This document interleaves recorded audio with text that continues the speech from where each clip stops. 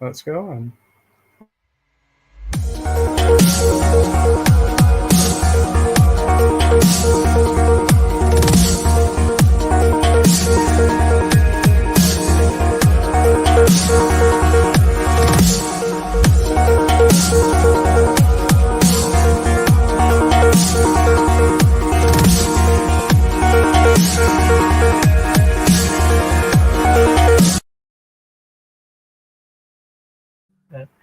Well, hello.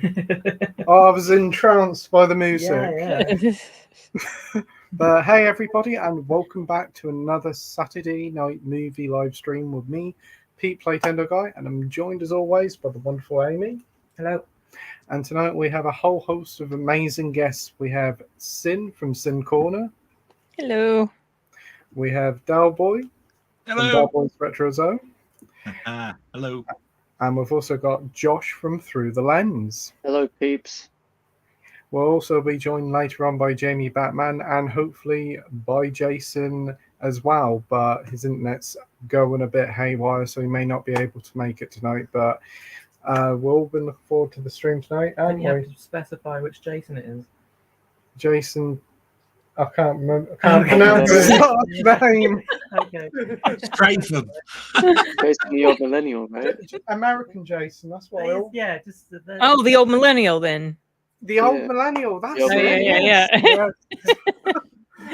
Yes, Jason, the old millennial. Yeah, unfortunately, his internet's going up the spout a bit, but hopefully he'll be able to make it later. And Jamie's currently watching Batman in the cinema, Of course and he'll he be is. joining us a little bit later, probably closer to 10 p.m. So hope everybody's doing well, and everybody at home, thank you ever so watching. Be sure to leave plenty of comments and questions in the comment section down below, and I'm pretty certain I've already said it. What have you said? I don't know, have I already repeated it? I don't know. I don't know, you were laughing, I assume I said something funny. No, no, because you said thank you ever so You're a much. bit rusty at this, aren't you, Pete? You're a bit That's rusty. why I was laughing. Pete, Oh. Don't worry. Okay, thank you ever so watching. Yeah. Alright. Very smooth that opening. I always have the smoothest of openings. Oh, God. Videos. I'm not even 3 minutes in and I've already ruined it. Yeah, you've already said too much. Well, we've gone earlier yet. We've gone X-rated already. Yeah. Give the people what they want. That's Yeah, what yeah. it is. Oh, gosh. Oh, wow. Thank you so much, everybody, for joining. So before we get into the comments and questions, what I normally ask is, what have you been watching over the past couple of weeks? As many films as you'd like to talk about. Ooh. Sin, do you want to start off first? Well, okay. As soon as I'm put on the spot, my mind goes completely blank. I watched The Substance and did a review for that. I also saw Never Let Go, the new Halle Berry movie, and I've seen Transformers 1. Oh, Yeah, saw that last weekend. So yeah, those are the latest that come to mind at the moment. Ah, great stuff. Did you enjoy Transformers 1? I've heard some very positive things. Did actually, and I didn't expect to. I really liked it a lot. So, yeah, that was not the trailer. I don't feel like does it justice. I saw one trailer for it, and I was like, nah, not interested. But there was like an early access event, so I decided I'll go check it out because by then I had been hearing some buzz, some positive buzz, because of I guess other advanced screeners. So I went and watched it, and I'm really glad I did. It was a lot of fun.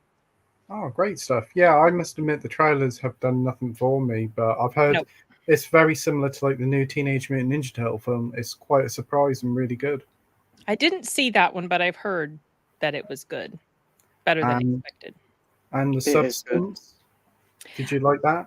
Okay, so I part ways with a lot of my fellow YouTube buddies. I was not crazy about The Substance. I liked parts of it, but as a whole, I was just ready for the damn thing to be over with. I was just checking my watch. Please get done.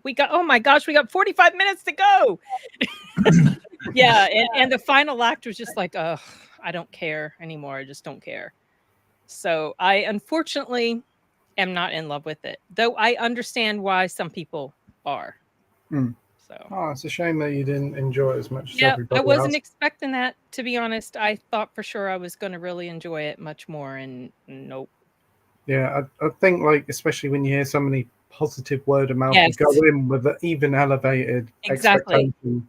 Especially from people that you already kind of like a lot of the same things they do. But every once in a while, it's just going to be that you're not going to see eye to eye with everybody on these sorts of things. Like us with the Fall Guy, everybody loved that, and we were the only ones saying it was rubbish. Yeah. Yeah, I enjoyed the Fall Guy. That was fun. Yeah, I think there's like Wolverine and Deadpool. Deadpool and Wolverine. That Yeah. I was like, God, how much more of this have we got to go? That's Well, so funny. Fall I love Guy, that I one. was 20 minutes into it, and I said to you, I feel like leaving. Yeah. No. But yeah, we have some unpopular opinions, don't we, Pete? Yeah, well, Yeah. everybody has their own opinion. don't That's the mind. great It thing about it, isn't it? It happens. Up. Yeah, all right. It'd be a boring old world if everybody liked the same. It makes for great Yeah. Right. discussion, don't it? True. Yeah, but I wish they liked everything I liked. What, like That's Jason X, Yeah, like Jason X, Texas Chainsaw 4, all that stuff. Speed 2? Speed 2, Silent. Oh my Oh, goodness. good God. Oh well. So, what about you, Josh? What have you been watching recently? Watch The Substance. And yes. You've been taking substance. What? Oh, Oh, you've been watching it. Oh, sorry. yeah, I've been watching Substance. Yeah, that film's crazy. I loved every minute of it. Didn't want it to end, to be honest. I'm the opposite of Sin. Sin wanted That's it so to end. I funny. didn't Yeah, want it to. I felt like it was about 20-30 minutes too long. Was what I felt like. But the I thought premise it was was interesting. I can see why a lot of people do enjoy it. Oh, Hmm. wow. I watched Harmony Korine's Gummo, which Ooh. was Oh. very American. Like it's very 70s American. Like it was pretty great. Watched Detachment with Adrian Brody. First time I was like, yeah, I don't know about this, but second time I'm like, yeah, this fucking rules. Then I watched Afraid with John. What's his name? The AI movie? John. Yeah, That's the a AI new one. one, Afraid AI, isn't it? What it says in the poster? Yeah. It's the funniest thing because there's a scene where kids watching the Emoji Movie and then the AI says to the kid, "Don't worry, Mum and Dad won't catch us." Yeah, watching the Emoji Movie. Oh dear.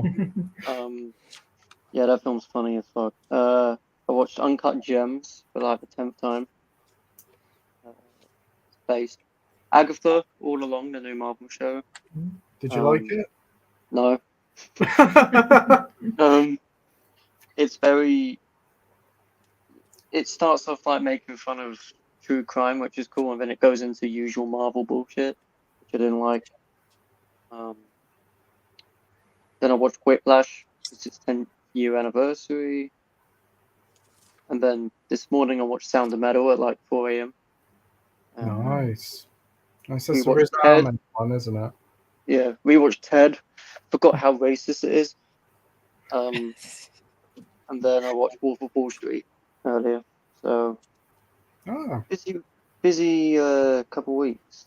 very eclectic mix going from Ted to the Yeah. Wolf. Oh, of and Wall Street. Catwoman, the Delboy's taste, Catwoman. Oh my days! Look, it wasn't my I've choice. It was watched my friend's Catwoman choice. and Right? Ted. She wanted to watch it. It was on the. We did doing a spin wheel, and for some reason that was the one which was picked. We could have picked Amores Perros, but instead we picked Catwoman. It's awful.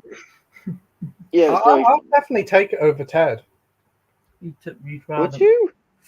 Ted's awful. I never liked it when it was So is popular. Catwoman. Catwoman's a doozy. That's a honker of a film. But like, It's not Catwoman.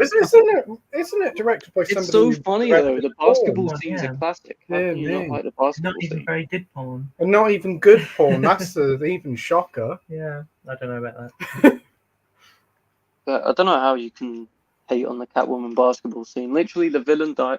Spoiler alert for a film which is 20 years old, by the way. But Is that the movie villain. that old? Yeah. 2004? Wow. Okay. Yeah, it's literally a year younger than me. Hmm. Crazy. Wow. We can't literally the villain dies because she looks at herself in the mirror and is like, "Oh, I'm ugly," and then she just falls. Like the funniest thing. I remember when it came out and people were saying about it. This was kids' magazines, so they were always Yeah. going to say they were, "Oh, this is better than Kids' Spider-Man magazine. 2, the real lad superhero film, Catwoman." Yeah. So says silly kids magazine from 2004. Oh, It was true cinema, that one. You haven't lived unless you've seen Catwoman. We at watched it least. one bank holiday, didn't we? I think it was a bank holiday. It was on Sky, and it was Yeah. we was like, "Oh, yeah," and then we ended up watching it for some reason. Yeah. It sucked us in. It did. one If of it's like a those- trance, isn't it? It's one of those films where I despise it. I gave it a half star on Letterboxd, but I just had such a laugh with it. that was generous. Mm. Well, I'm still hoping for Warner Brothers to give us a lavish 4K of it. Yeah. Oh God! Yeah, no. I'll buy it though. Oh my goodness. I'll buy it and burn it. Aw. Well, we've had worse on 4K. Like what? Have we? Um, Emoji movies on 4K. Mike and Dave need wedding dates. That's a 4K. Yeah. I haven't seen that. I It don't does, know. doesn't it? Howard the Duck. Yeah, that's good. Okay. Mm. Oh, Howard the Duck's class. Oh, I've never seen it. I've movie's seen not that bits of bad. it. It's a bit. It promotes bestiality, but it's not that bad. Oh God, yeah, because Howard goes into a bathtub. That's a bit, yeah. So does The Shape of Water. So, and Yeah. that one Oscar. But So, that's not an actual animal, technically. yeah, But but it is strange. Yeah. In real life. Well, no, yeah. it's not a human accurate duck. It's not a yeah, no. It's not a duck accurate. Human duck. accurate dog. And probably his feet isn't webbed either, so he isn't a duck at all. Why wouldn't his feet be webbed? I don't know. oh, what? Then what a conversation. Okay. Yeah. Anyway, Delboy, what have you been watching? Oh, right, okay. Well, I'm still trying to get over Catwoman being mentioned. Bloody hell! I mean, Sorry. the only thing I can remember about that was how much tighter can they put Halle Berry in a costume to make her boobs go up towards her neck? Because that's about the only thing I can remember about that film. It's atrocious. Mostly, I haven't been watching much at the cinema because I've only been to see Alien Romulus the last time. That's a good movie, that one. I like that one. Yeah. So, but I watched Nikita Ooh. again. So I got that on Steelbook and I watched that on Thursday. A very old film, A Guide to the Married Man with Walter Matthau from the 60s. Yeah, that's an old fave of mine. That arrived today as well, just so you know. Joker. Ooh, Oh, that's in nice. its big box.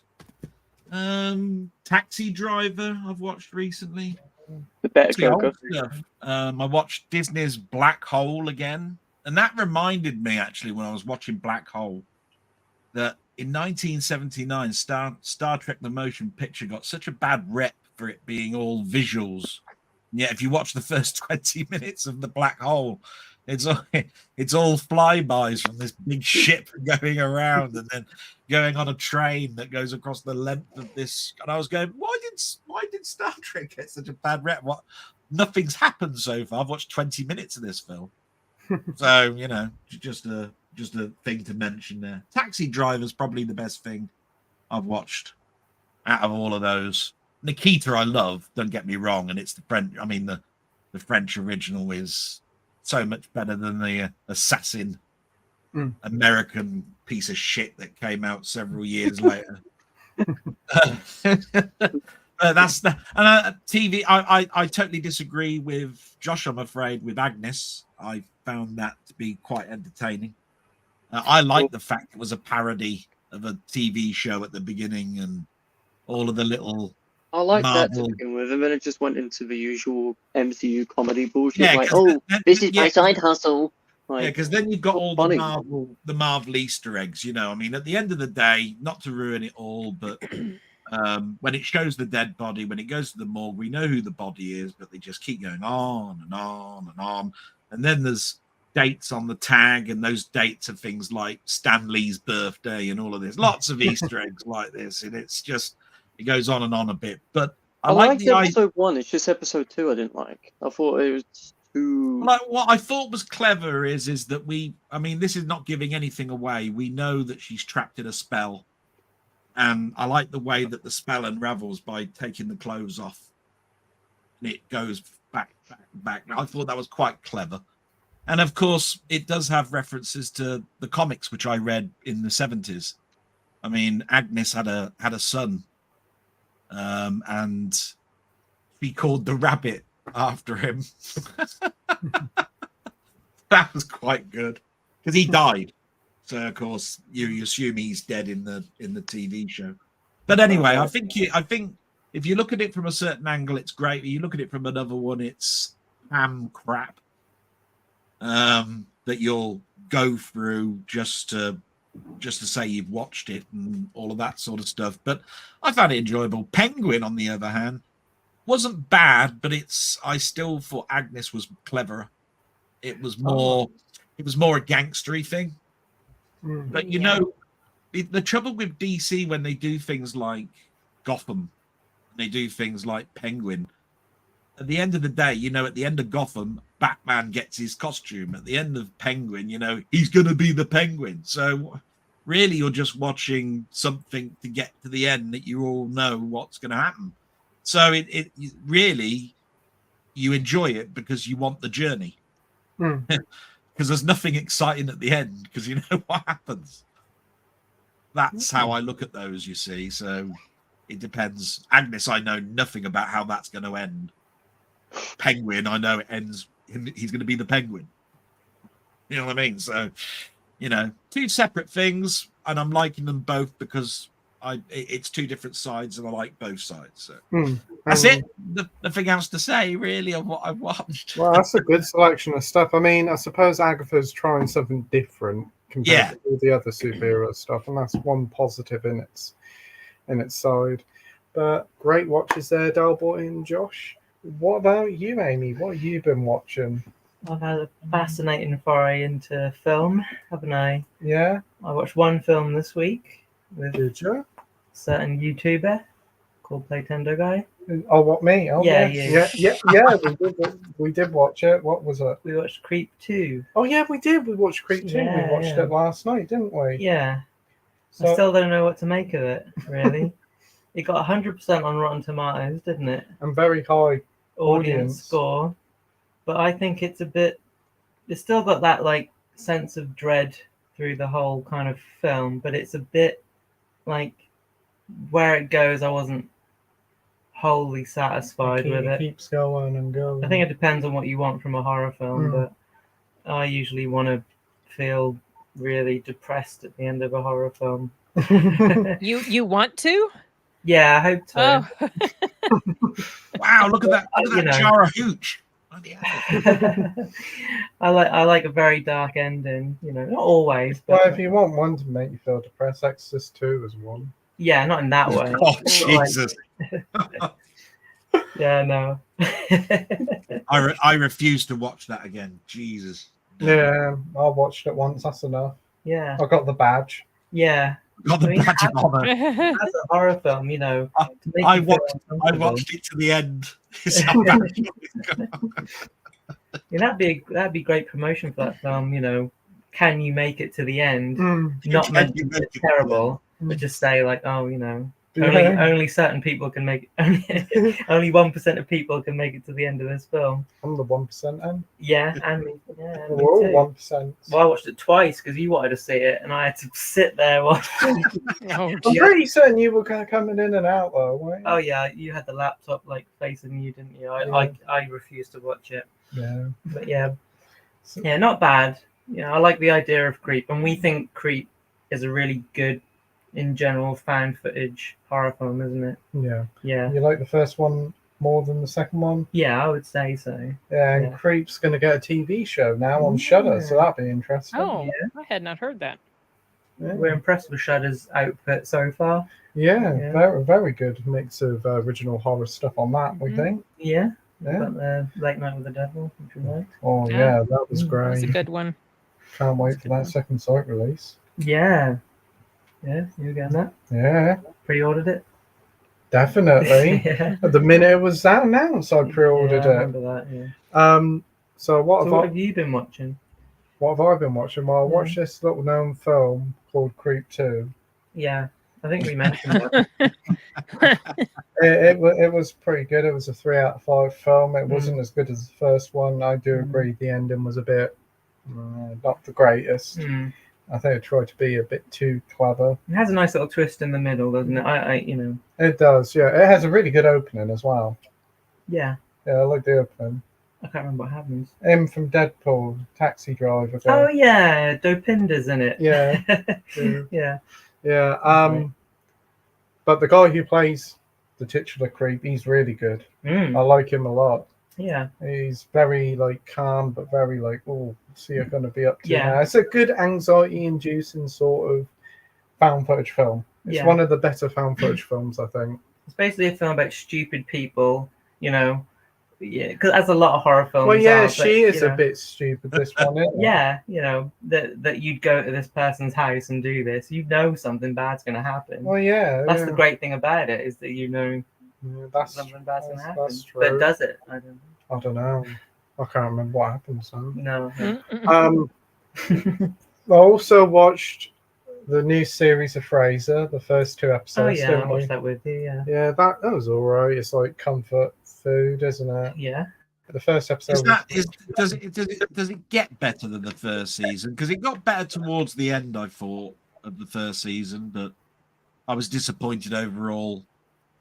I kind of preferred the start of the first season more than the end. Yeah. Well, it's just that when Roz turned up, I liked it, you see. So I suppose that's because of I like things like guests coming up like Roz, because Roz I thought was perfect in the first season. I thought the episode where his ex-wife turned up was really good. Oh, Lilith. Yeah, that was a great episode. That was. Yeah. The first episode of this new series, so. There's some really good jokes. The in it, I second think. episode's really funny. Yeah. Yeah, I like that one. Does Nicholas Lyndhurst get any better? Yeah. Does Nicholas Lyndhurst get any better, or is he still annoying?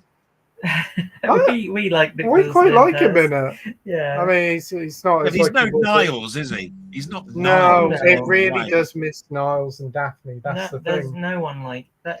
It's nowhere near as good as the original No. series, especially those first early seasons of it. But Well, the other sad thing about it is what can you do in 8 episodes or 10 episodes? I mean, the others used to be 20 odd episodes, and you got into a sort of like I don't know, like a heartbeat, like it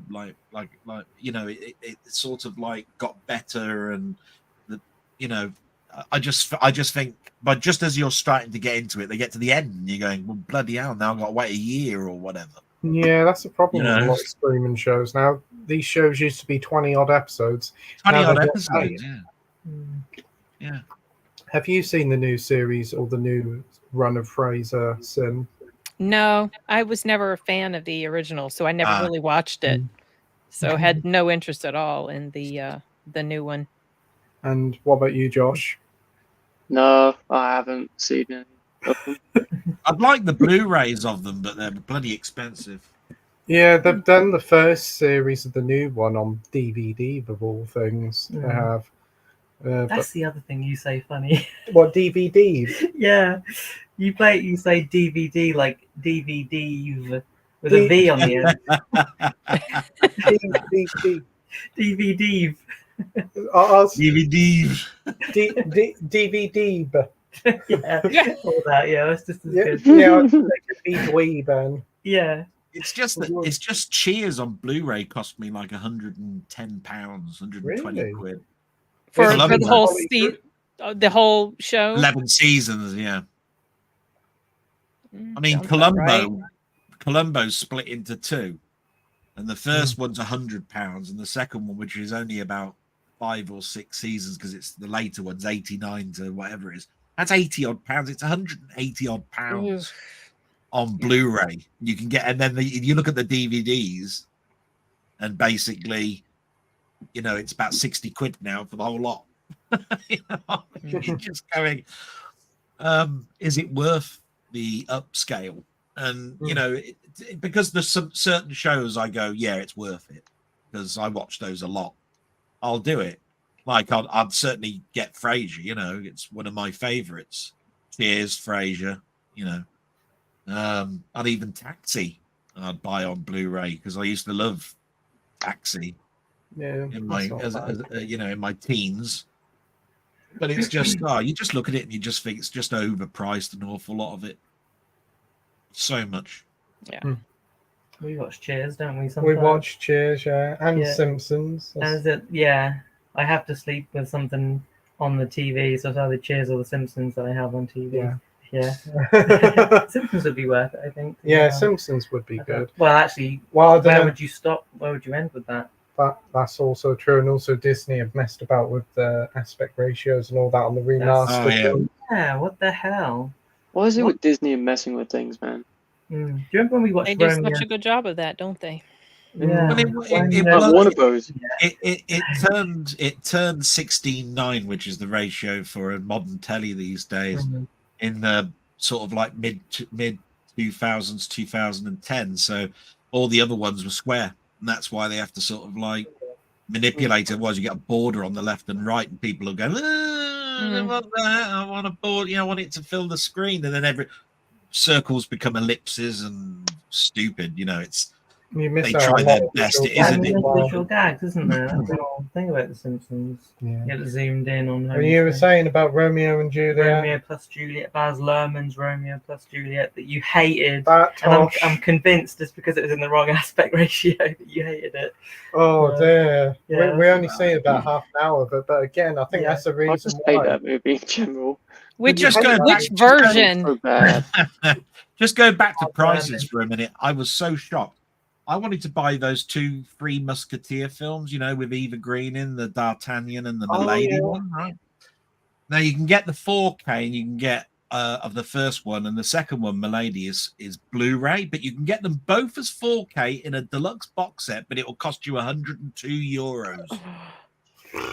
And I'm just going, I want them, but I don't want them that bad. But I don't want a 4K and a Blu-ray. I want 2 4Ks, and that's the only way that you can get them on 4K is to go to France or Italy and buy €102 worth of box set. I want to get Criterion imported, but it'll be over £40 by the end of it because of shipping and all that. And I'm like, and of course, the big news is about Seven, isn't it? That got cancelled and is now actually coming out in 2005, and they've stopped doing this box edition, what's in the box edition, and it's just Steelbook or Digipack now. The funny thing about that one was I checked my emails and I haven't had the message yet to say it's been cancelled. And I also checked all of the places that I ordered it, and I forgot I actually ordered it from 2 different places, and neither of them have told me yet that it's cancelled. But I did manage to cancel one of them. That'd be an interesting one on 4K 7 World, because I think like the lesser picture quality does kind of add to it because it's grimy film, isn't it? So it'll probably not be HDR on it. I reckon. I don't know. 7, I mean, was one of my favorite Laserdiscs. I bought a special Criterion edition of it on Laserdisc, and the special part of that was that David Fincher went back to the negative and he coated the back of the film with silver, so that when light shines, silver reflects back, so black is black. And that was that's why it cost £109 on Laserdisc. So I wonder what the restoration is going to be like. I hope that they do as much as they did. Because it's delayed so long, they've done a really good job. Yeah. But that's all I want to say really about prices. It's just ridiculous at the moment. I mean, I do understand. Yeah. It's going to be a very expensive month next month for a lot of people that want things like Nightmare on Elm Street, Interstellar, all sorts of special sort of like box set coming out at 40 quid a piece. Well, I did get this delivered today. We both like this film, don't we? Mhm. Stardust. Anybody seen that? Oh, I'm still yeah. waiting for mine. Still waiting for mine. That's a fun Well, movie. It is. And inside, I'll give you a quick hint to the video. It comes with art cards, and look at that. Yeah, Oh, cool. Nice. Very nice addition. Surprised they put that on 4K actually. That's quite niche, that one. Quite a niche Yeah, film. I was surprised they released it. So, I'm hoping they've sent me I'm hoping they've sent me the British one after I cancelled the Italian one. Mm. I ordered it when I saw the artwork, and it didn't have a release as a steelbook over in Britain when I ordered it. And then when it was finally announced, I cancelled the Italian one and pre-ordered the British one. But I bet you any money the Italian one turns up. Always happens to me. I haven't seen it since it originally came out, but I remember enjoying it a lot, and it's got a great cast. Oh, yeah. Oh yeah, yeah. He isn't Claire Danes, Michelle Pfeiffer, or Robert De Niro. No, he isn't. It makes me laugh. They put on the front cover Claire Danes, Michelle Pfeiffer, and Robert De Niro, but they don't have poor old Charlie Cox there. Robert De Niro sticks out a little bit in that film, but Just he a didn't, little. He didn't sort of like ruin it. But You it's, got he Henry was- out in any Cavill film, as is it well, really? He plays the- Russell, Ricky Yeah. Gervais. Well, I think Ricky Gervais stands out in that film. I quite like I him. forgot he was in that. Yeah, Yeah, he's the same like De Niro's is the Sky Captain or something. I isn't he? remember Yeah. that he was, yeah, I remember who he was. I forgot Henry Cavill was in it. Yeah, Oh, very yeah. everyone did. Yes, very. God, how have I not seen this film? It's a lot of fun. It's Sort of great. like a 2000s never-ending story. What was it? Somebody compared it to Princess Bride Yeah, for the yeah. modern era. Yeah, Princess Bride. That'd be a better idea. Yeah, I've never seen love- Princess Bride, but a lot of people say Oh. like that. Princess. Oh Princess my goodness. Bride, A lot of Princess people Bride love is- Princess Bride. Princess Bride is gorgeous. Yeah, I definitely would like to see that. You keep I- saying it's good. No, I don't. Oh, don't. I've seen it. I think No, it's but okay. you said but it's you like, said I might like it. yeah, maybe. Yeah, Yeah. I didn't like it as much as I thought I would, but Mm. maybe if I watch it again, I can force myself to like it. So many Oh. people like that film. They just quote lines from it. You know. Yeah. Yep. Unbelievable. You know, it's one of those quotable films. You know, line films. That's a lot of I people's liked it. favorites. I was at Dragon Con a couple weeks ago, which is a big con in Atlanta, Georgia. And the company that I work with, the audiobook company I work with, we had this little party and we made these bingo cards. And on the bingo cards, I was on there for people to come up and tell me their favorite movie. And I had a bunch of different movies thrown at me, but there was like 5 or 6 that said The Princess Bride. Oh, Wow, okay. So it's a lot of people's favorites. I think it's one of my brother's favorite movies. He Yes, really loves that film. I had to go to Germany to get the 4K of that one. It came in a deluxe packaging. Did you guys read the in a- books or the book? Yeah. The book it was based the on? book. That's why Yeah. my one comes in a book. It's Oh, a interesting. Digi- nice, digipack nice. one. Cool. Because it's got what's his name in it? Carrie Elwes. Yeah. Harry Elwes. Elwes, yeah. Is that right? Mhm. Yeah. Always scared about pronouncing his name. You got Andre, haven't you? Giant in it. You've Mhm. got Robin Wright and Wallace Shawn. Chris Oh, Sarandon from Fright Night. Wow, Yeah. Chris Landon, he's great. He is. oh, and you've got Billy Crystal, and that was with Tracy Ullman, was it? Was it? I know it was the girl that was because they were both in makeup. I've forgotten what who the lady was that was with Billy Crystal. It wasn't her? It might. I thought it was Tracy Ullman, but I wasn't sure. I thought it was too. It's been Ah. a bit since I've seen it though. Yeah. And Peter Falk's in it. Oh, one more thing. Yes, that's Yeah. right. He is. He And- reads the story. Yeah. And the little kid from that little kid. Oh, Fred Savage, is that his name? Yeah. Yeah, he was the little boy. I need to see this. Hasn't film got kissing now. in it, has it? Mm. It's not my favorite film. It's okay, but a lot of people do really, really enjoy it. And Mark Knopfler did the score. Who did? Mark Mark Knopfler. Yeah. Oh, Maybe that's why I don't like it. Oh, you don't like Mark I hate Knopfler, Dire don't you? Straits. Yeah. Maybe that's why I don't like the film. Oh yeah. Yeah. Oh, I I like mean, Carrie Elways. He's good in Saw. yeah, he is. He's That's it, good in the Knuckles. she was called Buttercup, wasn't she? Oh, God. Yeah, Mm. Princess He's Buttercup. good in the Knuckles TV show, isn't he? Yeah, he's doing Princess I think That's that one was of the his first career movie I highlights. saw him in. Actually, was The Princess Bride, way back in the day. Top Shots. He's in that as well. He's in Top Shot. Blackberry. Shots. Yeah, Yeah. the first one. Yeah, Yeah. he is in that. Yeah. Yeah. Well, I've also seen some other things as well. I did watch Agatha. She's been there all along. That was all right. Been there Not all too bad. along. Well, I don't know. They kept changing its name all the time, but it's It's called now called Agatha all along, I think. Yeah. Did they change his name? Yeah, they kept changing it. It's Agatha Yeah, Still they Lives did. Here thing. Mhm. First episode's really good. Second episode, not too bothered about, but I'll stick with it and see where it goes because it is at least something different. And Audrey Plaza, whatever her name is, Aubrey. She's great. Aubrey. Audrey. Aubrey. No. Aubrey. I remember you have an issue with names, kind of like me, except maybe a little worse. Aubrey Aubrey Plaza. Plaza. Yeah. Great. Yeah, she's pretty good in it. Mhm. Yeah, so she's all right. And there's this teenage guy, and he's annoying. Right. He Okay. is. Yep. But apart from that, it could be all right. We'll see how it goes. Definitely is better than the Acolyte. Yeah. Stop mentioning the Acolyte. You have to go through one stream without mentioning the Acolyte. Not the Acolyte. Another 30 I'm minute so glad I discussion. didn't watch that show. That show is horseshit. Yeah. So It's so bad. bad. Ugh. So glad I avoided that one. We were just saying we know more about that show Than than any any other Star Wars show we've seen. Doctors should prescribe that as a sleeping aid. It's so boring. Well, we've constantly talked about it. There's not a day go past where we go, something, the Acolyte was shit. We have like 4-hour car journeys 5 days a week, and we talk about the Acolyte. Yeah. Oh my gosh. Yeah. I was why posting we- and I was like, oh, is this it? Is this Well, what I'm yeah, getting? we just talk about why it's the Acolyte's fault for everything, like world Yeah. hunger and climate change. Yeah, all that. Yeah, pretty sure it's behind that.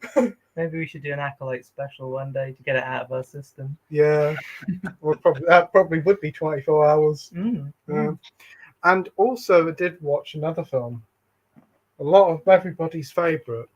For the first time, I've seen the remake. Didn't mind the remake, but I've watched the Hitcher today. Oh. It's Oh boy, great. I remember that movie. Whew, It's- that one scene. Ugh, with the truck. Oh, yeah, the I girl know. in the truck. Yeah, That one Yeah. scarred me. Everybody's box set should turn up in the next 10 days, I should think. yeah, it comes out a week on Monday, so hopefully it should be Yeah. here this time next week.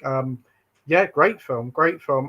It's just the Blu-ray, but the picture quality looks great. I can't wait to actually watch the 4K of it. Really good film. It is Rutger Rutger Hauer. Hauer. Mhm. Yeah. Yeah, he's really good in it. I like him. C. Thomas Howell's not too bad. I've seen the remake, and I remember the remake it was a bit of a nice ending. I think the remake was. I think I they can't did a re- Spanish language remake of it as well, because I remember seeing it on Mexican TV or something, and I was like, "This is like the Hitcher. This is the Hitcher remade." And, But I don't and- remember what they called it. And it also reminded me a lot of Cohen and Tate, which is no surprise because the writer of the Hitcher did direct Cohen and Tate, and that's a really good film. That is quite like I haven't that seen one. that film in a long Never time. heard Cohen and of Tate. that one. Oh, Cohen and Tate. it's got one of the Baldwin brothers in it. Mm. Yeah, that's a very good film. And Hitcher, really loved it. I liked the bit when he got his flicker knife out. Yeah. You call it a flicker knife for some reason. Yeah, I said it to you today. He's got a flicker knife out, Yeah. and you just sat there laughing. What the hell are you talking about? Why do you call it? Where did flicker knife come from? What flicked?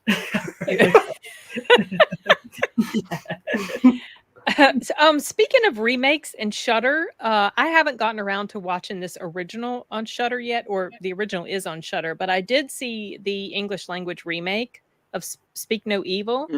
Have you guys seen both of those, both versions? Yes, I have. No. Okay. Nope. No. I liked the remake, but that was I can't compare it yet to the original because I have not seen it. But now The I want to remake- see the original. I've seen them both, and the remake is not as good. Not, The well, ending is very Americanized compared to it. okay. That doesn't think- surprise me. I think what makes the original so impactful is just the whole bleak aspect to the third act. But this one, the new one's just like so American, and it's like you can tell that they've changed a lot of things Okay. to it. All And right. I'm like, yeah, that's I'll watch the original and compare. I will, as an James McAvoy American, I will is, though. probably James McAvoy. end up liking great. the remake because I like endings like that. I Yeah. don't want to spoil it, but You well, probably James won't want James to watch the McAvoy remake, was will you? You'll he want to was watch the great. original one. Yeah. I remember the original was on Sunday. It came out during Sundance Film Festival, and you Yeah, it can did, yeah. watch them online. And I came so close to buying a ticket to watch that one online and talked myself out of it. And then a couple years later, here comes the remake already. So I was like, I'll watch that first, and then I'll watch the original. You didn't watch the Hitcher. You were busy playing this game that I introduced you to. Yeah. If we don't talk about games. Balatro. Yeah. Yeah. I looked at that today on Steam. Poker with roguelike things. Yeah. It's really addictive, isn't it? We Yeah. literally had a quick. Well, I had a quick game before we went live, didn't we? Yeah. The other one amused me. The other one amused me as well. The cat on a skateboard going around slicing off everybody's heads with them. Oh yeah, gory cat carnage. That's a lot of fun. Yeah. Gory cat carnage. Yeah, but little cat chopping up all unicorns, chopping them up in little Goodness bits me. and swearing. Oh, So bad they banned it in Japan. did that? What? Really? Yeah. Oh, wow. But yeah, I've got a review of that coming soon on the channel. Yeah. Well, yeah, you know what? I might as well do that announcement because I was supposed to do Okay. an announcement, weren't I, last week? Did you not do it? No, I never did it. I forgot. All right. Okay. Is that mediocre that you didn't do it? Well, here is a huge announcement. I'm now going to put all the streams in audio versions on Spotify for everybody to listen to. Oh, podcast. Yeah, as a podcast, because a lot of people do comment on here saying they're listening whilst they're at work or on the journey, so they can listen to it on Spotify. I will make a separate video for it, so I'll leave all the information down on this future video, so you can go and follow that. There's all the streams so far that I've done this year, but I'm hoping to get all the other streams over there eventually as well. This one will probably go up either tomorrow or on Monday as well. Ah, Have you So- Yes, classified your streams as a YouTube podcast? I don't know. Oh, because you can do that too. What I wish YouTube and Spotify were connected so they would just automatically port. But I don't think that you can do that. But you can make certain playlists as podcasts. Oh wow! So I have all my lives. I have my reviews and some of my live streams classified as podcasts. Right. So, I've been asked several times to turn my blogs into podcasts.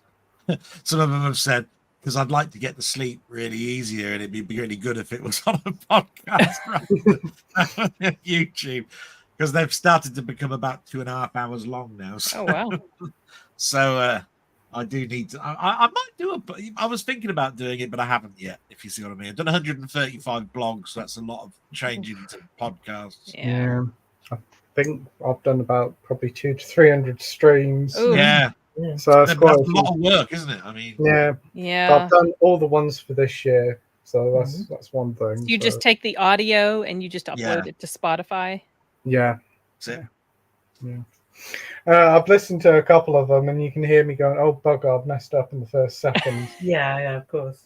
What a professional way to start. How else would they know it's you? Yeah. I think if I remember what it's called, let me have a look on Spotify now. It is called Playtendoguy and Friends Movie Chat Podcast. Yay! Oh, I used to love them because when they would turn to podcasts and stuff, because I used to do a lot of walking, so it was nice to put sort of like your earphones on and just listen to a podcast. Yeah. You know, so many of my friends actually learnt languages and stuff, you know, by just going on walks. Yeah. Podcasts are great. Yeah. when you're doing a long walk. I'm Sorry, addicted to driving. true crime podcasts. The Case File was a really I've good learned one. so much about. There was a series of podcasts that I listened to that was this lady that was talking about old Hollywood, and she talked about the Universal movies and how Bela Lugosi was like this and all that sort of stuff. And really, they're really quite good. You know, if you've got the right narrator, Mm-hmm. you know, they're really engrossing. Yeah. Yeah, I agree. So yeah, that's the announcement. I'll put it on a video later this week. So Sin, do you want to promote your channel to everybody watching at home? Oh, sure. I'm Sin's Corner. You can find me on Sin's Corner. Yeah, I mostly do movie reviews. I have some reactions, but I prefer to talk about movies. So that's You've got a that's what I do. wonderful channel. Oh, thank you so much. Josh, what about you? Do you want to promote your channel?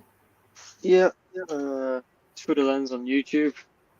I also upload on Instagram. I'm not going to be uploading for a little bit because I've got things to going on, I should say. But yeah, I do like movie reviews and crap like that. I am going to be doing music stuff eventually. But yeah, check out my stuff. Awesome. As Delboy said, very professional reviews. God, yeah. You definitely give a very different review to like other people about, and it gives a really good insight to the film. I like your opinions, and whilst I try. we don't always agree on it, it's great to see a different opinion, and it's also good to see you going back into music because you did do a music channel a while ago, and that was very interesting as well, didn't you? Did I? You did. Wait. You did do videos talk about music anyway. Oh, I don't remember. I've done so many different channels in the past. Either I've got a very good memory, or I made it up. You probably made it up. I wouldn't be surprised.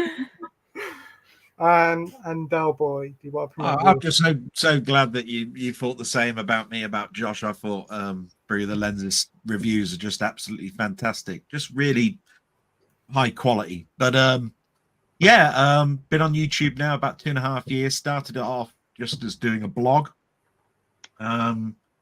It's called a retro zone because I cover just about everything really. Old style computers and the gaming that was around in the 80s and so forth, but also modern. Do some chats. I do film reviews, play some games, you know, just for a laugh and that sort of stuff. And comics and statues are covered. Big Marvel Spider-Man fan. And, you know, I like to have people on to have a little chat with, like you, Pete, and going to get Through the Lens on, and Josh, because I'm sort of breaking into that. And I have big discussions about particular subjects, you know, like Charlton Heston's dystopian trilogy and TV from the 70s and stuff, you know, how you used to watch Kiddies TV when you got in from school and, you know, those sort of memories, and adverts from the past compared to adverts of now and all of that sort of stuff. So yeah, thank you very much for anybody that does watch my stuff. Brilliant channel as always. Thank you so much. Nicholas Lyndhurst used to dress as a woman on W.H. Smith adverts. Yes. Yeah. Yes, he was That's such a weird thing. Yeah, teenage girl, wasn't he? In Yeah, the yeah, bedroom, probably teenager. listening to Spice Girls or something. Yeah. We talked about that last night about the Fraser, about us how he got the job. He said, "Oh, I remember those adverts." W.H. Smith cross-dresser adverts. Yes, Yeah. when you were holding the latest season of Fraser on VHS, Yeah. it was like, "I'm going to have you in a project one day." He got about a bit. I used to watch him on Butterflies back in the 70s. Yeah, he did another one with Celia Emery. Celia Emery, yeah. Yeah, that was, he did a comedy with her in the mid-2000s. Star of Phantom Menace. Yeah. She's a pilot in Phantom Menace, I think. Is she? Yeah. I just remembered her from Stephen Fry's Kingdom TV series. Okay. That was filmed around her. Mm. I always watch the best stuff, didn't I? Can't say where we are, Pete. Well, People are going to look it up and find out where we live. well, it's a niche show from about 20 years ago. It's on Google. People can find out. We live Well, on they'll know how to do it now. Ballykiss Angel. Yeah, we live there. We live where Father Ted was filmed. Yeah, Yeah. yeah. Right, and what about your channel, Amy? Please Cracky follow Island. me on Twitch, Amy Bell 7777. 4 sevens. Yeah, for some great content. All people welcome, including trolls. Please. Yeah. And you've got a wonderful channel, haven't you? No. There's nothing on there. No one watches it. So I don't think that's really a wonderful channel, but It is a wonderful channel. to in you my it is. eyes. Yeah, because but you're biased, aren't you? I'm unbiased as they come. Yeah, exactly. Yeah. But everybody's links in the description down below, so be sure to go and subscribe to them or follow them because they've all got wonderful channels. Go and support these fantastic Thank you people. so much. I am gonna have to go. My granddad needs me, but No worries, mate. You take care. Always here for you, mate. yeah, thank you. But Keep it up, yeah, Josh. Good to see you Yeah. again, Josh. yeah, I'll speak to you guys soon. Take Take care, care. Josh. Bye, guys. Bye. Bye. All right, there we go. All right, bye. Bye. We'll be joined by Jamie later. He'll be talking to us about his Batman shenanigans. Yeah. Yeah. Like every week. Yeah, like every week. Right, so let's get into the comments section. It goes right down to the middle. Right, we got Matt Chats here saying, Pete and Posse, how the hell are you? Hey, Matt Chats, hope you're doing well, my Well. friend. Thank you ever so much for joining. We've got Sai here saying, evening, guys and dolls. Hey, Sai. Hey, Sai. We've got Red Romantics here saying, evening, all. Evening, Red Room. Evening. We've got Slipknot fan saying hello. Hey, Slipknot fan. We have Ian here from Ian Hey. Hill Diamonds. Hey, mate. Hope you're doing well. Thanks for joining last week. It was a pleasure chatting up to you and catching up with you. He says, hi, everyone. Hope you had a reet grand time. Grand time. What film or films in your collection do you watch the most? That's an easy one. What is it, Ensign? No, for me, it would be the Terminator and Terminator 2. That's what I watch Ooh. the most. And also Halloween and Halloween 2018.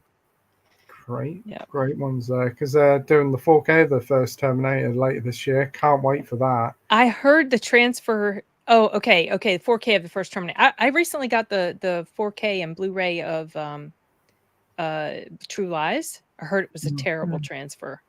I haven't seen it. I haven't popped it in. Oh, My depends on Blu-ray who you player, speak to on that one.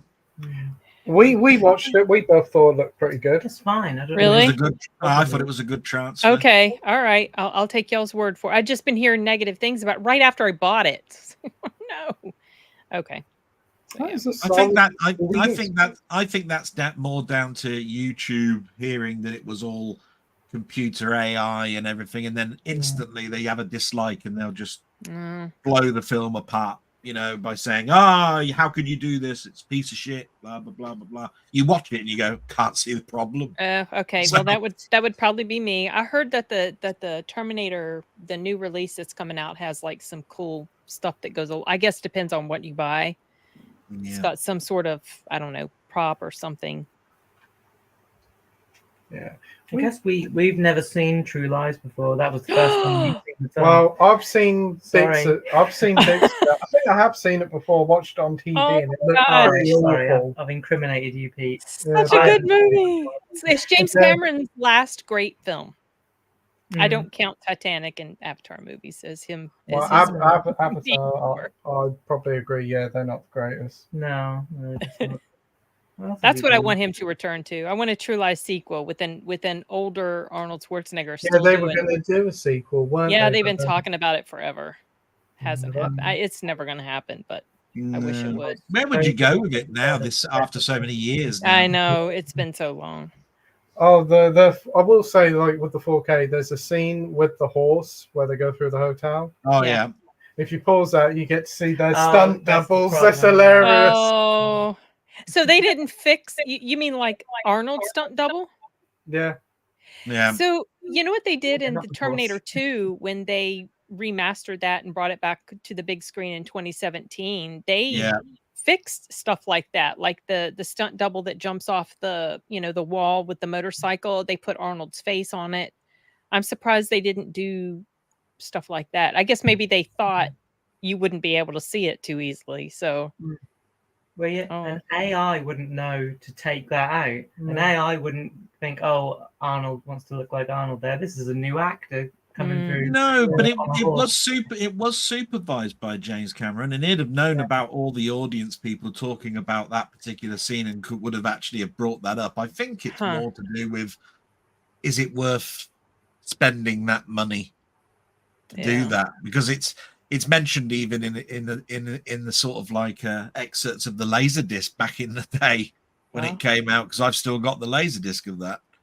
So Wow. it's been known for years. You know, there's lots of stuff. You know, they talked about the lines that you can see on the bike for Terminator 2 when it jumps off. Yeah, Mm. You know, those were removed obviously during the. they're so known that you'd think they'd take them out, but I mean, Terminator 2 is Highlander. listed as having the worst 4K Yeah. release. Really? But actually, the reason it's got that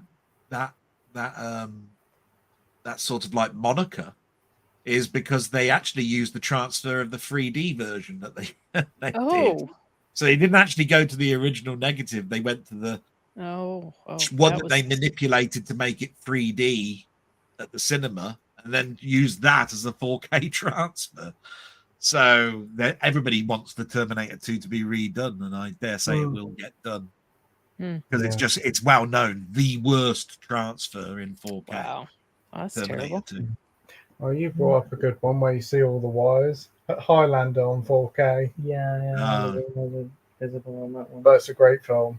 Yeah. It doesn't take you out of it, but I guess No. it would be. I don't know how expensive it is to Well, change it's a- Arnie's face on a stunt double. Don't know why it's James Cameron. Money's no Well, yeah, object. that's true. Yeah, That's the thing. Yeah. He'll spend 300 million for Smurfs in space, but he Oh, won't me. change your face as Arnie. yeah. Or dances with Smurfs. That's what I call the first Avatar. Dances with Dances with Smurfs. Smurfs. That's a better movie. Papa Smurf dancing. Well, yeah, it's more interesting than Avatar. Yeah. Well, he's come out and said he's going to do another film after the Avatar ones. He's doing like 5 or 6 Avatar He's films. doing a lot. That's probably all he's going to work on until his last days. And then he said, so after annoying. I'm done with the Avatar 5 or 6, I'm going to direct this other film. I was like, well, how old are you But now? each Avatar movie takes him years. Mm. So- Yeah. He's going to be older than Clint Eastwood is now when he gets to direct that one. I wonder sometimes what he means by that. He's probably going to write the screenplay or help do something or other. That's how I can't. I mean, he wrote the screenplay for Rambo 2, didn't he? I mean, he did an awful lot without actually directing. So Yeah. He did an awful lot with Near Dark and The Strange Days, 2 brilliant films. Yeah. Yeah. There's a Point Break 4K as well. Yeah, there is a Get Point Break 4K. I bet that looks nice on 4K. Gary Busey and his Nashers. that. Yeah, it's good. that's what we I got wanted. that. Oh, Really? The transfer good? Yep. Oh, nice. Because you get a poster and art cards with it, don't you? Yes, because I bought the American one.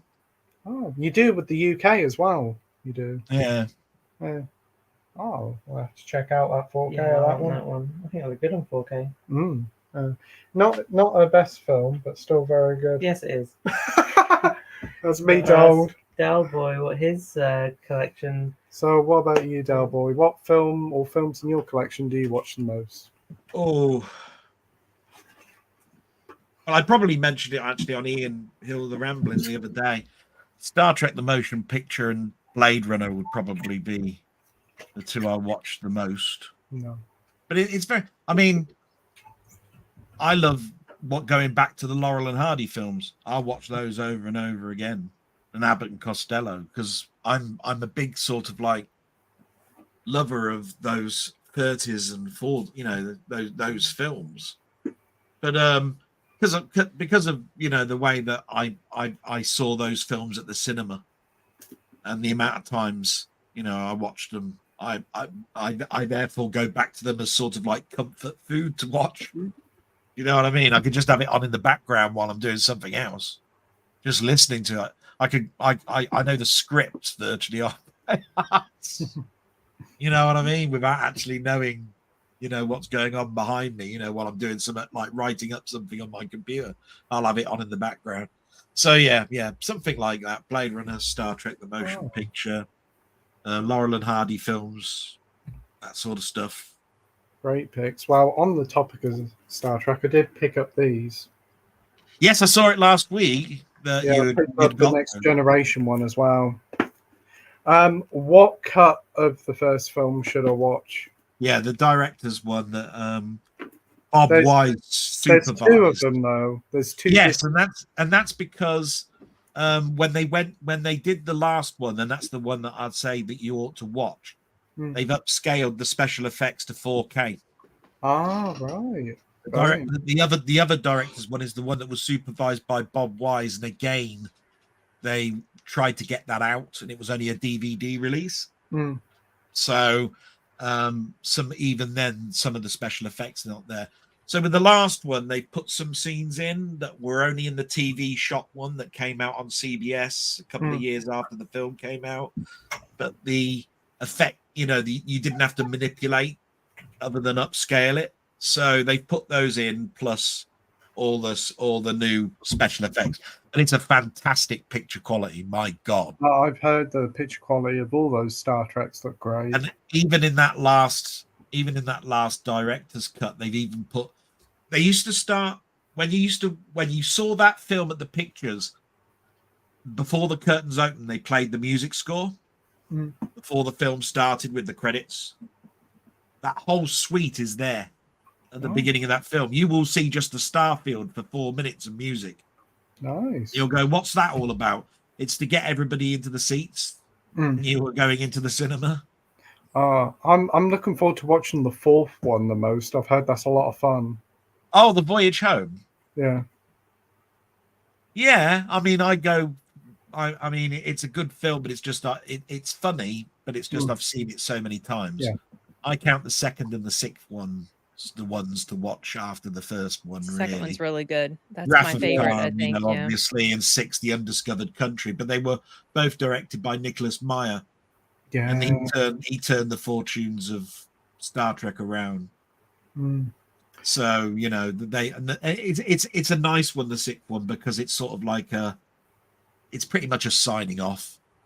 It really is a swan song. It's like, you know, I'm going to give over the ship now to a new crew, that sort of thing. And you've got all the signatures coming on.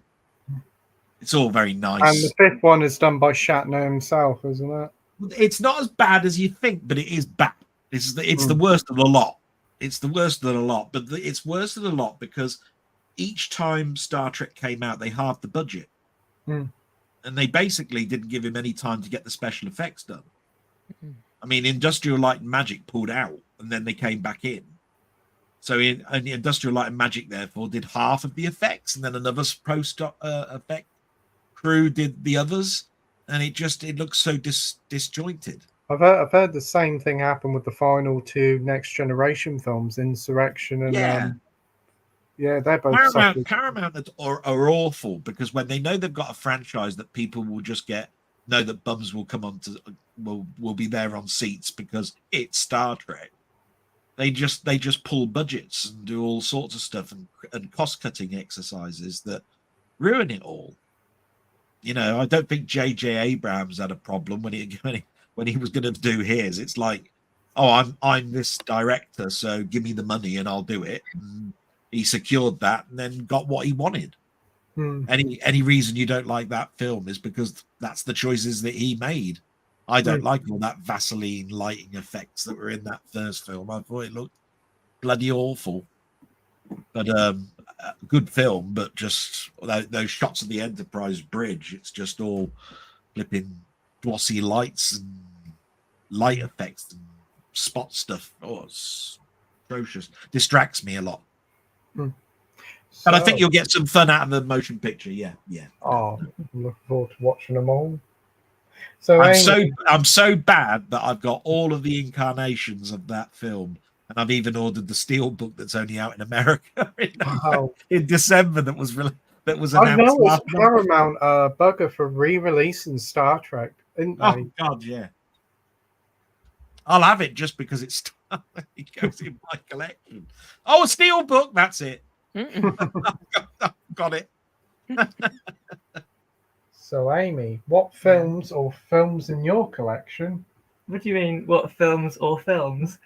Film or films Okay. as a collective? All right. Okay. Do you watch the most? Yeah. Probably Suspiria. Suspiria, very good. I used to watch every Christmas. Not every Christmas Day, yeah, because it pissed my mum off. I'll put it on the TV and watch it every Christmas. We need to get that on 4K. Yeah. Deep Red as well. I obviously like my Argentos. I like my commentaries. And there are some really good commentaries with Deep Red, so I recommend listening to them. The Beyond as well has a really good commentary by the two actors in it, very politically incorrect, which makes it really, really funny. Yeah. Haven't they just announced a Dario Argento 4K release that's called something Cuts or something? It's a 1980s 3-film thing. I haven't 1980s film. Haven't heard of that. Yeah. Yeah, I got a link that came through yesterday, and I went, oh, and so I'll send you the link. I can't remember what it's called. It was called. I think it's called Dario Argento's Cuts. The only thing I think is that they're releasing Opera. Yeah, Opera would be good. From the same company that did Opera. It's that company. It's Opera, Suspiria, and another one that I can't remember. Cult Films, isn't it? Yeah, but yeah, it's like I said, a free film thing that comes on several discs in a little box, and it says these have never been previously seen. Blah blah blah blah blah. But it was all I'm saying is it's the same company that did Opera, that big box set. It's £34.95. Oh, is it? We'll have to have a look at that. Yeah. Just can't remember what it's called. Your Name. Oh, there you are. It's called Argento Deep Cuts. Cool. So Your Name, that's another one, an anime, very good film, isn't it? Anime movie, yeah. Scott Pilgrim, I watched that a lot. God, what else? Star Wars, yeah. If anyone's heard of that. Rogue One, yeah, I've watched that too many times. Maybe heard of that. Remember, yeah. What else? Yeah, you'll have to suggest them to me because I can't. I don't know. Okay. Exorcist, yeah, I've seen that multiple times. Texas Chainsaw Massacre, and the Cemetery Man. Oh my yes, favorites, that's a great one. Delamorte. Yeah, you said that exactly right. Wow, did I? Really strange. That's a great one with what's his name? Rupert Everett. He's really good in that. Yeah, it's a very sort of sexy 90s kind of hates life kind of smokes cigarettes, wears a black suit all day, owns a cemetery, and has to shoot dead bodies because they always come to life after a week. Yeah. What about the Hammer horror films, Amy? Do you watch those? No. It's just Mondo Chelovic has now turned around and said that they're bringing out them out as 4K now. So Hammer's come out and said that. I've noticed the post about that. So that means maybe it's a time now to go and look at those. Well, they'll look amazing. Some of them will, because they look great on Blu-ray already. Well, the reason that they'll look good on 4K is not because of any screen stuff. It's HDR. HDR is the thing that turns the color to the right red hues, the right color of red and green and blue and all of those, and they're all in Technicolor. So it's the old 50s color prints, so they'll look rich, incredibly rich, and that's what you want when you're looking at an 18th century Dracula film. All those red curtains and all that sort of stuff. And those lovely Hammer sets. They're great. So they should look at them absolutely amazing because of the HDR. Mm. Yeah. Awesome. Can't wait for them. So Pete, what the hell do you watch? Well, I have a great eclectic mix. I do like the Star Wars ones. Yeah, One, good films, aren't 1, 6, and Rogue One. Everything else in the bin. they? Yeah, Force Uh, Awakens is okay. Yes. All the Bond films. Mm. Oh yeah. Dirty Harry, of course. Your favourite film? Yeah. Yeah. Tenebrae. Tenebrae, yeah. Tenebrae is a good- Tenebra. Yeah. It's like a mix between Tenor Lady and a bra. Make Well, no, ladies' knickers, the guy don't on the they? market Tenor? store used to sell bras. He said Tenebrae. Oh right, Tenor for a bra. Yeah, I remember him.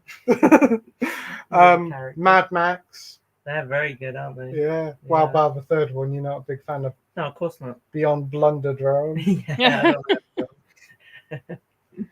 And also a very good, underrated 5-film collection where actually only the first 3 are any good. But I don't mind the last one, Pirates of the Caribbean. Oh, good film. Yeah.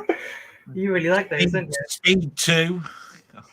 Oh, Speed 2 as Speed 2, yeah. I love the first 3 Pirates of the Caribbean. They're so much fun. well. Mm, They are. yeah. Let's take they- your word for it. They got a really good story to them. Yeah. Yeah, the tragic downfall of one Davy Jones. Oh no. Not from the monkeys. Not from the. I don't know. Is there someone called Davy Jones from the Monkeys? There's a band called the Monkeys. I and know one the of them- Monkeys are. Yeah. Yeah, one of them's called Davy Jones. Davy Jones, yeah. Oh right. Okay. Yeah, It's not about him. no, So why would I want to watch it then if it's not about him? I don't know. Okay. Scream, I suppose. I've seen that quite. Yeah, a bit. Scream's a good one, isn't it? Yeah. Can't think of anything else at the moment, but quite a few films. I imagine I have a big collection, and I can't You really do, don't remember. you? Oh, Yeah, Batman yeah. Begins. Airplane, Police Squad. God, what are you gonna name everything now? Yeah. Oh, I'd like to see Hot Shots Part 2 again. Yeah. Yeah. Yeah, that's a great film. Hmm. And always the third Naked Gun, the best one. No. Yeah. you Top like that one Maverick. too. Oh, Maverick, I've seen that about 10 times. Mm. Good picture quality on that one. Yeah, definitely. Got Sorry having a laugh. We have Danny here saying, "Hi, how are you? I am good. Great to see you here, Danny. Glad to hear that you're well." Slipknot saying hello to everybody.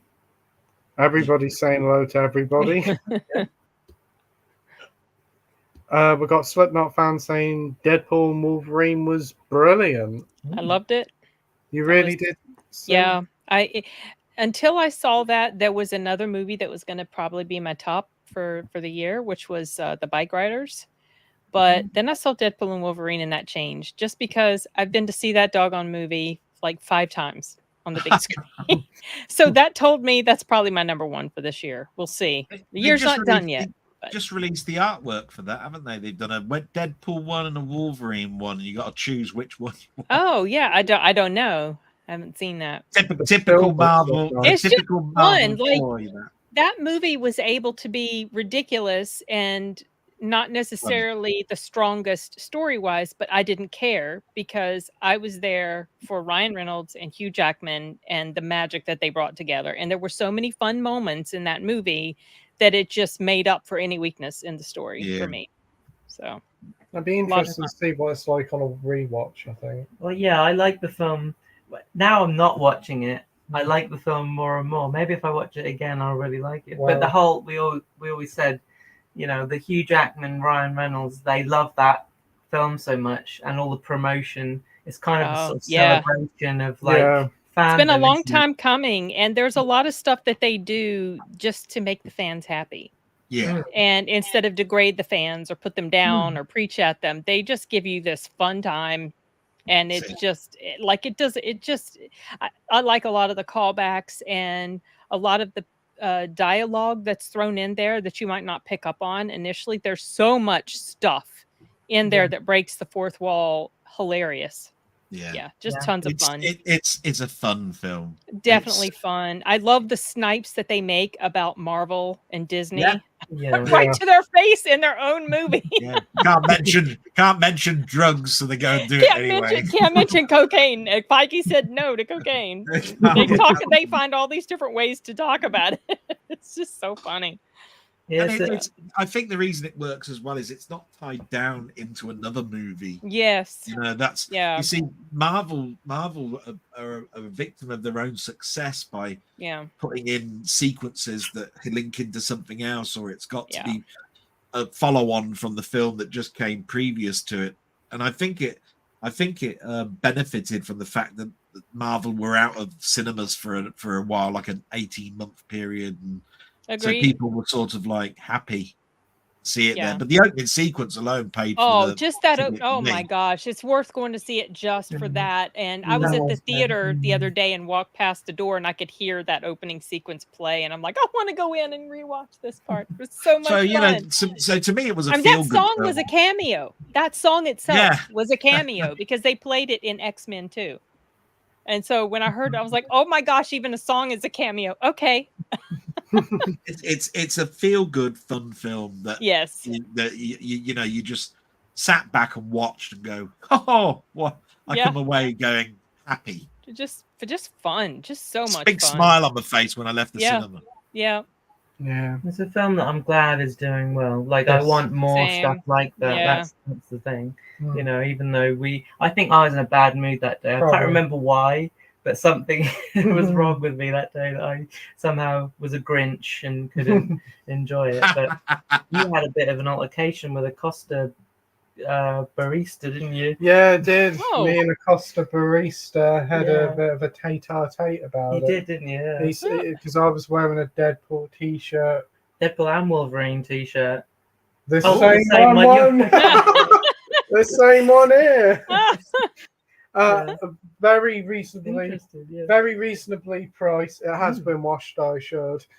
Yes, it has, yeah. Very reasonably priced from Asda, not a sponsor, for just 8 measly British pounds. Yeah.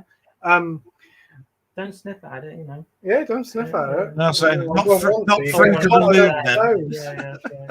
But yeah, he was saying, "Oh, nice t-shirt. What did you think of the film?" I said, "Yeah, I liked it. It's pretty good, but it's my least favorite. My favorite is the second one." And he didn't.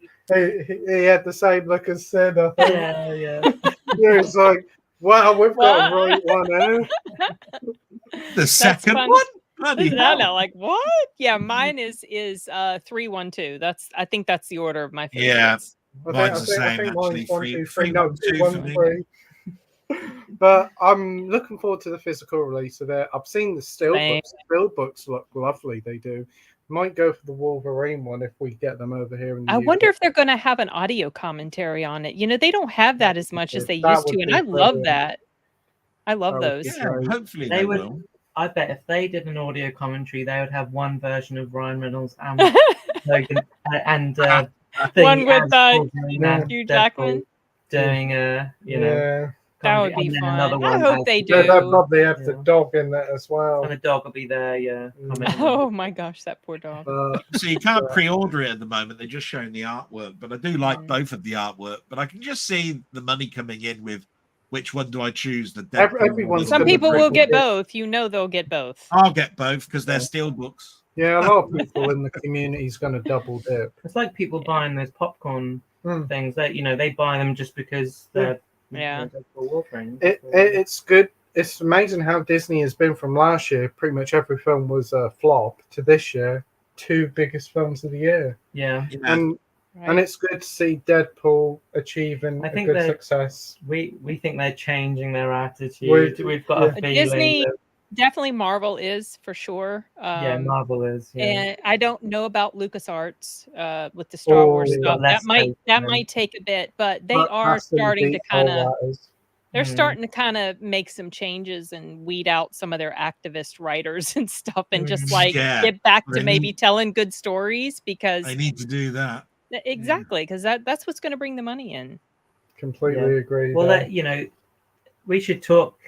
The Acolyte is a stark contrast where the And the same with Doctor Who. Yes. The promotion was attacking the fans Yep. before it Yeah. came out, and you've got the contrast with Deadpool talking like the fans were their friends, like Yeah. oh, we are Embracing the also fans. Yeah, Yeah, exactly. that level. Exactly. You know, level. how difficult is that to Yeah. work out that that's a better option? And a lot of people who do attack people for not liking something were kind of made fun of in this Deadpool bit. Yeah, But you don't hear them being moaning about it, though, do you? Which it's is, done in a good way, you know. yeah. Like, it was a fun film that everybody could enjoy, yeah. and we need more of that. It And didn't less- feel preachy, which was, you know, That's- that we need appeals less to of people. that. Yeah. Yeah. Why work film. against the grain all the time? That's what you want. I don't You want to understand it because work it's so with- obviously know your counterproductive. audience. Yeah, it's a disrespect for the audience. Like the people involved in this stuff that they do, they just have no respect for the fans. So they want to recapture this IP that has been so popular for so many years, and they want to restructure it for a new audience. But that new audience isn't there. It They doesn't don't give a exist. crap about it. They don't care. So they're alienating the original fans when they act this Yeah. way, and Yeah. it's just a huge turnoff. We think that most of the people who complain, you know, who go on Twitter and complain about these ists and phobes on Yeah. Twitter probably never even watched The Acolyte. No. Because Oh. if they had, it would have. Or had a they lot were of actually never fans of Star Wars. Yeah, well, really, that's the they other just thing. used it as a platform for their Yeah. preaching. If, I swear some of the time it's they instead of watching it, they've watched 3 YouTube talkers talk about it, And they then- just attack the and talkers. they've just done Yeah. that, and they've just then carried it on. Oh, I've seen it, and this, and they've taken those 3, and amalgamate them together to then come up with their own opinion, and then somebody else has done that, and it just continues on and on and on without actually even seeing it. Yeah, let's I just mean, attack it without didn't anything. perform well, so that's why it's not coming back. If you're such a fan of Star Wars and you're coming in to change it, and you didn't like it before, how are you a fan of Star Wars? If Exactly. You didn't like it Well, yeah. Exactly. And those few people that did watch it, yeah, probably only watch it for one series yeah. and never come back anyway. And the funny Yeah. thing is, most of the people who watched The Acolyte were people who hated it. Yeah. We watched the whole thing, didn't we? Yeah. Just because we Some wanted- channels, some YouTube buddies of mine, they're kind of disappointed that it's not coming back for a second season because they were what I call hate watchers. They Yeah. just Wanted to watched hate it watch because it they again, yeah. So I mean, whatever, that works for them and that brings in quite a bit of views for some channels. I want to see something that I want to enjoy, and I knew I was not going to enjoy The Acolyte, so I never watched it. I got the screeners for the first 3 episodes, 3 or 4, and I was like, no, I'll pass. And I'm glad I did because I know it would just upset me, and I don't want. I want to watch something that I want to like. The thing is, we all don't go into these shows to hate them. We all go into them to want to like them. And the reason why we watched The Acolyte throughout, because we hoped they would get better. You thought it would get better. Halfway through, it didn't seem too bad. Yeah, and then it just went down. Oh, I heard by like episode 3, it starts to take a turn that's like. Meh. This is why I turned off Pete about Nerdrotic and all that. You remember we were talking about it the other day. I said that what was it, Babyface? I forgot what his name is. Hills versus Babyface. Yeah, they all just get together and they just basically say, I can't watch this anymore. I'm not going to watch it, and then it'll be on next week, and then they'll do another episode. Say, well, I watched it again because you guys, I'm watching it so that you don't have to. That was their excuse, and I'm just also it brings in a lot of views. That's the thing. So they did it because of the views. I mean, and here's one thing. I do appreciate that some people do take the time to watch it and analyze it. So I don't have to. I do like that. But at the same time, because it's like, okay, I'd rather watch this person over here because I kind of align with the way they think about certain things, or I trust their take on it. But that's not something that I personally want to invest my time and energy in doing. So I just don't. I if I hate something, I'll tell you. But if I feel like I'm going to hate it, I'm generally not going to watch it just because it's too much. I'm not a hate watcher, in other words, and whatever it works for people, but it's not something that I want to spend my time doing. Yeah, I suppose what I was trying to get across is that I used to watch Nerdrotic and I used to like it. It's just that then suddenly after a while, in the last 18 months to 2 years, it's turned into a program that Well, because it's hate for hate's sake. Well, because unfortunately, people being the way they are, humans being the way they are more drawn to the controversy and the drama.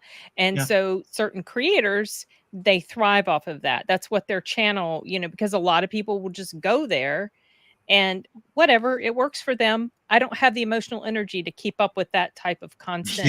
It's just like, whatever, you do your thing. I'm just going to go over here and watch stuff that I want to enjoy. It was a good 4 months into this rant stuff that I just basically said I'm switching off now. Yeah, because it feels kind of like same old thing, And I thought it would, at least there might be some glimmer of something he liked in it, and it was just all negative. And I just can't take all negative without something there that some sort of bright spot, something that you do like. But drama sells, so that's true. We did genuinely think we might find something good in it, and there were some episodes good elements, there was good characters, but the main character and her family didn't need to be in it. And the other thing is it wasn't until the very last episode that it actually really doubled down on the thing they were trying to get across, which is just ridiculous. It's not it's not relatable to any human on Earth. And it gives you a cameo of somebody who was a big thing, and then we can't and then we can't talk about didn't even do nothing with it. Yeah, I know. There is good in everything. Even I said to you, didn't I, the last time I was on here, Borderlands, right? Terrible film, right? Oh, I've heard. You could just turn around and say, look, the font they used in the end titles was great. Whatever you want to say, the credits was the best thing about it. You still said something about it that's. Well, what I said about it was Kevin Hart was the best thing, which is against the grain because I can't stand him. Yeah, well done, Pete. I try to find the good in whatever I watch, even if I really hate something. Sometimes there's stuff that I'm just like, oh gosh, I just hate everything about this movie. Even if I might be like, okay, well, so and so was great in the role, but I hate everything about this movie. But I try to be balanced. But when it's like an independent filmmaker, you do feel that kind of like, oh, this is a guy or gal who's working to feed their kids and all that, and they're trying to make a good film kind of thing. But sometimes when it's Disney, you just kind of think, I kind of feel a bit okay about being nasty about them. Well, because Disney has a bad reputation, unfortunately, of just messing up a lot of the stuff that they get their hands on. I mean, that's the reputation they have now. So a lot of times when I hear they're involved in something, I immediately have this feeling of negativity because I'm like, oh, they're going to screw it up again. But I did watch something a while back of theirs that I really enjoyed. I thought it was quite good. It was this, nobody's ever heard of it probably. It was called Iwaju. And it was an original story, took place in Africa. Oh, I've heard of it. It's for kids. It was animated, it was animated, but I enjoyed the heck out of it. I watched the whole thing in like a few hours because it's just like 8 episodes, 10 episodes. They're kind of short. And I enjoyed it, and I said so. And I feel like that's the type of stuff that we need to be getting from Disney. More solid content. We're still in the entrails of the previous owner who just wanted to put everything on there. Yeah. Don't care what it was, just put it on there. On Disney Plus. And hopefully in the next year or two, hopefully like Deadpool and like with Captain America next year, we're starting to see the more decent stuff. I think Agatha and maybe this Skeleton Crew may be the last little drips, dying embers of it. Well, of course, I'm not so sure about Captain America. I mean, that thing went through so many reshoots. I don't know about, and it's coming out in February. They shot it again. That's the thing. They've had so many reshoots, and I'm not sold on Anthony Mackie as Captain America, so I have zero interest in watching it. I did not like Falcon and the Winter Soldier. I thought it was terrible, and I thought I was going to love it, and I didn't. Even in the comic books, that didn't last very long. Where Falcon was Captain America, it reverted back. So you'd think that the film was films. I do TV like show. Anthony Mackie. I think he's great, but I don't I know. quite liked Winter Soldier and Captain America, and I don't like any of these Marvel shows. No. So like I don't know why I liked it. But I must admit, the trailer they showed a couple of months ago was probably one of the best trailers I've seen out of Marvel in a long while. It did its job. It got me excited. Hopefully, it'll be good. It'd be nice to celebrate a Marvel film. I don't think it'll ever get back to how it used to be, but No. an enjoyable time. Yeah, it will depend on the handle. From my point of view, you know, I mean, I know where the Red Hulk comes from, and it's not the way it's done in this film. Of course, it's not. But it's whether I think that it was done well, quite well for the film. You know, you don't have to be so close to the. It's comics like Civil War. That was completely different to the comics. Yes, wasn't of it? course. Yeah, totally. but it was well done. Yeah, Secret War will be exactly the same, and everything else. It's just, is it a good adaptation? Have you put a modern twist on it, and does it work? So if this twist on the Red Hulk works, then I'll go fine. You know, because in the comic book it's something totally different. I don't want to ruin it for anybody, so I won't say. But most people that read Marvel comic books know who the Red Hulk was, what it was all about. And it made perfect sense in the comic books, you see. So in this one, it's going to be a bit disjarring because you've got to say, what's this character's motivation to be the Red Hulk? So that's what I want to know when I go into that film. How are you going to explain that to me?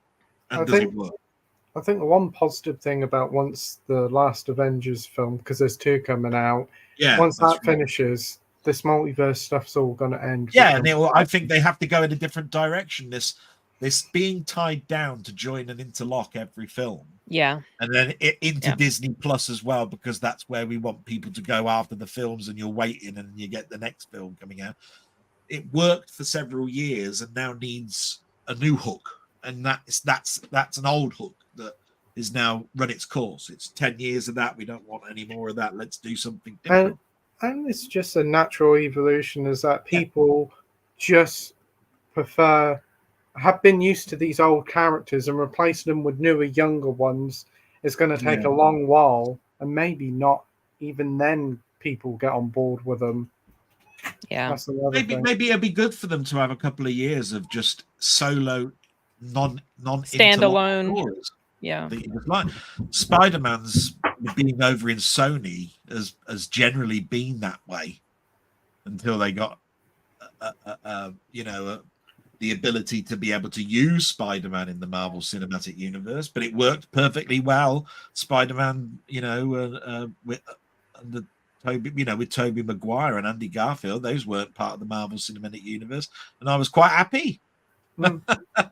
I think the Marvel films have gone so big now; they need to go smaller. And the X-Men were over at Fox, so they were all right, and they weren't part of the Marvel Cinematic Universe. It's just now when with Disney buying just about everything, they just go, right, we can now incorporate these characters now into this, and you just got now a roster of people and heroes and villains. It's so large, it's hard to keep. It's as convoluted as the comics. Yeah, yeah, that's true. I know the comics are convoluted, all crossovers. Every year there's a crossover of some sort of event. It is X-Men 97, or what they call the second season X-Men 98. Imagine that. It should be called 98. Should be called 98. Oh, that's the best thing Disney's put out this year. Well, Love it. Yeah, weird though. And again, a shame they can't do Spider-Man. There you are. I think a lot of times when you make some really good product in like films anyway, it's usually the limitations that help you make something better, and you try and get around those limitations. I think with Marvel, now that they've just bought everything and they've got every character, that's gone now. They got a monopoly on pretty much everything now. Yeah, that's unfortunate too. I won't talk about Spider-Man too much more. It's just that for me, what you have to understand with Spider-Man is that I got my first comic in 1972, 73. I waited until 1977 for a TV series, then had to wait. I remember that series. Yeah, with Nicholas. Nicholas Hammond. Yeah, Nicholas Hammond. And then, of course, I had to wait until the 80s to see a cartoon, and then I had to wait until the 2000s to see a film. And from my point of view, it's tens and 20 years between these things. And then when it finally gets on this big cinema, they're going, right, Peter Parker's dead. We're going to bring Miles Morales. I go, whoa, hang on a minute. I've waited years. I want more Peter Parker because I don't care what you do when I'm dead, but I want more of this. I've waited so long. So that's just that's how I am. And so it's really pisses me off that we can't have the Spider-Man film that I want because it's all tied down with how Marvel were going into bankruptcy in the 80s and 90s and sold everything off for $1, to all these different places, and now it's trapped in legal crap. I mean, Sony will never give it up. It's their biggest selling game and on the Sony PlayStation. And we've got to pay for Concord somehow. Yeah, I know. So they'll hang on to it for dear life. Well, what about the Hulk? Isn't that under some contractual thing that he can only appear used to be under Universal? Yeah, he can only appear in somebody else's film, but he can't appear in his own. They made a trilogy of the Hulk with like Thor Ragnarok, and I think the 2 Infinity War and Endgame films, but like they can't officially make a Hulk trilogy. Universal. That's why they did She-Hulk and things like that. Right. That was we didn't even watch that. Yeah, I've seen either. the first episode. That was enough. Tim Roth was about the best thing in that. He wasn't much help. I was surprised he popped up in it. It's a paycheck. The other one as well. Which one? He was in the first Hulk movie. Tim Roth. Yeah. Second. Who's in that? He wasn't in Eric Bana's one. He was in Chesney Hall. He was in the Edward Norton one. Yeah, that second one. Yeah. Well, I mean, the first Hulk movie is in first within the MCU. I'm not counting the one with Eric Bana. Yeah. Ang Lee did, yeah. I wasn't counting that one. I remember that Wang Lee one. The Wang Lee. Wang Lee. What's happened? I mean, Wang Lee. You said it again. What's the 2003? How you got away with that? I don't know. Ang Lee. Yeah. Oh my gosh. You wouldn't like me when I'm Ang Lee. Oh my goodness. Yeah. There was quite a few people who watched it. It was a bit Ang Lee. Yeah, I bet they're a bit angry. At least in that second Hulk film, there was a homage to Bill Bixby. That's what made me smile in that. I thought, it's nice. Bill the Bixby. TV series gets a bit in it, Even did the Lonely Man music. That song. Who'd have thought just these 5 words, Deadpool and Wolverine, was brilliant, would spark such Well, a I long- know. We have been. It's my fault. I'm going to put it down to me, Marvel. I'm sorry. No, we No, it happens. Yeah. Yeah, Well, it's thing like that happens. last week with Doctor Who. I had a little sleep. You were talking about Doctor Who. Honestly, last week I was shouting at the screen. I said, I want to talk about Star Trek Doctor Who. Jesus Christ, why am I not on there? Yeah, I think we spoke about 40 minutes on this question. 5 words, 40 minutes. It would have gone on for 4 hours if Been I'd a have bit, been. hasn't it? It's probably good. Value per word. Yeah, definitely. Yeah. So Slipknot fans also back and says, what's the other movie Dal is holding up on next to Jaws in the thumbnail? It's a picture of you holding the Jaws Collector's Edition, and it's an 88 film, one of their newer films. Under that, is it Tiger? Is it Runaway? Might be. It's like a purpley pink. It depends on which Jaws, you see, because those are my blog pictures, so it's what I bought that week. So if it was Jaws 3 or 4, it would probably be Runaway. It was 3 or 4, it was. Yeah, Runaway then. Ah. You know who that is, don't you? Tom Selleck. Oh yeah, that movie, and it had Gene Simmons in it, and the chick who played in Dirty Dancing, and it also had Kirstie Alley. He's got just that face of that's a just fun the face film. of evil he has. For that was a fun film. That'd be cool. Check Yeah. out. Well, we do like Kirstie Alley. You heard of a bullet with your name on it? Well, they've made one. There you go. that bullet followed you around. It's a good film, actually. Yeah, it's fun. Yep. It's been a bit since I've seen it, but I always liked it. Awesome. We've got Ian and Si saying hello to each other, and we've got Edward here saying evening all. Hope you're all well. What movies are you looking forward to the rest of the 2024? Right, not much left, is there? Well, I've got two. I'm looking forward to The Substance. Pete, what the hell do you think you're doing answering the question first? Oh, Okay. well, yeah, bloody hell. He had some that came to mind automatically. well, The Substance and also Sonic the Hedgehog 3. Yeah. Oh, yeah, and that's right. Terrifier 3. Oh, yeah, Terrifier 3, Uh-huh. but Sonic the Hedgehog 3 is where it's all at. Yeah. Yeah, I We mean, were very impressed by that trailer. Weren't I cannot wait for it. I mean, who'd want to go and see Mufasa when that's coming out the same day? we? Mufasa. Oh, How bad does that look? That's an awful trailer for a film Yeah. that's not needed. Mm. no. Again, another stupid idea from Disney. Yep. Mhm. So, what about you, Sim? What films are you looking forward to the rest of the year? A few. The first one that comes to mind is Nosferatu, which is at the end of the Oh, year. yeah. Really interested in that. I'm also interested in a Brad Pitt, George Clooney film that's coming out called Wolves. Yeah, that looks really good. That's Yeah. done by the director of the I- Tom Holland Spider-Man films. Oh, okay. So yeah, I don't know how long that will be in theaters because I believe that's coming to Apple Plus. It's Apple Plus in this country. It's not going Yeah. to cinemas. It was supposed to, but I don't know. Sometimes they bring them very briefly, and sometimes it's very limited. I'm also interested in a film called Monster Summer, which Oh. just looks like a fun sort of horror-ish type of movie, like with kids, and it's got Mel Gibson, and it's not going to be in theaters very long before it goes to, I don't Wow. know, whatever platform. I've got a ticket to see it October 10th. So looking You've forward sold to me that at one. Mel Gibson.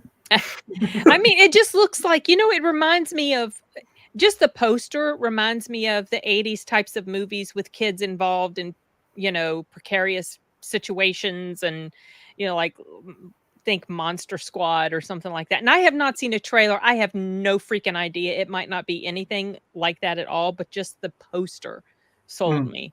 So I bought a ticket.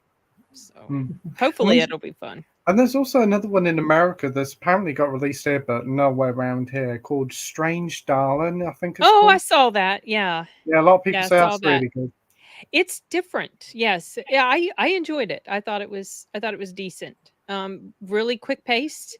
Interesting the way they told the narrative. They told it in the form of I think maybe 6 chapters and maybe an epilogue or something like that. And they start off like at chapter 3 and then they jump forward to chapter 4 and then they go back to chapter 1 or 2. It's like they do these jumps in time. It's quite well done. Oh, great stuff. What about you, Delboy? Yeah, I had to go back to an old movie poster thing that told me what was coming out. There's not much left, is there? No. I said a long time ago that I was dreading Gladiator 2. Oh, I don't- yes, I- Gladiator 2, that one, and Craven. Yeah. Oh, I'm So I looking don't- forward to Quaver the Hunter. Quaver the Hunter. Yeah. Quaver the Quaven? Quaven? Quaver's the hunter. They don't have quavers in America. No, they don't. No, so you don't. A quaver is like a snack No, that potato crisp that dissolves on the tongue. and tastes of cheese. Yeah. I don't know. He's called it so many things. He's called it Craving the Hunter. He's called it all sorts. Yeah. I know he's so notorious for the way that's pretty So a bit like You're Pete. notorious. A bit like Pete. I think Sonic 3 will be fun. I forgot about Nosferatu. That'd be definitely one. Yeah, that'd be. Transformers 1. Now that you've mentioned it, I was looking forward to that, and now it's nearly here. I'll look at it's that. a fun one. I don't know about Joker Folie à Dieu. Oh. Yeah. Is that going to be good or bad? What's your opinion, guys, on that?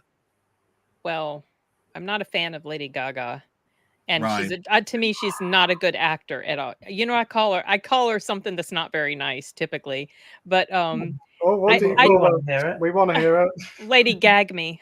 Oh wow. Lady Gaga. Let's do that.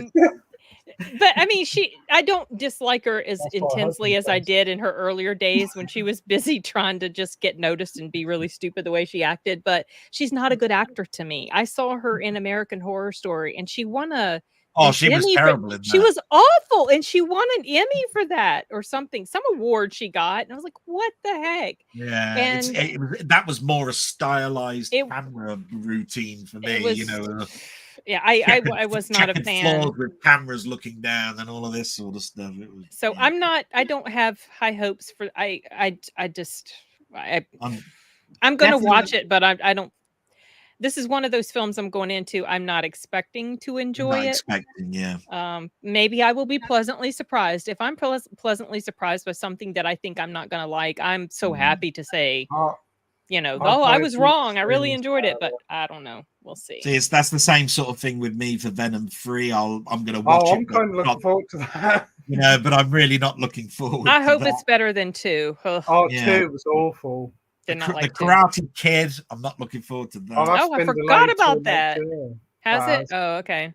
I forgot all Lord about of, that. Lord of the Rings, The War of the Roar, No. Rohirrim, yeah, that's the new anime. Disney's Mufasa, The Lion King. I'm not really looking No. forward to I'm that. not gonna go see that one. So I mean, it's really Nosferatu, Transformers 1 and Gladiator 2, really. Ridley Scott said he's Gladiator. got ideas for Gladiator 3. Brilliant. What? Yeah, You can make a Gladiator 2. You can make as many as you like. Because there shouldn't even be a Gladiator 2, really. No. no, well, I thought that, and I'm a big Ridley Scott fan, and I just turned when I heard that was coming out, I just went, "Oh, come on, Ridley, you shouldn't have done this." Yeah. I just really thought that was a nice ending, and it ended there. It And doesn't need- Paramount had put all their money in this. What's the next thing you're going to do, Ridley? You're going to bring the car back from Thelma and Louise and carry on that they actually landed on their tires and carried on or something. Well, down the Russell road? Crowe. I mean, he's not resurrecting Russell Crowe. It's like a whole other piece. It's from what I understand, and I'm not going to watch the trailers because I avoid trailers now as much as I can. It's about the boy, the son of the Yeah. woman. And I know Yeah. Denzel is in it. I love Denzel. So I'm going to watch it, but I don't have huge expectations. Oh yeah, it's Ridley Scott. I'll go and Yeah. see it. It's just I just thought it's the wrong thing to do. I put it down as things like films I don't want Ridley Scott to do a sequel of. Robin Hood, Thelma and Louise.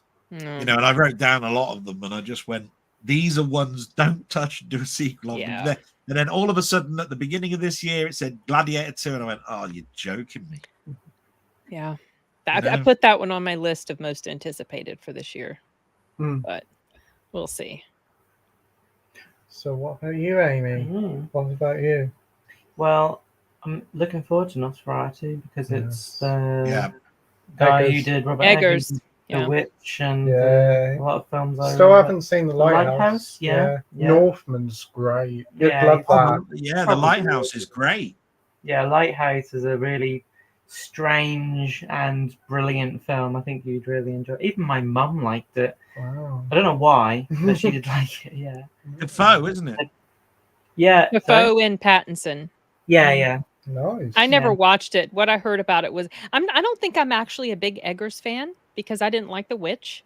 And I like The Northman okay, but I wasn't crazy about it. And I heard enough about The Lighthouse to turn me off. But I like vampire stuff. Mm. So that's the hook for me, is the subject matter. So Well, I'm this- really curious to see how he pulls that off. This is interesting because I'm the exact opposite. So I really like vampires, but I don't think I've ever seen a vampire movie that I've really loved. Like Not even The Lost Boys? No. Oh my gosh! Or Near Dark. Not even Fright Night? You've never I've seen it. not seen that. Maybe that's the one that could convert me. But like, I've seen the other two Nosferatus. I've seen the original and the remake Isabella by Gianni. Isabella Oh, Gianni. Klaus and Kinski.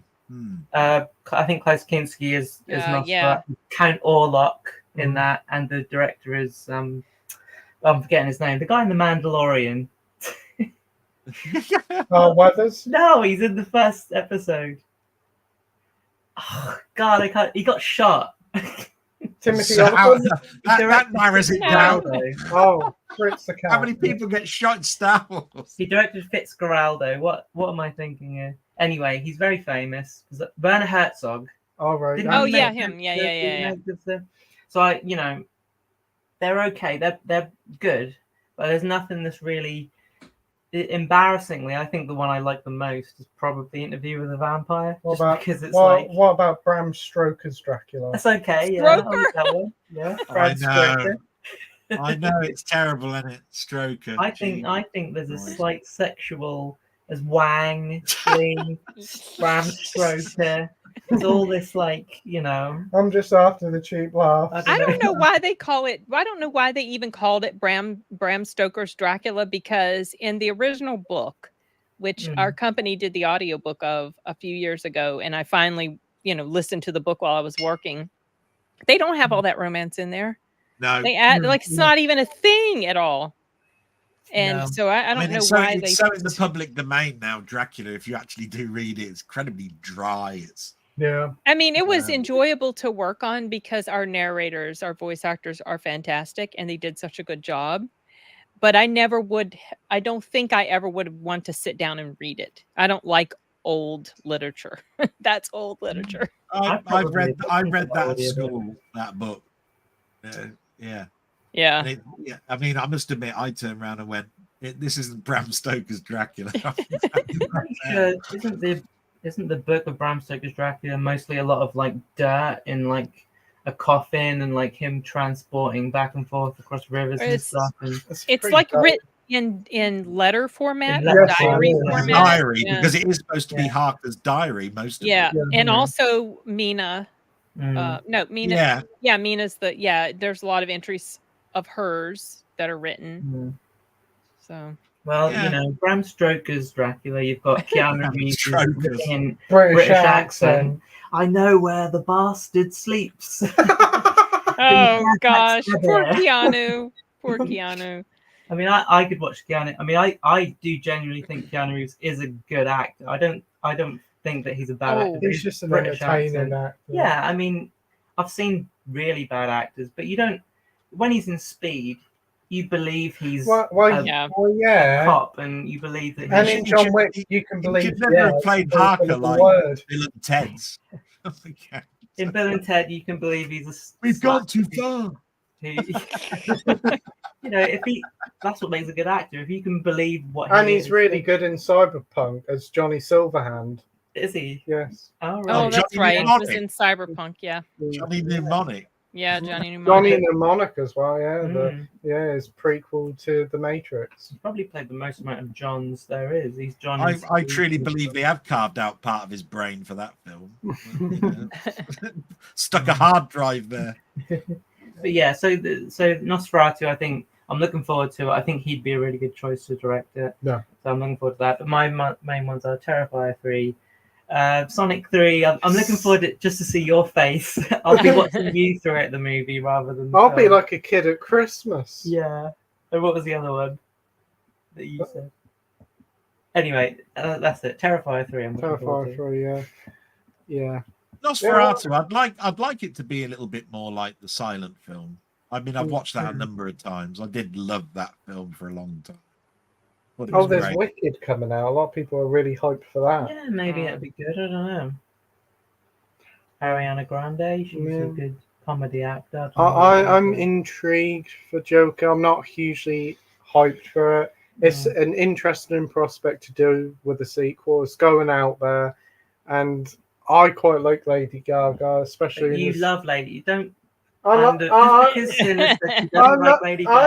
her in A Star Is Born. Yeah. I liked her in A Star Is Born.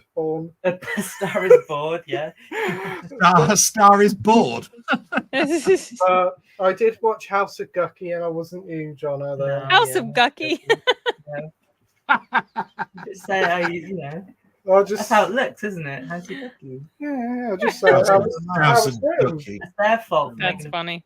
Title in Italian. Yeah. It's too hard. Yeah. But yeah, I have nothing against Lady Gaga. Yeah. So right, next question is from Sai. So who's looking forward to Squid Game season 2 coming out on Boxing Day? Oh, it's finally coming out. Yeah, it's taken long enough. Yeah. I mean, how many different versions of Squid Game have we seen since Squid Game came out that's been on Netflix? I've only seen the one. So Oh no, there's been about 5 or 6 that have The- all been based around some sort of gambling, and everybody dies. That real quick, real We- version, that was good. We enjoyed that, yeah. Yeah. I think it's it's kind of trash TV, but it is like fun to watch. I think. It's one to get you talking, and Yeah. there's a few To get you infuriated. There's a at certain few people. few of them that are backstabbers, and you're like, oh, you bastard. yeah. Yeah. You just think they just moan. They're in the wrong. Yeah, Time. and they're trying to justify what they've done. You're like, no, you've got no justification there. Yeah, I would recommend that. That is an entertaining watch. That's surprisingly works very well. Yeah. It's a nice sort of caveat to what after the darkness of the first season. Yeah, exactly. I wouldn't say I'm looking forward to it, but I'm definitely going to say it's probably going to be a nice distraction after Christmas for me to actually turn that on and watch it. And then if I watch the first one and I really like it, I'll be going, oh, good. Looking forward to the next one. Rather than right now, I'm going, oh, I can't wait. No, I'm not in that mood at the moment. Hopefully they drop all the episodes. Season 2. I didn't even know it was coming out soon. Oh, Me neither. oh, okay. That's my alarm. Sorry. I have to. I probably have to take off. Got some stuff I got to take care of. No worries then, but thanks But, ever so much for joining. Been a Yeah, pleasure. Oh, it's thank you for lovely- having me. It was great. Lovely It was first great. time talking to you. Yes, And yes. I've seen you on Mike Z's all the time. Oh and yeah, yeah. I think Been that's with where my- I've subscribed to you from, because I remember I was going to everybody's channel and I was going, oh, I'll subscribe to that. Subscribing. Okay. I don't know if I've subbed to yours, but I will, because Pete, you say you've got them I in was the. just saying, it's just that's what I used to do. I used to go on Pete's channel and he'd have all these different people. I go, oh, there you are. That's how you find people. That's how you connect. So yeah, I love it. That's one of the things I love about streams and discussions like this. You meet some of the coolest people. So it's been great. Thank you so much for having me. This was a lot of Thanks ever so fun. much for joining. Y'all have a great rest of your weekend. Watch a Thank good you. movie. You. Bye. Yeah. See ya. Bye. What did you used to say, Pete? And then there were 2. And then there was 3. Yeah. Yeah. Well, we'll probably get 4 in a minute. Yeah, I don't know where Jamie is. Well, yeah, he said he'll come on just He after needs to 10, go unless on he's having a bat nap. He might be able to My back up. Facebook's still open and it came up with a message saying Jamie is watching Batman Rises, and that was only half an hour ago. But bloody hell. Oh, Yeah, another what's 2 this? hours before he's here. Hmm. Oh, Gary sent a picture of that. Oh, there it is.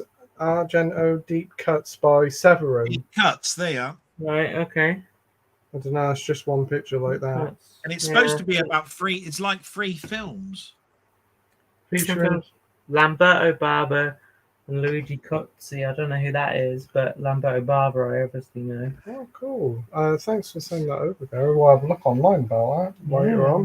I just saw it yesterday. That was all. A link came through, and I went, "Oh," because I'd like more Argento films, because I haven't watched an awful lot. Because, as I said, it was you guys that got me into watching more modern horrors and looking at some of the past ones. You know, because horror to me was Hammer and Universal, and back in the 80s watching Nightmare on Elm Street and Friday the 13th, and there's been a big chunk that I didn't watch. And then it's a matter of getting caught up, and everybody was talking, might as well have been talking Italian to me, you know, when I don't know Italian, because I haven't got a clue what you guys were talking about half the time. So, yeah. Right. So a big thank you, actually, really, to Nigel and all the rest, because I didn't know anything about horror, and I was going, yay! Well, doing these streams have introduced me to so many different films. Yeah. So have I'm a you? bit of a, like I say, I'm a bit of a fossil because all my stuff's old. I mean, I talked to you earlier on. I was going black hole, and you were probably going, "What? What's that?" Tron. You know, I mean, people. That's sort of like when I was watching Meteor. You know, Condor Man. Oh, Condor Man! Everybody Escape talks about that. Escape from which mountain? I remember the remake of that. Because all the, the more people you have in a community, the more of these obscure films you'll see. Because, like, I'm sure before you met me, you hadn't heard of Chinese Ghost Story Nope. or, like, Yeah. Cemetery Man, any of that stuff. And, or The House That Screamed, although that did come The Vanishing. and The Vanishing as well, yeah. So you get all these, like, niche films, and these individual people, they have these, like, 3 or 4 films that are real gems that no one's ever heard of. And the bigger the community, the more that spreads around and ultimately helps the companies to release bigger, better sets, and everybody buys them. Yeah, so you put a little shout out to your companies there. Yeah. So when sort of like you're watching something like Sammy G, say, and he'd be talking about he loved the Lord of the Rings cartoon, I'd be turning around saying, do you know what? A couple of years before that, there was a film called Flight of Dragons. Absolutely brilliant, right? Yeah. It's almost like Puff the Magic Dragon. It's about science is taking over magic, so all the dragons are dying. It was like that. So, and I just thought, oh, has anybody ever watched Flight of Dragons? And there was a couple of people went, oh, yeah, I remember that. And there was others that went, I don't know what the hell you're talking about. Yeah. Brilliant cartoon. Nobody hardly ever remembers it. Love talking about stuff like that. It's like when I watched the commentary for Lisa and the Devil, the Mario Bava film, and then that directed me to a film called Blood and Roses. You get these people talking about these films that inspired another film, and you go and watch that, and you're like, oh, this is a brilliant film. If you hear a great director who loves a film, you should watch it because they're clearly experts on film. Why would you watch it? People just don't talk about things like Batteries Not Included, Cocoon. Oh, that's taking up. The kids were called the Explorers. Do you remember that one? I mean, that was a great one where they're contacted from space and all of that sort of stuff. Great films. Batteries Not Included was great though. I did like that one. Yeah, well, the Short Circuit's great as well. Short Circuit, brilliant. The second one's a lot of fun as well. Is it? Yeah. Number 5's alive. Yeah. So we have Steve-O here saying, hi everyone, me and the girlfriend are off to the cinemas tomorrow to watch Lord of the Rings, The Return of the King, the extended edition at the cinema tomorrow. Very nice. That's probably going to be as long as those 3 Batman films. Yeah. I've never seen the extended editions, but 3 hours and something that'd be, yeah. But I hope you and your partner have a lovely time there. That looks nice on the big screen as well. I think I had a box set of DVDs of the extended versions, but I prefer the original cinema cuts. I like my films to be short. You're not huge on director's cuts, are you? Well, not necessarily. I mean, obviously, Blade Runner is a director's cut, but or the final cut even. But if you had a choice between a director's cut and a normal cut, you'd probably. It depends, doesn't it? But but the funny thing is that if you talk about Exorcist, which is I think the thing you're alluding to, that I hate the new extended, the version you've never seen before. The one Mark Commode loves.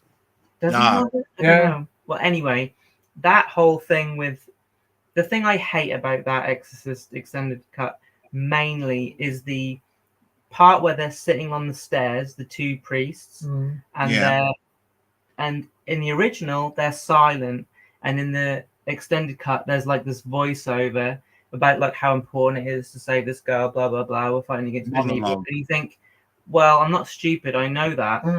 When it's them sitting there silently, you've got time as the audience to have a break with the priests from this exorcism, and you're thinking about it yourself.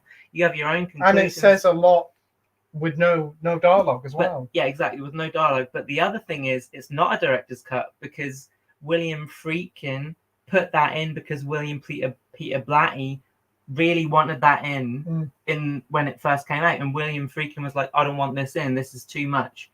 But then as a gift to him, he put it in again. So it's a writer of a novel, and And when do a writer make a good film? Well, based on the book, that's the thing. Yeah, I mean, it can happen. Yeah, but a novel is a different thing to a movie. Yeah, it's got 200-300 pages to tell a story in 2 hours. Show don't tell. So I don't want to get in a big rant. I think I'm already in it. But it's a gift to the writer. It's not a director's cut. It's a writer's cut. A gift from the director. So a Blatty cut. I hate it. It's as bad as the edition of the no in Return of the Jedi, when you have Darth Vader shouting no when he throws the Emperor over the edge. That's when it's silent, it's better. I think. Enough. Yeah. So that's my rant about so director's cuts can be good, but sometimes they can be bad. What did you think of the spider walk? I hate the spider walk as well. It looks stupid. The one thing I'll say about what you said, though, Amy, is that when you were talking about, like, well, say the Blade Runner, Yeah. is that most of those cuts are shorter. Mm. So when you were talking directors, this one actually says extended. So I'm a Which little one? bit like you, something that sometimes they've added. Oh, I Yeah. can take it sometimes, but when I'm going to the cinema and I'm seeing an extra half hour or something that's already 2.5 hours long, I'm going, Christ, my ass hurts. I want to go home. Yeah. Well, When you're at home, I can get into it. I mean, what was I watching? So when I watched Sting the other week, it's an hour and a half exactly. That's how long I think most films need to be. You know, some films can be longer, but this extended cut, there's too much in it. Yeah, it's about an extra 20 odd minutes. So yeah, and it's just stuff that you don't need really. You know, I was thinking, but the Snyder cut of the Justice League is way better, and it's double the length, but worth it. But worth it, yeah. So it's a you can pick and choose. But to me, that's one that works when you've got a home edition of it. I wouldn't think I'd feel the same if I went to the cinema to see that. No, see? I mean, so I'm a little bit like that. They like I said, they put 35 minutes into The Good, the Bad, and the Ugly, which is a fantastic film. Both cuts are great. Don't get me wrong. It's just one of the cuts has got 35 minutes in it, and 30 minutes of that is all about the Civil War. Now, if you want to know about the Civil War, great. To me, the theatrical cut I watched for years and years and years and loved, and all the Civil War stuff I like actually is back in the film the way that it should be. But I'm just glad that's a home edition, and I don't think I'd appreciate it much if I'd be at the cinema, because I'd just be going, I want to go home. My arse hurts. It's 3 hours now. Because I mean, when I saw Dances with Wolves, the original cut, and then they did an extended, and it actually was at the cinema. The extended one, bloody hell. It was just too much. It was just way too much. Dances with Wolves is a perfect length as it is. I've never seen the extended cut. Isn't it like nearly 3 hours? Yeah, that's what I'm saying. And it was great watching at home. The extended one, don't get me wrong. But I thought the one at the pictures was just about right. It was go home. But they actually brought it out as a cinema release with the extended bits in it, and I just went, "Oh, it's too much." All right at home, I can watch it as many parts as I want. That's one that needs a 4K. Yeah, what's that? Dances with Wolves. Yeah. I've never seen it. Dirty Dancing with Wolves, yeah. Oh, sorry, Dancing with Wolves. There's the Cinema Paradiso that has 3 different cuts to it. Yeah, I don't know which one you watched. I can't remember. Did you watch the shortest cut? No, 2.5 hour cut. Okay, is that the middle one? Cut. That's the best cut, I think. I've seen. Yeah, you told me which one to watch. We watched it together, didn't we? Yeah, I've seen the shortest cut, and that's a bit. You know, sometimes it can cut too close to the bone, and you've taken too much off it. But with the extended cut, which I think is nearly 3 hours, I think, or shouldn't be 4 hours. But anyway, there's too much stuff that I don't really care about. And in that middle cut, there's a lot at the end because there's a montage, and it shows clips from that extended cut, don't it? What? It does. And at the end of Cinema Paradiso, they show a montage of clips in the credits. No. Yes, they do. Oh, they do. No, you're right. Sorry, I thought you were talking about the end. Yeah. No, I get what you mean.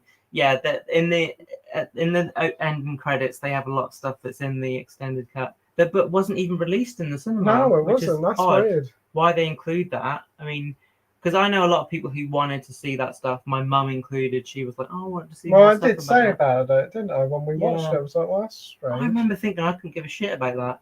I don't care about his bloody girlfriend and his all that stuff. But now you've shown it, I want to see it. That's the thing. Well, yeah, watch it then. Yeah, but it's not available, is it?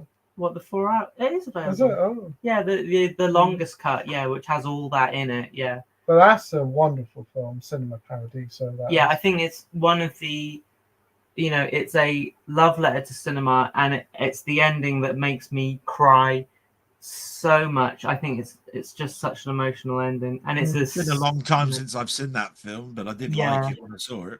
Yeah, we watched it on 4K, didn't we? Yeah, we got the 4K of it. Oh, has yeah. it got a 4K release? Has it? Yeah, Arrow released it. It's a lovely film. How many cuts does it have on I that? think it only has two. I think it has the extended cut on 4K and the normal cut on Blu-ray. Yeah, because I think it's the can cut, which is I think the shortest one, and I still think it's kind of the middle cut is the best one, which is Yeah. often the Say, case. it gets a bit too much, doesn't it? I mean, if you get Apocalypse Now, I mean, I've got 4 Yeah. cuts of that on. What? No, I've got a 6-disc edition with about 4 or 5 cuts on. Yeah, there. we've got that. We ain't seen it yet. No, we have haven't we? watched it We yet. ain't no. seen Apocalypse Now. And yet, whenever somebody will ask you, when they any person that's got that set, they'll probably say, just watch the theatrical one. Mm. Well, yeah, that's the thing. Like a film with so many different cuts is like you're gonna have your favorite cut, and you probably ain't gonna watch the other cuts. Yeah. Yeah, because there's Dawn of the Dead has a few different cuts to it as well. 'Cause Yeah, there's the because there's Argento cut. multiple ones, isn't there? Because Argento and George A. Romero, they both had a deal that Argento would release a European cut and Romero would have the American cut. And the Argento version is my least favorite, not least favorite, but it's less good than the American cut. It has less of the humor in it, Yeah. I think. Yeah. So Then you got directors like I don't know. I've forgotten now what I was going to say. It's Ridley Scott's sorry. notorious. You carry on. it's all right. I had that earlier when I was trying to think of what. Yeah, brain Well, fart. Ridley Scott is notorious for it, isn't Yeah. he? Kingdom of Heaven. Kingdom of Heaven, yeah. Oh, he- that film. Bloody hell. It's ironic, that is it? I mean, I don't know why. Yeah, it was a Clockwork Orange that I was going to talk about. I mean, Ah, obviously the director said, "Stuff the English, then we'll ban it totally."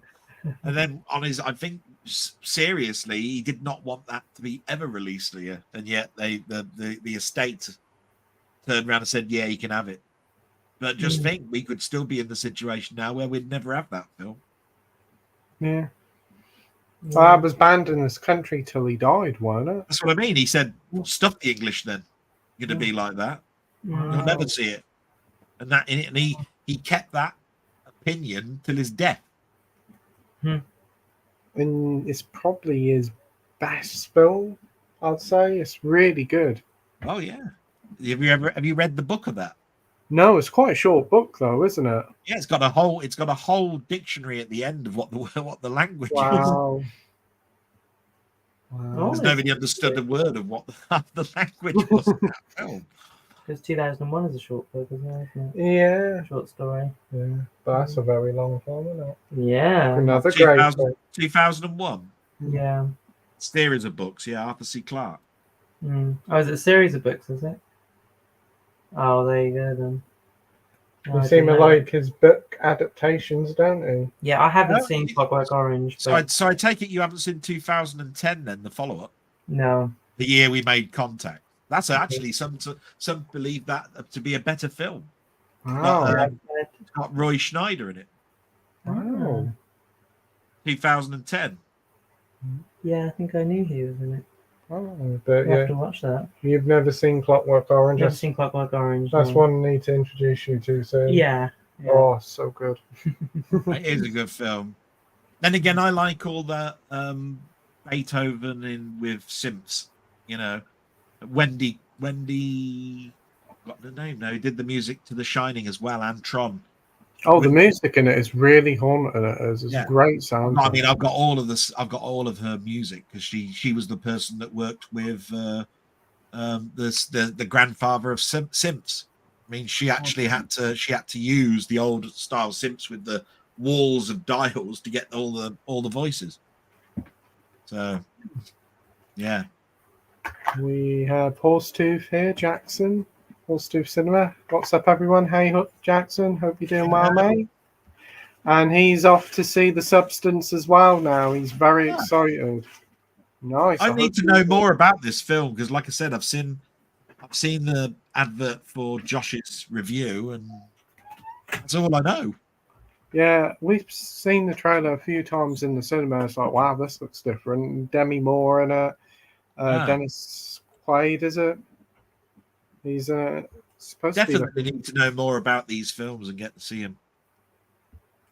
Mac Chat says, yes, some love for Howard the Duck. I love that film. Never got the hate for it. Howard the Duck. Hey. Yeah, the song. Isn't Marty McFly's girlfriend in it? Yeah. Yeah. Yeah. Christ, you nearly show. Wow, you nearly see more than you should do with her. Bloody hell. Whoa. Petticoat and cami knickers on. It was like that, tell you. We got Sai here saying, is anybody else intrigued by Mega Octopus? I personally am very Octopus. I'm personally very interested in it. Well, Mega Locklips looks pretty good. Megopolis. Megalopolous or whatever it's called. I think it's called Megopolis.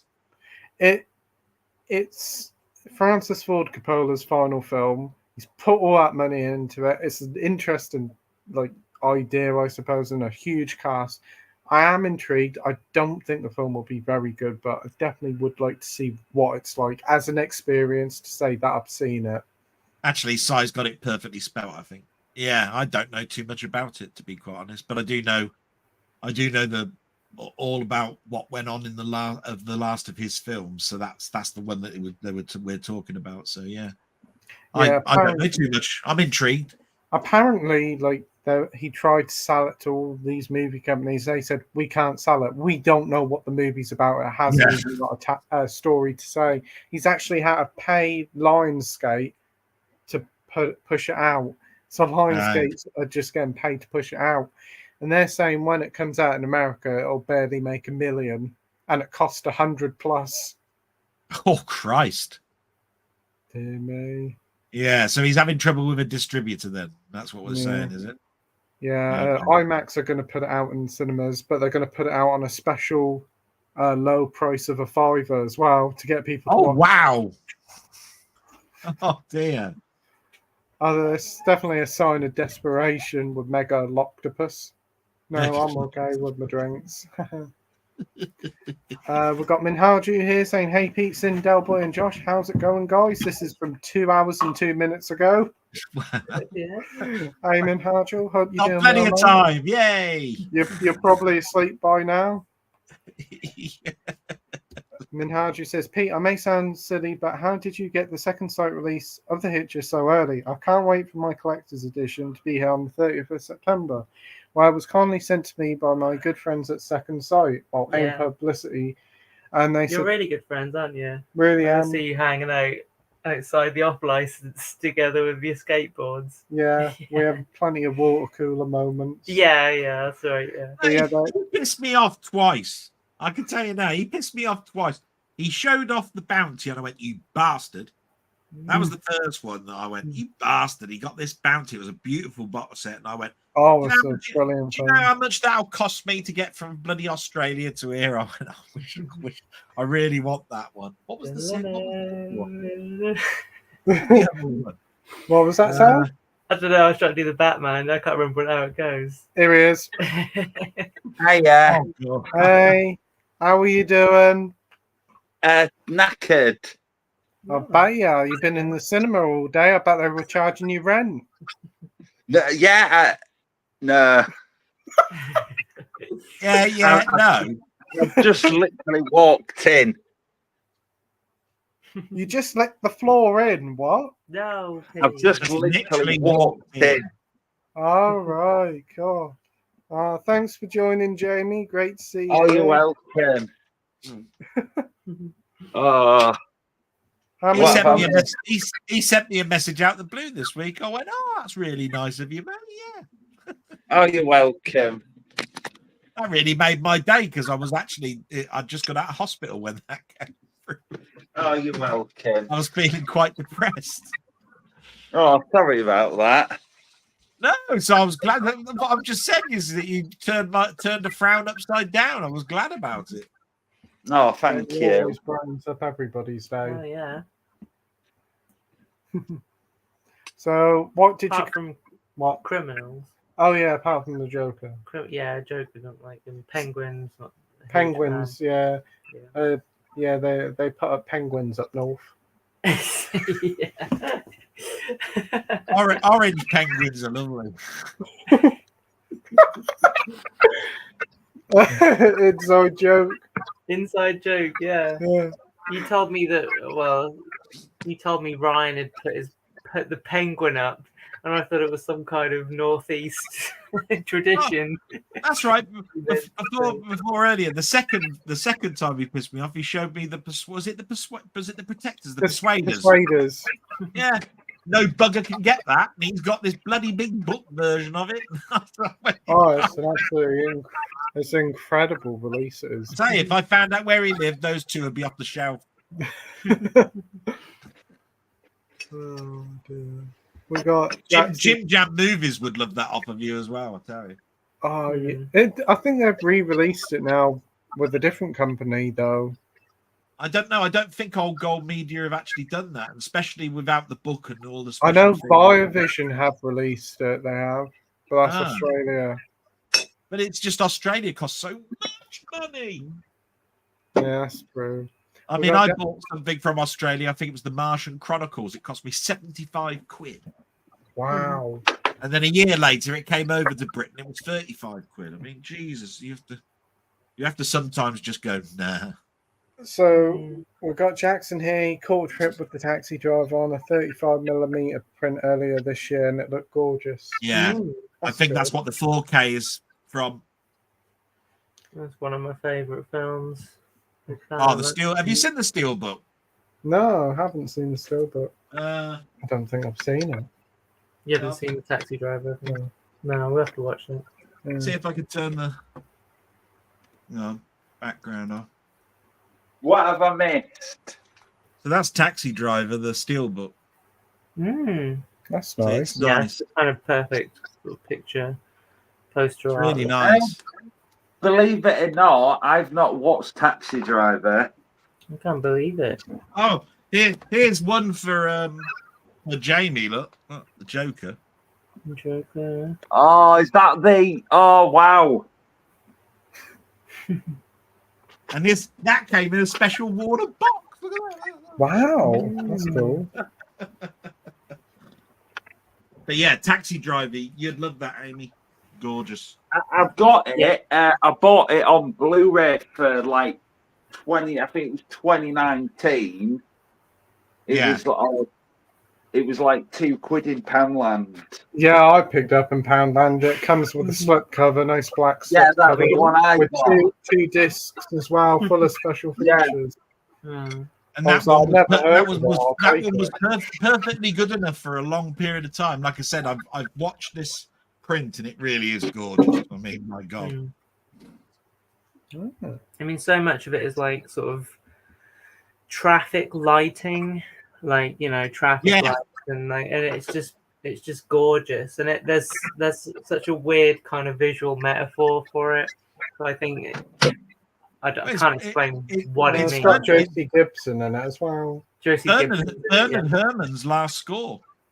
Really? Well, it's one of Yeah. his best. I really love that score. Yeah. Well, for Taxi Driver. Yeah. I mean, I love Bernard Herrmann. I mean, North by Northwest, Psycho, all of that music is brilliant. But Taxi Driver is up there. And I'll tell you now, they've done an expanded. Hermits have brought out some brilliant hits. They did an expanded score for that. And Yeah. like I say, it was his last score. So. I didn't even know Hermits did that. But if you're someone who likes the Joker, Taxi Driver is a film I would. Well, yeah, the Joker kind of copied it. Yeah, I mean, it might be why I don't like it as much, because Taxi Driver is the perfect kind of outcast sort of view on the world, and it's not I don't know, it's difficult to describe. It's not like a judgmental it's a weird one. Honest. It's an honest. It's very much a grimy. At the beginning, it's very much a grimy side of New York. It's like steam coming out of the guttering and all of this sort of stuff, and he's a taxi driver and he's just saying, look, taxi drivers are treated like shit. This is why I'm like I am, and then it turns into the, lighter scenes, we're going in the politics and stuff and I want to help this and all of that. But yeah, I mean, it's two sort of like sides of light and dark, really. From the beginning to the end. Yeah, Great it's a- film, though. It's a fascinating film. I think it's one that if you watch it on your own and you just I'm sorry, I'm just looking up in Oh, I'm not looking at anything. Do you think there's a spider in the room? Yeah, sorry, I'm not looking at a spider. That's what happens if I'm ever being thoughtful. You should know. If yeah. I'm just talking about Teletubbies or something, I'm not being thoughtful. I am looking at a spider. Yeah, but it's spiders. Yeah. Oh, Yeah. Anyway, it's a great film. I definitely need to see it. That's probably I should bring back a sort of what films I should watch for the week and Once Upon a Time in the West. oh, I'll tell you what I bought today. Was it a ticket? Was it a ticket to see Batman? Because we know. I brought that for a charity shop. Castle. Freak. Castle Freak. Oh. Yeah, and believe it or not, it was £1. And guess what CX sell it for? Don't know. 50. Tenner. Wow. Wow, blowing me down though. £51.50 for it. You got yourself a bargain. And, Yeah. At least if it's rubbish, you get your money back. Yeah. I'm just going to sell it. Oh, that's good. What are you thinking about getting with it instead? Well, let me just turn the plug on. Okay. Is it going to be Batman related? Oh, Is it going to be Batman with the shark repellent bat spray? no, it's not that. No. No. There's going to be a Batman version of R80. Oh. You sitting comfortably, Jamie? Yeah. I'm glad you're not a cinematographer. That's better. Bloody hell, no. Up Oh, a bit. Up a bit. Up a bit. We don't, Up a we don't bit, even yeah. take enough air. Yeah. I nearly saw 2 boiled eggs then. Yeah. Is there any film that you would think you would buy for £1 and then watch it and think, I've wasted my money? Keith Lemon, the movie. Yeah, maybe. EastEnders the movie. No, Keith Lemon, he said. Yeah. EastEnders the movie he would watch. Oh, I remember one Christmas we spent 15 quid on the Dingles Christmas Special DVD. Oh, yeah. God. And it was so bad, so we took it back Asda, so it was faulty and got Inception instead. And my dad said, I wish we kept the Aberdale film. Amy was going to say something about Once Upon a Time in the West, and then I got interrupted. I wanted to know what she was going to say. Since we're on the conversation of Emmerdale, have you seen the Dingles in Venice? Yes. That's a classic, that one. It's That's bloody what that I awful. really wanted to do. It wasn't in Venice, was it? It was in Spain, wasn't it? They went over there to and bought timeshares or something, wasn't it? No, it was Venice. Ah. Yeah, I remember there was one called like a Coronation Street one when they did a pantomime, and we picked it up and watched it and sent that back to Asda because my mum didn't like it. Yeah. So That's right, because they brought Shelley back, didn't they? From Yeah, and they brought Curly Watts back as well. No. They bloody did. That's crazy. I know it is. It's like It- bringing I've got Dirty this Dead back. here. well, anyway, we took it back to Asda because it was faulty again. brilliant film like that. Ad Astra. And we Ad got Astra. something else instead, and my dad wished we kept the Coronation. I got the steel book of that. Have you I can't seen that remember what it pig? was. I haven't seen Ad Astra. I'd like to because it's got Brad Pitt in it. Brad Pitt. So I think it was 2019 or something. I started Ad Astra, and I think I got about, and then I fell asleep. But I Hasn't think it got Donald Sutherland in it? Tommy Lee Jones. Has it got a voxel? Has it got a voxel in it? I don't know. Voxel Astra. So, yeah, I started to watch it and then I fell asleep. But what I watched, I couldn't really get into it because I think I watched about a good half an hour or a good, like, near enough half of it. And literally the best scene I watched is the one at the beginning where he falls down Mm. I know. That was I know. What's like my favourite part of Cuban Frame 2? Pardon? Too. Yeah, that's a good film. What Oh, were I you going to don't- say, Amy, about Once Upon a Time in the West? What were you I saying? don't know what. I don't think I was going to say any, I mean, I love the film. It's my favourite Western. I was thinking about bringing back what film I should watch. Name 3 films and ask the guests to. And you Yeah. think Once Upon a Time in the Yeah. West is one that I need No, to watch? it's just that the next comment that's coming up, you see, I always when people start talking about the good, the bad, and the ugly, Oh, good. and Once Upon a Time in the West, you see, my dad brought me up watching these films, Leone films, and they're both Ennio Morricone soundtracks. And I always say, look, whenever I say that the good, the bad, and the ugly is my second favorite, I can, and Once Upon a Time in the West is the first. Free It's to no bad thing, because I love the good, the bad, and the ugly as well. It's just that they're two totally different feels of films. Yeah. And the good, the bad, and the ugly is more about three characters, and Once Upon a Time is more about like one and follow his story. It's just a different way of watching a film, but they're both absolutely gorgeous westerns. And sometimes it's just so hard for me to choose, but I do go with Once Upon a Time in the West as my favorite generally. Yeah. That's all I wanted to say. I'm looking really, forward about to that. watching that. No, you aren't. Do you know, we bought a new telly, and my main reason for it was to watch Once Upon a Time in the West in 4K, and we still haven't watched it. Oh, the other thing about Once Upon a Time in the West is no matter which version you've bought, you'll never see the full version. I have heard about that. Why? I mean, at least with the good, the bad, and the ugly, you can actually see all of the scenes put back, and it's restored and all of this sort of stuff. But apparently there are versions that are in Spain that have got these bits and that were taken out and back in and all of that, which Universal couldn't even get hold of for the release that came out this year. So That's strange. Yeah, I mean, which is such a shame.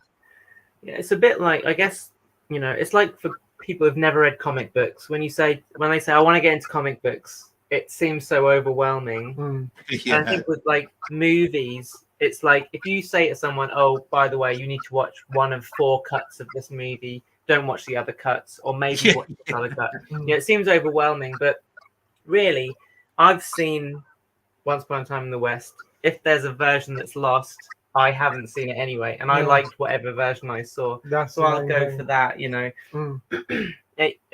It is kind of like, I guess it is a bit overwhelming, but I'm sure that whatever version I saw on wherever I saw it, I don't know where I saw it first. Yeah, apparently it's all about really the beginning and the end of the film. At the beginning, it's the train scene. Apparently, that's slightly longer. And then the end sequence, there's dialogue cut out, all of this sort of stuff. And at the end of the day, I just think to myself, it doesn't need any more dialogue anyway. I think it says it all in the flashbacks of Charles Bronson's character. That you actually see it in flashback. That you don't really need extra dialogue. Just seeing Ford, setting himself up, and then the end. You know what I mean? That's good enough for me. I think it has a really great ending, like the kind of Western kind of ending you kind of think of. My dad was saying that, I was talking to him about Once Upon a Time in the West. He goes, there's that bit with the donkey at the end. And he's like, That's there's right. a donkey. Sorry? That's right, yeah, because the end sequence as well, you'll notice that the titles and everything all twisted like this, and it's because there's so many different versions. That's the only bit cut they've got left of that train scene with everybody working on the train, and that donkey bit, So I wasn't sure if he was, if he was just being delirious. But I guess so. Now you're confirming that there is a part with the donkey at the end, right? Okay, so I can now say to him, "You were right." Because you basically have to have sort of like a lot of interpretation with it, because there's the character that basically got shot in the gut, and Charles Bronson says, "I'm going to leave you to die," and and goes off. again, I think apparently there was more there. It wasn't supposed to, because then it just pans up and you see the whole train sequence, the sequence of them building the train line, and that she's going to be set for life because she's got her land now and all of that sort of stuff. So I just think it's a superbly shot film. But you can see the difference in the film grain, is what I'm trying to say, which is why right, they've lost. It was cut out, and then in '72 they put it back in, and then it was cut out again, and they haven't. And then when they cut it out again, they haven't got that original print, so they've only got an old 16mm print, which is why it looks so out of grainy and out of sequence stuff. Yeah, that's basically why it's like that. Looking forward to watching it. Yeah, I think when you really love a film, you will watch different cuts I'm of it. pretty certain that I'll love it when I get around to watching it. Yeah, it's like Superman the movie. There's a at the very beginning there's a picture of Krypton, and you see that the white ball that slowly opens up and all of that sort of stuff. If you actually have a look at that sequence, they've only got the 16mm print of the special effect because it got destroyed. So when it put back in the film, it looks bloody awful. It looks all fuzzy and grainy and bloody horrible. So that's the only sequence they've got left of that special effect. We're talking about the good, the bad, and the ugly. Brilliant film. I watched it for the first time. I think it was 2017. It was on the cinema screen for one night only, and I'd never seen it before, and it was amazing. It is absolutely amazing film. Got one of the best setups of that graveyard scene with the concrete circle, all turning around, fight each other. It's with that music and the Ennio Morricone score. It's just brilliant. Just concentrating on it. Ennio Morricone just concentrates on faces and eyes. Yeah. It's a trait of his, and I just love that for it because it's just brilliant. You mean Sergio Leone? Sergio Leone. Yeah, sorry. Yeah. It's funny though, the spaghetti westerns. It kind of, that was in the 70s when he had all these like Italian films. No one really cared a jot that the pictures didn't sync with the voices and stuff like that. Just like those Giallo. I forgot what the alternative title, but even the follow-up, like A Fistful of Dynamite, is a good film, but it just doesn't have the recognition of Good, the Bad, and the Ugly and Once Upon a Time in the West. But that's a good film. It's just a couple of years later. Yeah. But we'll have to watch that, won't we? Yeah, definitely. Well, we have Slipknot fan here saying was watching Mad Max 2 today. Great choice. And wondered who the blonde warrior woman was. The actress name is Virginia Hay. And I was surprised to find out she was also the tall blue alien Zahn in Farscape. And I've got her signature. Wow, cool.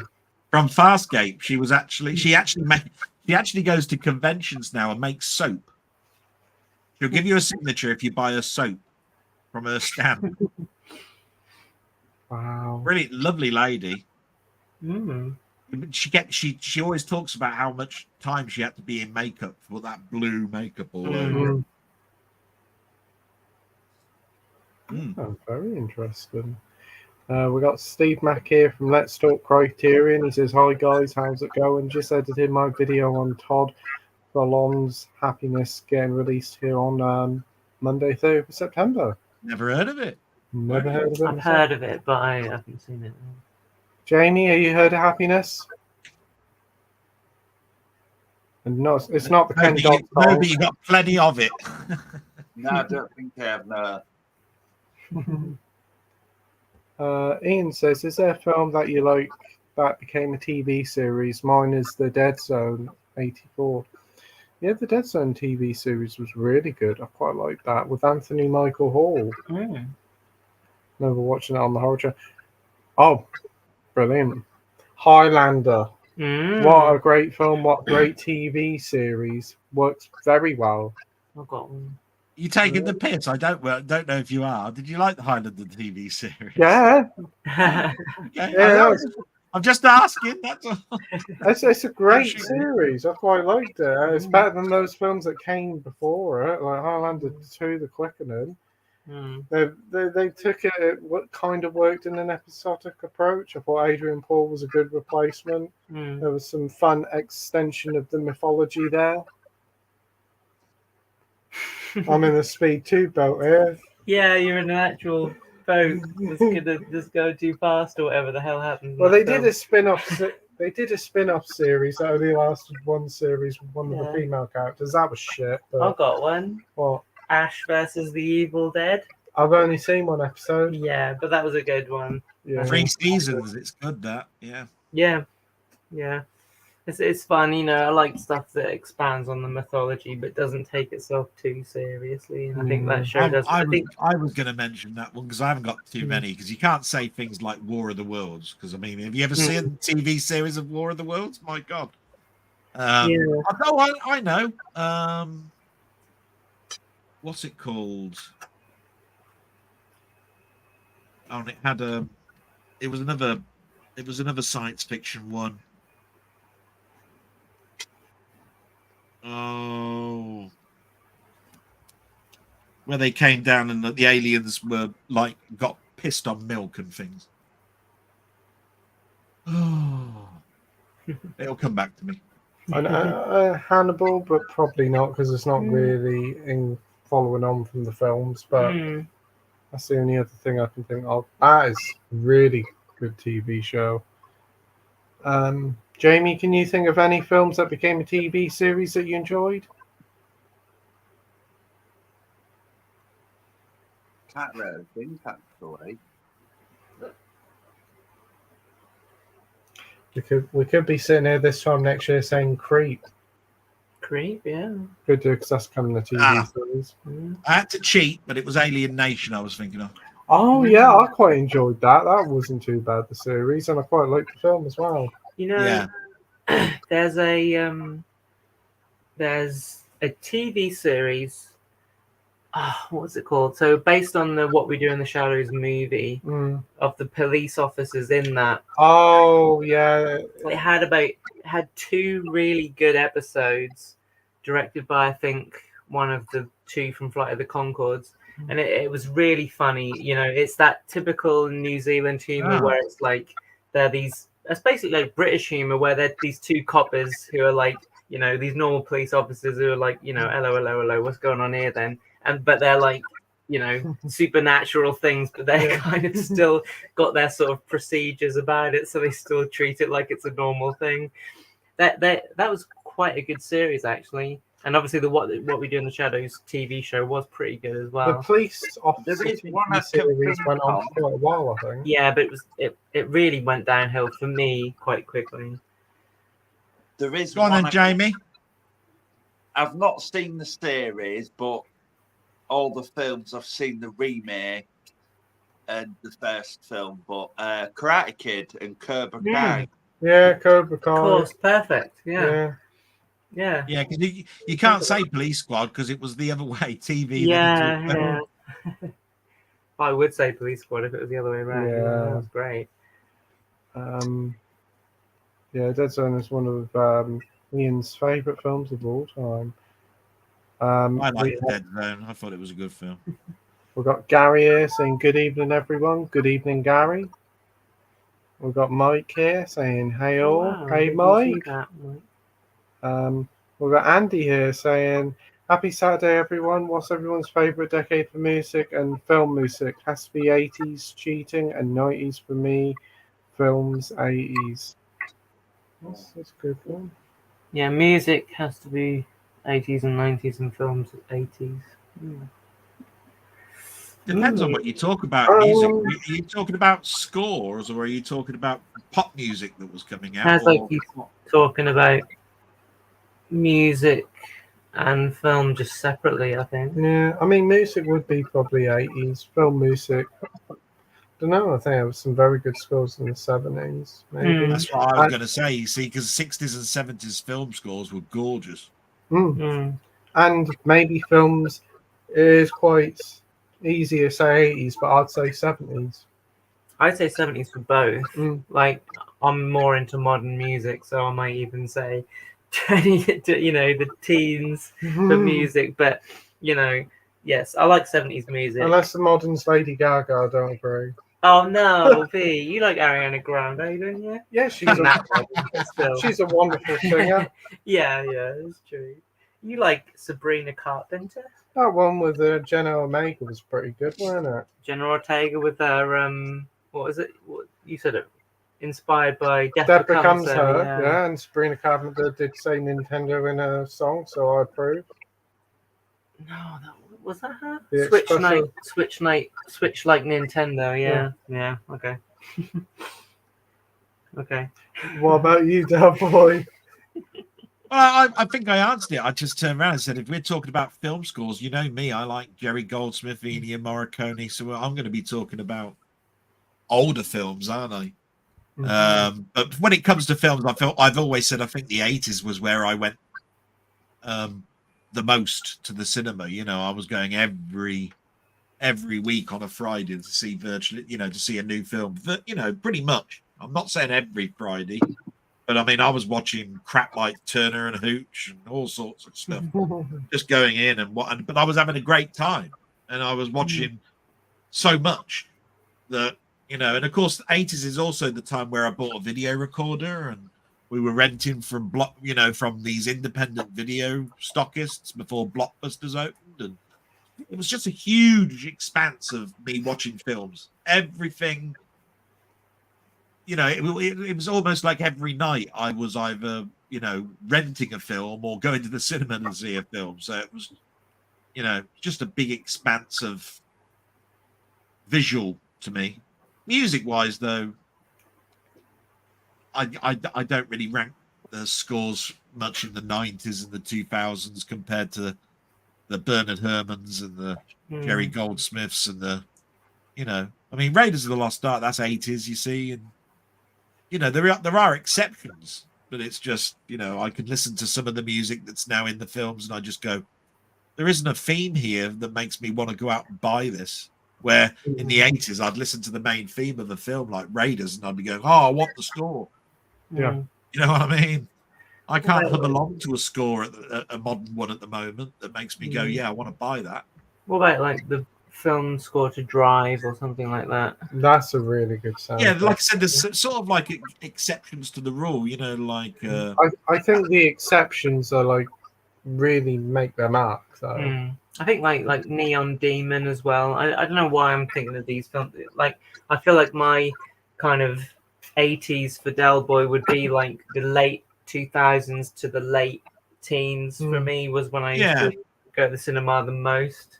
And I think that kind of, I don't know, that score that kind of rung in your ears and was like that 3D sound, really loud soundtracks.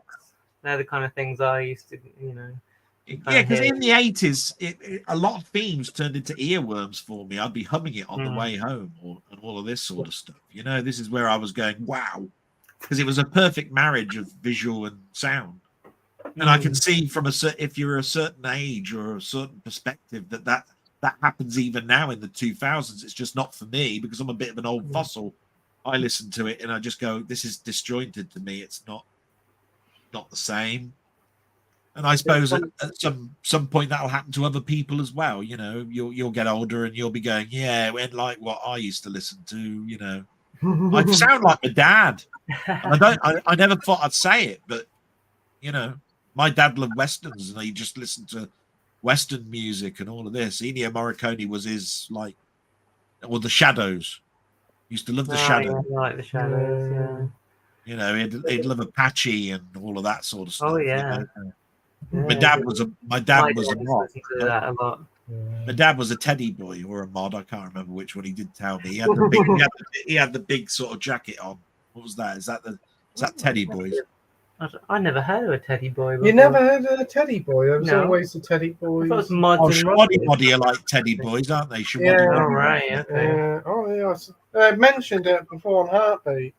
Oh, excellent. Okay. What, in the 50s? So how was that? 60s.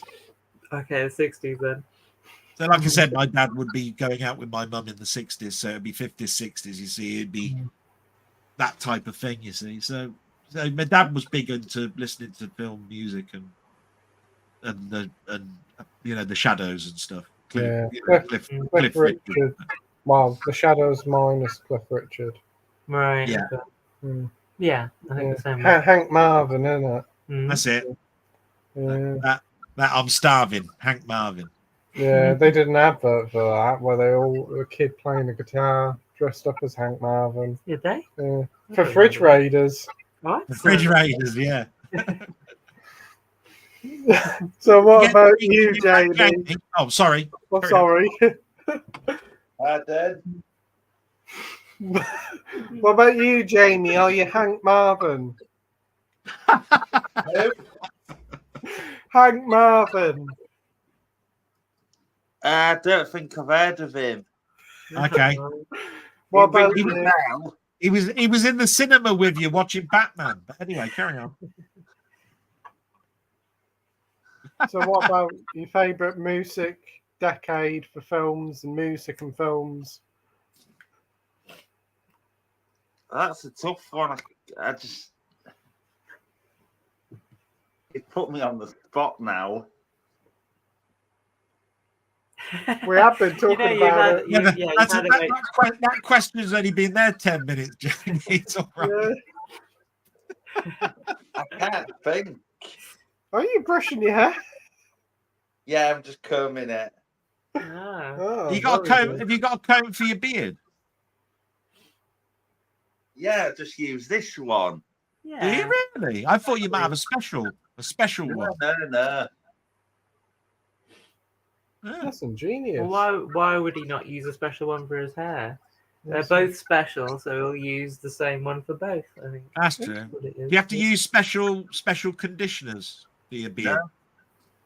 No? You put, was it Old Spice on it or something? Oh, sorry. Yeah. There's beard oil, isn't there?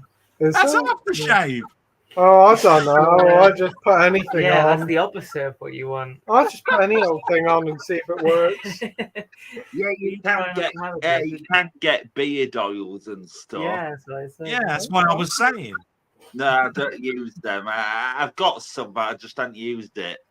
Mm. Oh, very interesting. Did you get it for Christmas from a relative? No. Oh, okay. That's normally how it goes sounds like down. Yeah. it's like the kind of thing that someone It's would like, buy I someone. like links, yeah. I get it Oh. every year and it stays in the box. I know what to get him for Christmas now, you see. Some special Yeah. conditioners and stuff for his, Do you ever his read? beard.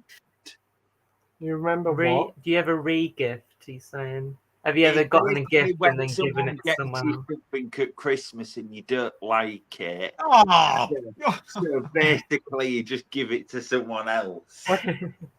Charity you know, shop? you do know that's what the following day is for after Christmas, don't you? Mm. Why it's called Boxing. It's why it's called Boxing Day. It's because you box up all the shit that you didn't like. Yeah. That makes sense.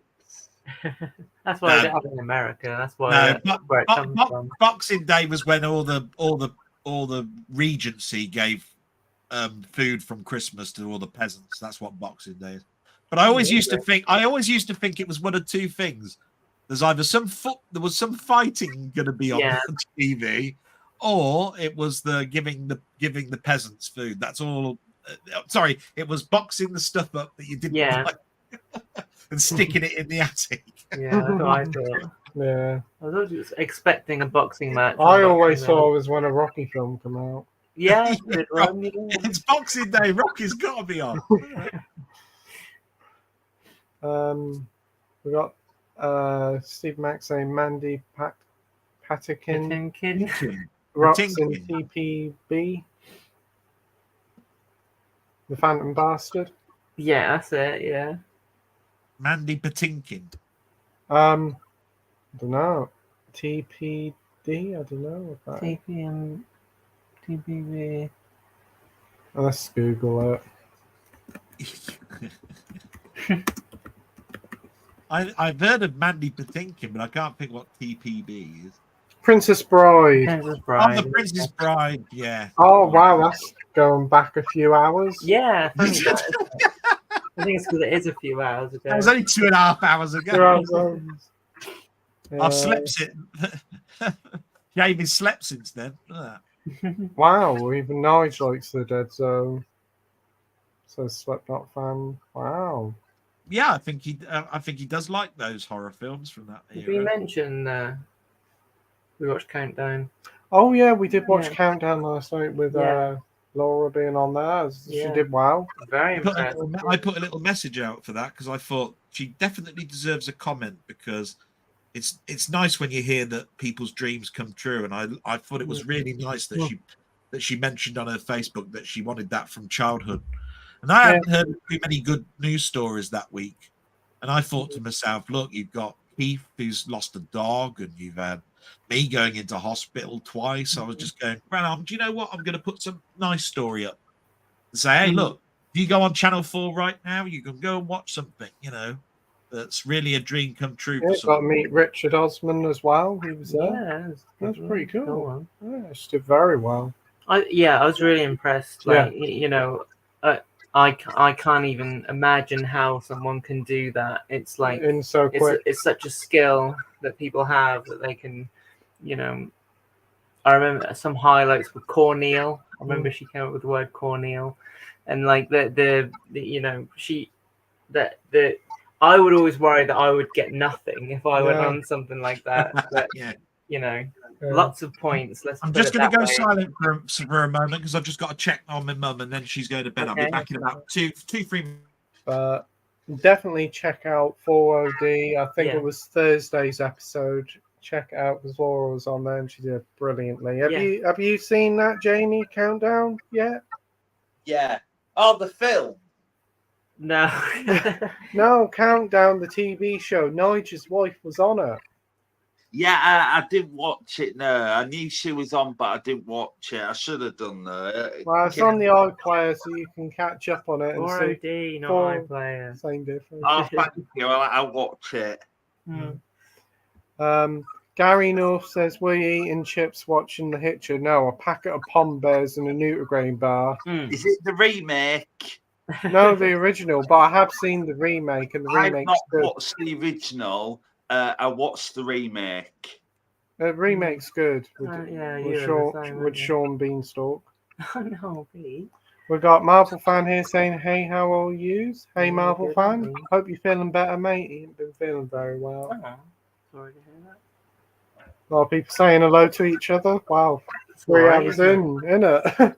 3 hours. How far we are behind. Yeah, we're 3 hours in and people are still saying hello to each other because we're that far behind. Oh, good. Yeah. But it's lovely to see everybody chatting with each other on here. Yeah. Right.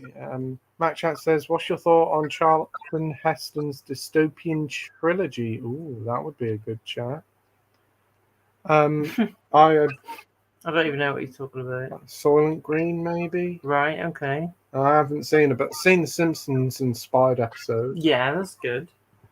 We really need Delboy here for this one, don't we? Yeah, we really Maybe do. we'll come back to it when he comes back. Yeah, that. Charlton Heston, the original Planet of the Apes. Yeah, but that's not that film. I don't think. I'm sure Delboy will let us know when he comes back. But Mac Chats, we'll come back to that in a minute. Mac Chats did say watch Yorgos Lanthimos's new film, Kindness, and I pronounced his name right. He's such an oddball filmmaker, but his films are so much fun. Anyone seen it or any of his films? I haven't seen it. It looks very weird. It's like an anthology film, nearly 3 hours, but great cast in it. But I did see Poor Things, and that was really good. I think you'd love it. I've seen The Favourite. That's him, isn't it? Yeah. Yeah. So that's the only one I've seen of his, but I know that he probably is a filmmaker I'd like. Yeah, Poor Things, I think he definitely would like. That is definitely one of the most creative films I've seen for a while. A lot of people walked out on that because of its naughty content. So I like to hear.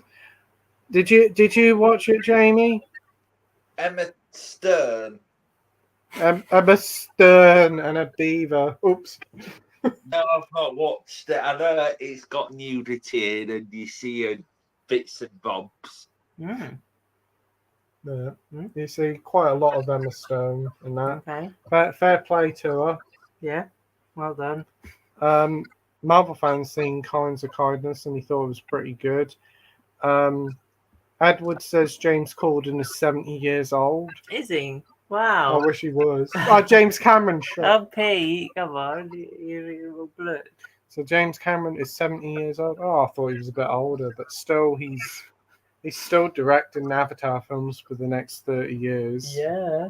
So I think it's a bad idea. yeah, he could have been making True Lies too. There was supposed to be a True Lies 2, wasn't there? Yeah, But it because was... of what happened in America 9/11, that they Yeah. stopped it. But even then, it started to kick up. He wanted to do it in the mid 2000s, but Avatar took over. Right, okay. Sorry says, have any of you seen the movie Cuckoo? Is it any good? That's one. It's not the What TV series. It stars Dan Stevens. It's supposed to be pretty good. I think it's from Neon, who done Long Legs. That sounds good then. Sorry about that. Have you seen the film Cuckoo, Delboy? No, people keep talking about it, and then they explain it to me, and then I forget. So I haven't. No, sorry. But there is a question here that we did go by, but I know you'll know a lot about it. About Charlton Heston's dystopian trilogy. Oh well, yeah. I was saying earlier on that I did a chat with my friend Denny, and we talked about the Charlton Heston dystopian trilogy. We did a 4-hour chat on it. Wow. It's Planet of the Apes, Omega Man, and Soylent Green. Right. Oh, so we got one. Jamie got one, and you got one. poo-pooed it. I've got one as well. I said Yeah, you got one, didn't you? Yeah, Sorbet Green. Yeah. Sorbet Green. So it's available on your channel, one of your lives, is it? Yeah, it's a 4-hour Denny discussion chat. Yeah. Oh, so be sure to check out Delboy's channel to find that out in that chat. Wow, that was right at the beginning when we were talking about our channels. And I said, I do more than blogs. I do some discussions. I see, yeah. They're talking about last one, Breaking the Waves. Severin are also releasing the Argento deep cuts, which is the photo Gary kindly sent over. We've got Danny saying, what's the worst film soundtrack you own? Easy. What's that one, Delboy? Oh, Mr. Baseball, Jerry Goldsmith with Tom Selleck. Oh, it's atrocious. I went over to the States, bought 2 copies, one for me, one for my friend. I brought it back over. I gave it to him. And he went, oh, Jerry Goldsmith score that's not over here. Thanks very much. On the Verasa Saraban label and everything. He gave me back the next day. I said, I ain't having that shit. I said, I flew 5,000-6,000 miles back with that. He was like, you don't want it. He went, no. Bloody awful. Yeah, that's the worst one I've got in my soundtrack collection. Well, we don't have a soundtrack, but the worst one I've heard is Exorcist 2. What about you, Amy? What's the worst one you've heard? It's difficult to... Worst soundtrack I've heard... Do you know, what was the film we watched recently where we said the soundtrack doesn't work with the film? It wasn't Fall Guy, was it?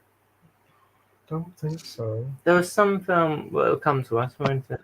Yeah, maybe if I check my letterbox. Check your letterbox, Pete. No, find out. I don't really own... There's probably a lot where it's not that the soundtrack is bad, it just doesn't suit the film, like you say. It doesn't go with the film, yeah. If you listen to the music, it's perfectly all right, but when you watch it with the film, it's like, what's this?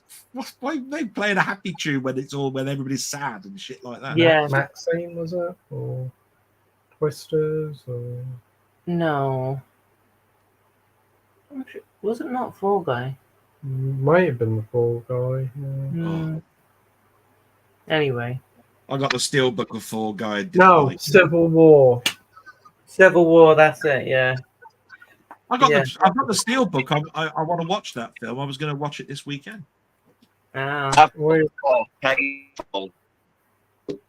Sorry, Jamie, we didn't hear that. I think he might have got the 4K of it. Oh, dear. That's the one with Kirsten Dunst in it, isn't it? Yeah, Kirsten Dust. That's it.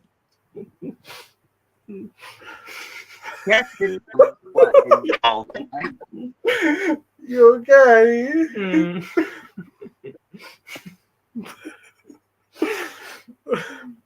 But we thought that was just Yeah, it What? was such a disappointment, that film. Civil War. What? Yeah. I enjoyed it. Is that a condom stretched? Don't know. It could be. Don't know. Blue Well, condom. we'll never know. I'm sure it is. Yeah, well, it's a Batman condom, Bat A Dom. bat dom, yeah. Pat Dom. Never leave home without it. Yeah. So many dimples in that fourth film. You wonder why they weren't on his ass. Yeah. Nipples and things. But Jamie, what's the worst film soundtrack you've heard or owned? You own. Oh, I don't think I earn any back. Mm-mm. Yeah. Well, what's the worst one you've heard if you don't own any? Can't really think.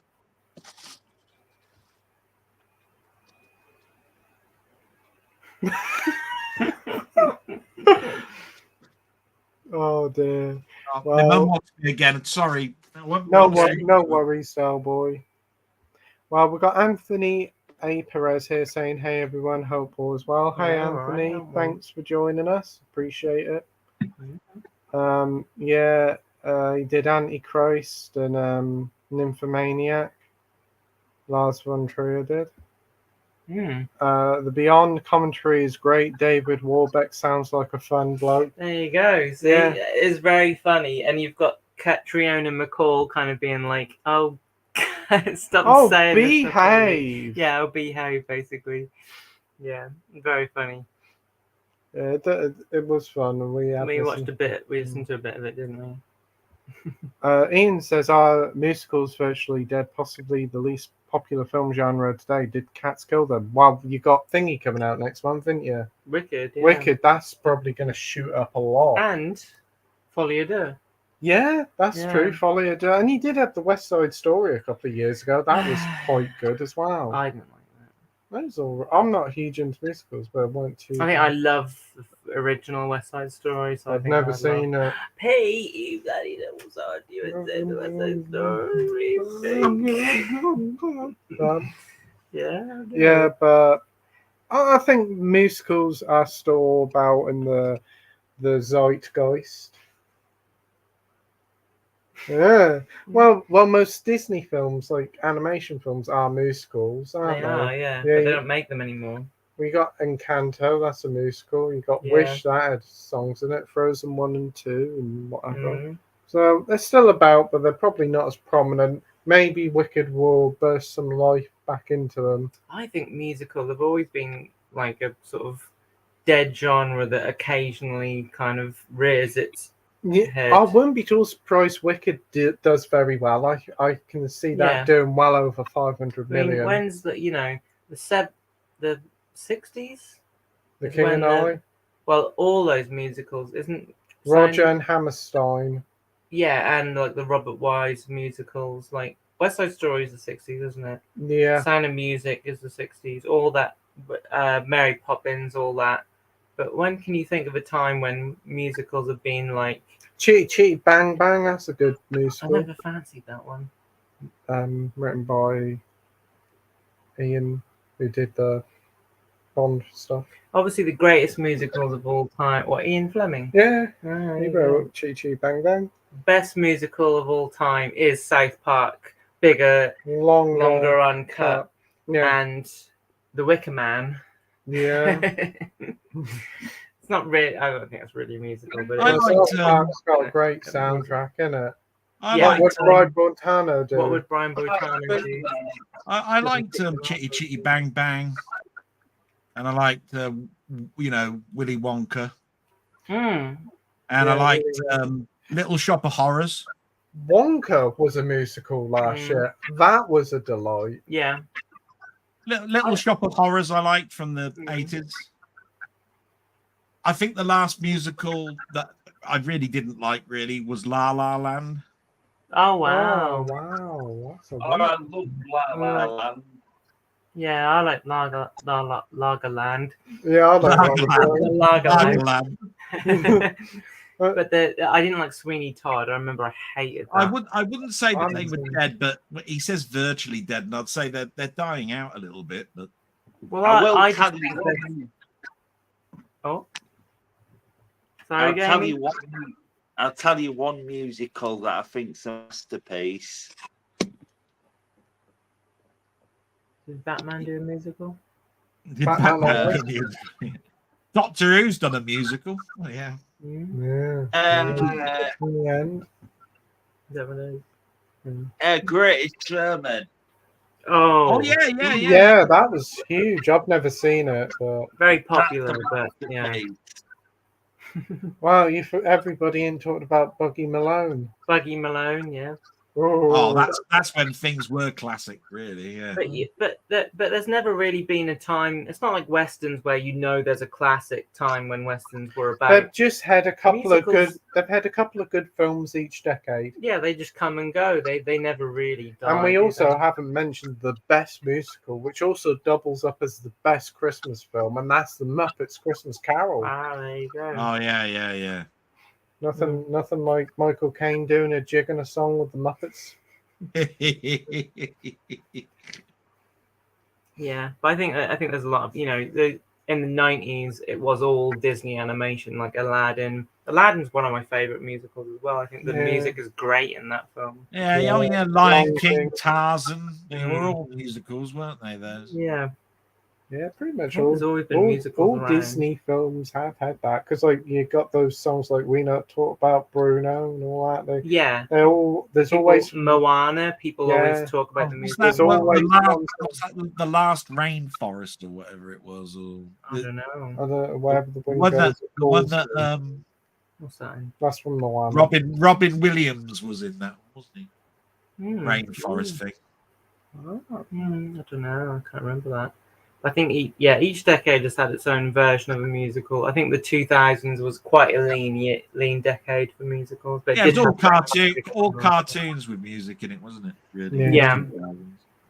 Yeah, they've always been around. I mean, La La Land was huge. It even nearly won an Oscar if somebody hadn't rechecked the Yeah, the the card. lesser film one. Yeah, I would say so. Oh, The Road to El Dorado. That was another one, wasn't it? That's a great underrated DreamWorks film. Shame they don't go back to hand drawn animation. Shame none of them do. Because that was an Elton John one. Yeah. I mean, Cats though. We didn't talk about Cats. I You mean, got Les Mis. Les Mis, yeah. Les Miserables. Yeah, Miserable. Oh, yeah, Madonna did Evita. Yeah, that's another one. Yeah, I didn't think of that. But yeah, I think I don't think Cats has killed it. Cats didn't kill it. It was just a.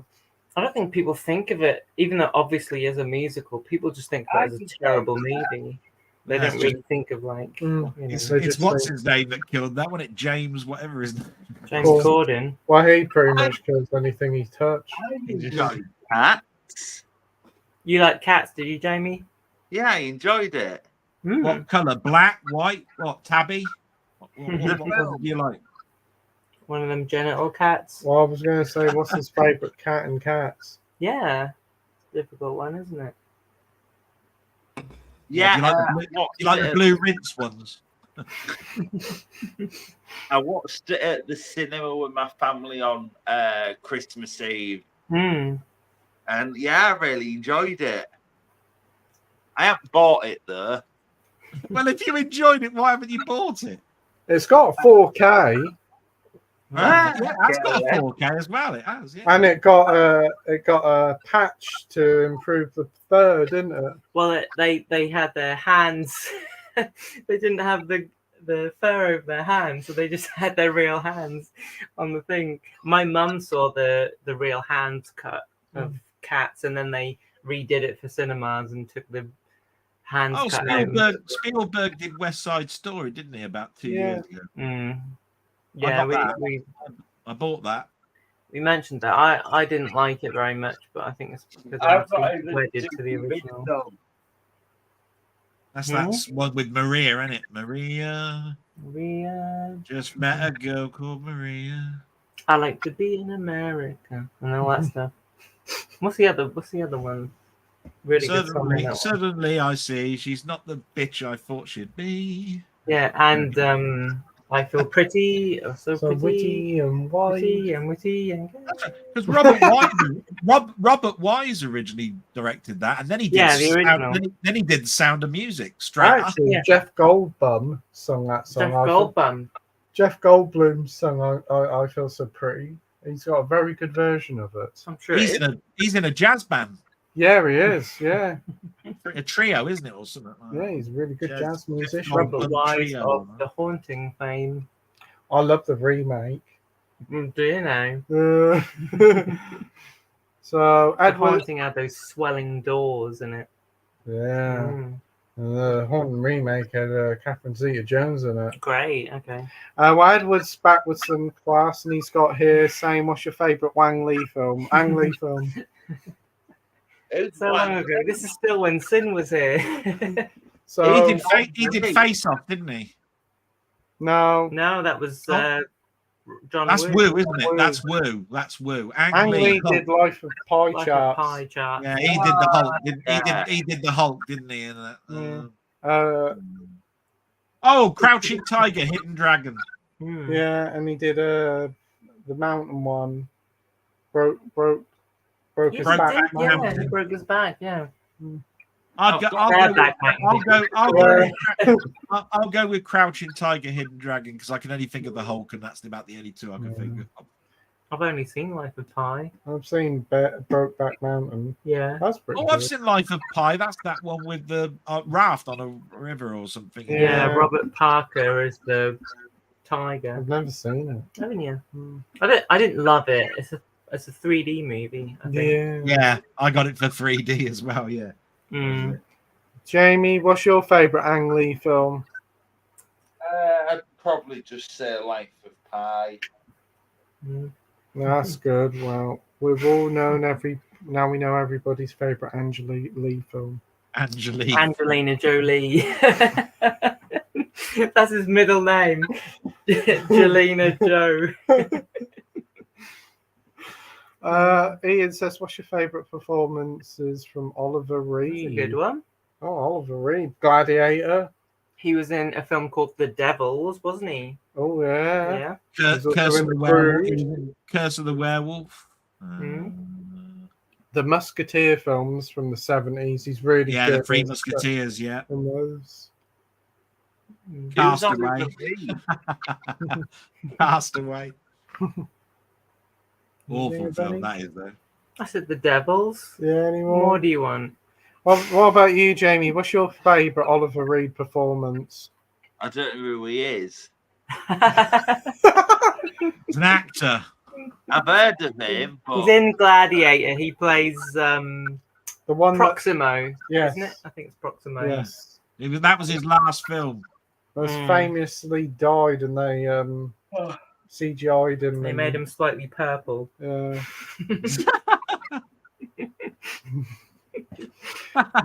What's your favourite Oliver Reed performance down the local bar in London where he emptied it? On Parkinson, famously, he was really drunk, wasn't he? Yeah. He was on a Channel 4 consulting thing that he basically just got pissed and just shouted at everybody. Yeah, wasn't he on like a program with a bunch of feminists? That's it. Yeah, that was what it was. I think it was on a settee, just taking the piss out of them all. Oh dear. Yeah, definitely a one-off. Yes, that's a good one. Yeah. Yeah. Sorry says about Crouching Tiger, Hiding Dragon. Hiding Dragon, yeah. We've got Marvel fans saying Terrifier 4 and Gladiator 3 in the works. I know what I'm looking forward to. Terrifier 4. Yeah, that's the right one. I really want to see the Terrifier films. I bought the third one and I'm still waiting for it. And I haven't seen the first two yet.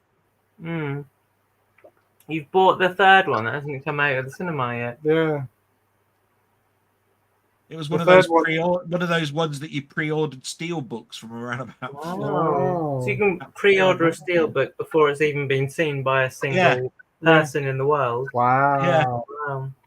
It was, I think it was Nige that basically said, "Oh, they're good films," and I went, "I haven't seen the first two. Is the third one worth getting?" And I went, he went, "Yeah," and I went, "Oh, I'll pre-order that then. It's a steelbook anyway, so it won't matter." And I've been waiting and waiting and waiting, so it's not even at the cinema yet. Christ, when's it going to come out then on steelbook? Yeah. I ordered that 4 or 5 months ago. I'll probably be out before Yeah. Christmas because it's Christmas. It's not like the old days, is it? When you'd have to wait like a year until No. the film came out. It's been 73 years now. E.T.'s finally available on VHS. Yeah. Yeah. But we have special memories of the first film and the second film. Yes, we do. The first film is the first one we watched together, weren't it? Yeah. So that was a good time. Yeah, just like, what shall we watch? Oh, the Tower. Probably one of the most gory films we've watched together, I think. Yeah. Yeah, funnily enough. You two love birds. Did you actually see the film or what? Yeah, we did see. We did see the film. In the back row. Yeah, right. No, it was private. We didn't watch it at the cinema. No. Yeah. Oh, right. Yeah. No, we watched the second one, didn't we? That was in a hotel. In a hotel, yeah. We projected it onto the TV. Yeah. And we thought, this is Jamie's. Jamie's asleep. He's on date. All right. Yeah. Yeah, really fun. I'm looking forward to the new ones. Yeah. The new one. There's not much you can really criticize them for. They are what they are. Yeah. You get what you expect. I know that there'll be plenty of people getting a little bit upset. Oh, it's a bit too long, isn't it? Well, that's what you'd hope, isn't it? Well, yeah, you're going to have some Reverend Lovejoy wives. Yeah, saying, "Won't somebody please think of the children?" Yeah. That's what you want, isn't it? Yeah, that's the thing. If a film causes controversy, you want to see it more. Yeah. Yeah. We got. Especially if it's a horror film, obviously. We got Matt Is that why The Exorcist 2 got watched? Because of the controversy? There you go. The Devils and the Brood. Yeah, you said the Brood. Tommy's a guilty pleasure. Revolver's great overlooked. That sort of film. And Venom is interesting. He's great in everything. It's an overlooked Botticelli film. Poliziotesco. Is that just Italian Tesco? Could be, yeah. It's like a police station mixed with a Tesco. It's a police station that sells milk and shit. Yeah. Well, a police station at Tesco would go quite well. Brilliant. Yeah. Oh, yeah. If you had to, yeah. Hot fuzz in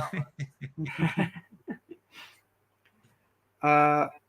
Marvel fans, has anybody seen Amanda all along? Yeah, Agatha. Yeah, whatever. Amanda all along. Yeah. Yeah, it's all right. Did you see Agatha, Jamie? No, I haven't. Keep seeing these popping up. Yeah. I think you missed one from Marvel fan. Yeah, he was talking to Matt Chat saying 3 movies I watched last week. First one was Breaking the Waves, Kinds of Kindness, and The Three Amigos. I enjoyed. I'm going to say because I've done a review of Three Amigos.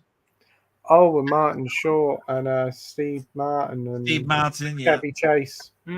Chevy Chase. Their famous salute. Mm. The singing tree. The singing bush. Breaking the Waves. Three Amigos, really great film. Yeah. Ooh. And we also have Jim Jam here. Jam. Hey, James, hope you're doing well, my friend. He'll be in bed now. Yeah. He says, Pete, have you forgotten your mate Dudley? No, mate. I need to get you back on the streams. I don't know whether you're working on a Saturday night or not, but would love to get you back on. Get you on with Delboy. That'd be a great idea. Yeah. Hopefully one, Such a great time I had when I met him in Birmingham. That was such a great time, Jim Jam and I. Yeah. Is he from Dudley, is he? From Dudley. Dudley. He's also saying, Dal, great to see you. All right, my mate. We've got Marvel fan and Danny saying hi to James. We've got Luke's World of Movie and TV here saying hi, Pete, Amy, Delboy, and Sin. How are you all? Hey, Luke. Hope you're doing well, mate. It's been so long since Sin was here. Yeah. Got a lot of people saying hello.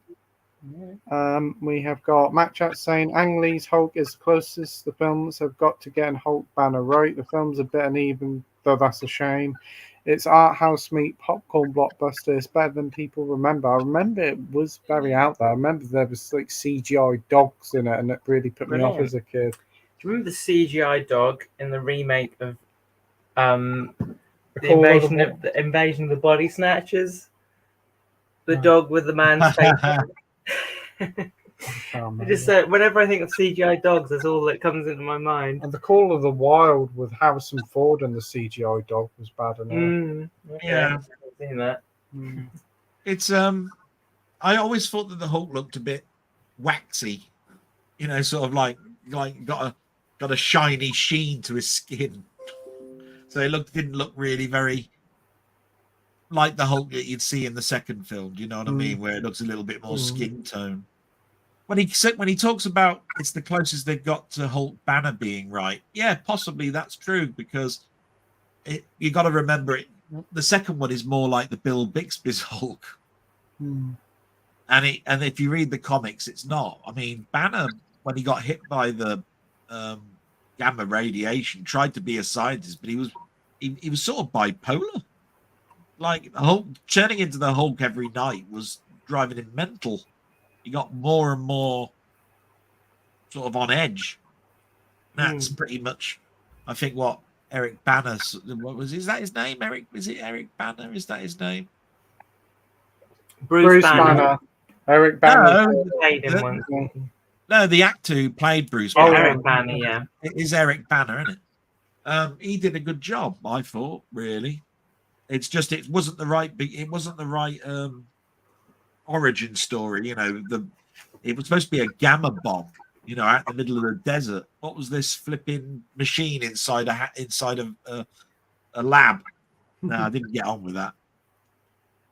Yeah, might as well have said they turned the MRI screen on too high or something. Minhalju saying hi to Luke, and Luke saying hello to Minhalju. Matt Chat says Short Circuit 2 is so much fun, very underrated. Yeah. Didn't 88 Films release that as well? I thought they did, but I couldn't remember if it was just the first or they have released both. I think Second Sight did the first one, and they did the second one, and they did a nice box set for it as well. They did. Matt Chat says the director's cut of The Exorcist is the theatrical cut. The other is known as the version you've never seen. Yeah, because remember I said that some certain director's cuts are actually shorter. They just actually cut things out. Right. We have got Matt Chat's also saying Blade Runner, the director's cut is actually Ridley Scott's cut, but Alien, I have point of contention with that. That's not his director's cut. Yeah. I've got the Laserdisc of Alien. It's got an extra 20 odd minutes in it. It shows the captain actually pasted to a wall, asking Ripley to kill him with a flamethrower. Wow. That's not in the film. That was cut out. Matt Chat says I've seen him explain why he cuts those scenes out, only to backtrack and make a director's cut. It's like, do one, mate. It's not, and he knows it's not. I sometimes think though that some of these things are corporate decisions to say we're going to do it anyway. Do you want to be involved? After he'd actually gone out and said no, there'll never be a version. It's hard for you to go back on an interview when somebody says at the corporate level, we're going to do it anyway. Do you want to be involved? I do feel sometimes that happens a lot. Matt Chat says, sad to see we're getting the final films of both Francis Ford Coppola and Clint Eastwood. They've had great runs, to be fair. They certainly have. I think his new film, Clint Eastwood's new film, isn't that supposed to be coming out this year as well? Yeah. Oh. That's what I heard. But I can't remember what it's called, but I remember Juror 31 or something, isn't it? I saw an interview with him where he was actually talking about it. And that'd be interesting to see. He said it was one of his strongest films in a long time. He was talking about. He did say that about Cry Macho. Yeah. That wasn't so great. I never even got a Blu-ray release over here. Yeah. I still haven't seen The Mule yet, but a lot of people say that's pretty good. Oh, is that the one where he's a drug mule going over the? Yeah. Yeah, I've seen that. Yeah. Good film. Oh, I'll have to check that one out. Yeah, he's sort of like they keep asking him to go over taking these drugs across. He doesn't want to do it at first, but then he starts buying nice cars and that sort of stuff. Just continues doing it. Thank you. Right. Gran Torino is really good as well. Yeah, it, Yeah, I like Gran Torino. Wasn't too keen on the Jersey Boys. The only one I've not really liked is the one where he did the jazz one, isn't it? Was it Birdie? Yeah. It was about that jazz trumpist or whatever it was, or brass player, or forgotten famous musician, but I can't think of the name. I never really got in because I don't like that type of music. I never really got into the film, if you see what I mean. If it's not your style of music, it's hard for you to. I know he did another one that a lot of people say weren't very good, called the 15 to 9 Paris or 15 to 7 Paris. Oh, wasn't that after? Yeah. And they actually had the real people who were in that incident to act their roles. Yeah. He's done more. I think the nice thing about Clint Eastwood is if you look at his career, there's more positives to say than negatives. And that's a nice thing to sort of like go away and turn around and say, do you know what? I'm happy with my body of work. I've done a couple of plonkers, but bloody hell, I'm happy with the majority of it. He's probably one of the final few old school legends of Hollywood still about. Yeah. I like Space Cowboys and Every Which Way But Loose and all of those, plenty of fun films. Firefox, that wasn't too bad. Oh, Firefox. I only want to watch our last 45 minutes of that, which is the special effects in the plane bit. I don't want to watch the bit where he tries to nick the plane. I find that totally yawn. I remember renting that out on VHS, back in the day. So, is it A Perfect World with Kevin Costner? That was a really good one as well. Yeah.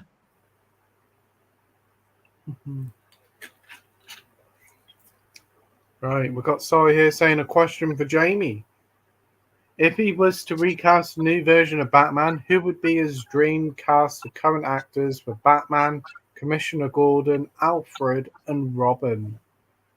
Can he put himself in it? Because he'd be Batman, wouldn't he? I've Joseph Gordon-Levitt as Robin. Definitely. I don't know. That's a tough one because Alfred, I'd just put Michael Caine again because he's the best Alfred. Probably Bale and just Gary Oldman. I'd probably just recast him. Anthony Hopkins as Commissioner Gordon. Nah, I can't see that. Oh, yeah. In my opinion, the best interpretation of James Corden we've had is James Corden. The best impersonation of James Corden we've had. Wow. Gary Oldman.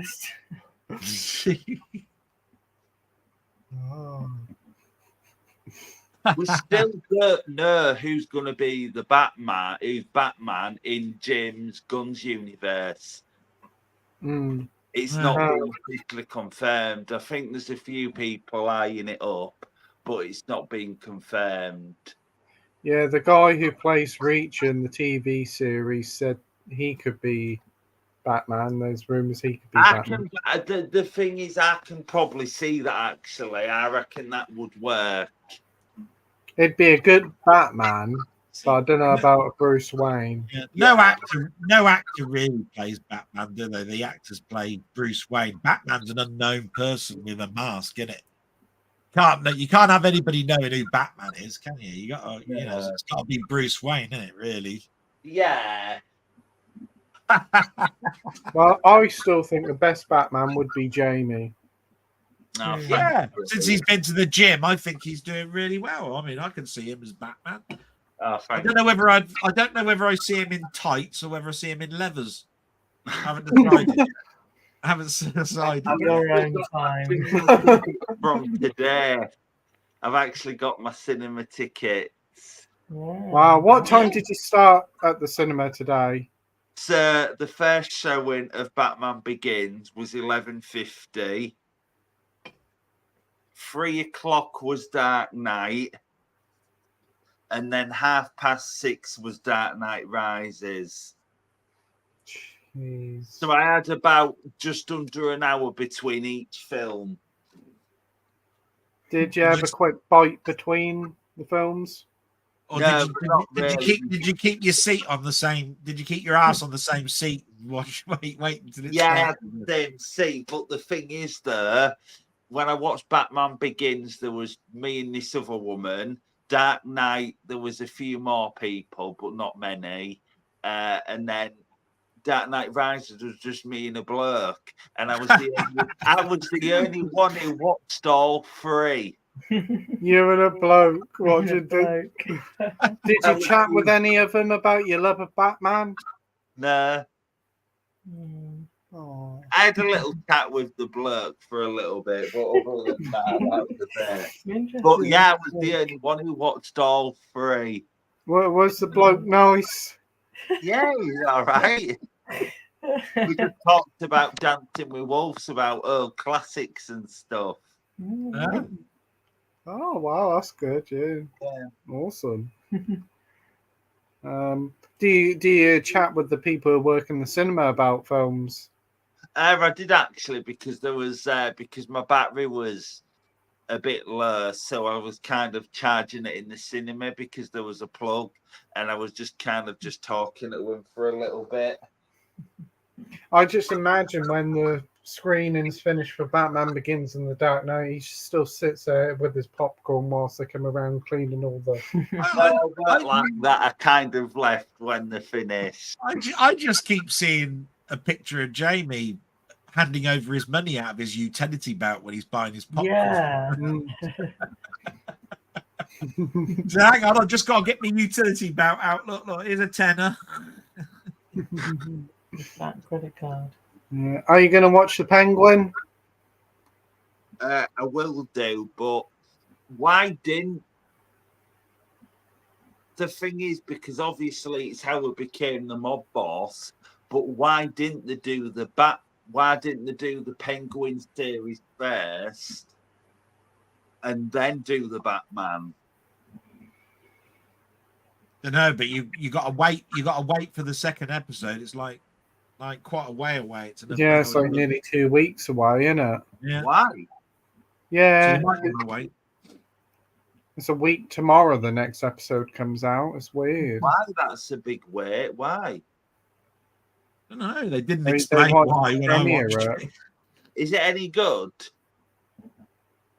I watched it, and I said that I thought it was okay as long as it's a little bit like Gotham. You know that it's going to end up with him being the Penguin. So if you're happy to see the journey of him turning into the Penguin at the end, then it's a great thing to watch. It's very much a gangstery thing. It's like good fellas with the Penguin. You know what I mean? I think from what I've heard, I think they're only doing one series. Yeah, I think it is a one-time thing. It's like Sopranos. Yeah. like stuff. Colin Farrell's done a pretty good job. He's exec I didn't producer. look at He's the in it. when I thought it was amazing. Yeah, I must admit, Colin Farrell's Penguin was good Yeah. when he put it up. He looked like Robert De Niro. I still think it is him. Yeah. Yeah. If there ever is a biopic about him, there you go. You got your Robert De Niro. Yeah. Yeah. Got Mac Chat saying, Jamie, you'll love Taxi Driver. It's the version of Joker that's actually great. Yeah, I have heard Joker is it inspired by King of Comedy? Yeah, And- more so, I think. Taxi Driver. yeah. But Yeah. there's a lot of Taxi Driver in it. Yeah. You know what? I'll probably watch Taxi Driver and King of Comedy and just think, oh, Todd Phillips just copied their homework. Yeah, it is pretty much that. King of King of Comedy is a really weird film to watch for me now Yeah. because I watch it, you know, because he's stealing Jerry Lewis, isn't he? Mm. And Jerry Lewis. Now that you know more about the history of Jerry Lewis, I just find that film a little bit more harder to watch than the Jerry first Lewis. time. Oh yeah, I mean he had a past with kids. Oh yeah, You know what? past with kids. If you see what I mean. Okay. Oh, He, I see. he you know, basically it destroyed his career, and later on people said, oh yeah, I can see now why, you know, it's like it's a bit like you know, what forgotten his name now, Savile, bit like Yeah. that. But when you watch King of Comedy, it is kind of, it could be any of those late night shows. Like when you watch it now, it could be like Letterman or, you know, Leno or any of those kinds. Because the first time I saw the King of Comedy, is what I'm trying to say, is I didn't know that comedians could be quite so serious when they're off of set, and that's why I went, oh wow, this is really playing off of something that I didn't know this is what it was like. But then then later on, when you hear about what Jerry Lewis was like, you hear that's exactly how he was, and then it's a different film when you watch it again. Yeah, you see what I mean? Because to me, Jerry Lewis was the Nutty Professor and all of those films from the 60s, you know. So it was really strange to see him playing, you know, such a straight, serious, nasty sort of role, which is what he was. Yeah, so it's a bit tricky for me to watch it. That's all. Knowing what I know now. Yeah. Got Mac Chat saying, "What's the best random buy for £1? Be it musical film that you thought, fuck it, it's only £1, and it ended up being something you loved." For me, it was Gato Barbari's vinyl. I loved them since. Wow. Well, it certainly weren't Zoolander 2 for me. Okay. I thought, oh, it's only £1, fuck it. And I was like, wow, that's a waste of £1. That's a coaster. Yay. I got a £1 case out of it. That's good. £1 case? Yes. There's a really good one with Kevin Crispy Bacon called Cop Car. I picked that up from Poundland. That was quite a fun little thriller. And the director of that did a couple of big films. I can't remember what he did afterwards. But he did a couple of really big films.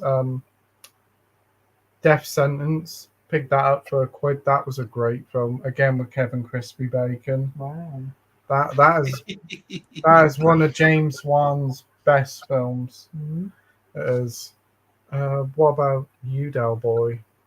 I think the only thing that I thought, hey, that weren't bad, and I didn't know what to expect, was I think there was a film that Steve Martin was in called Novocaine, where he's a dentist.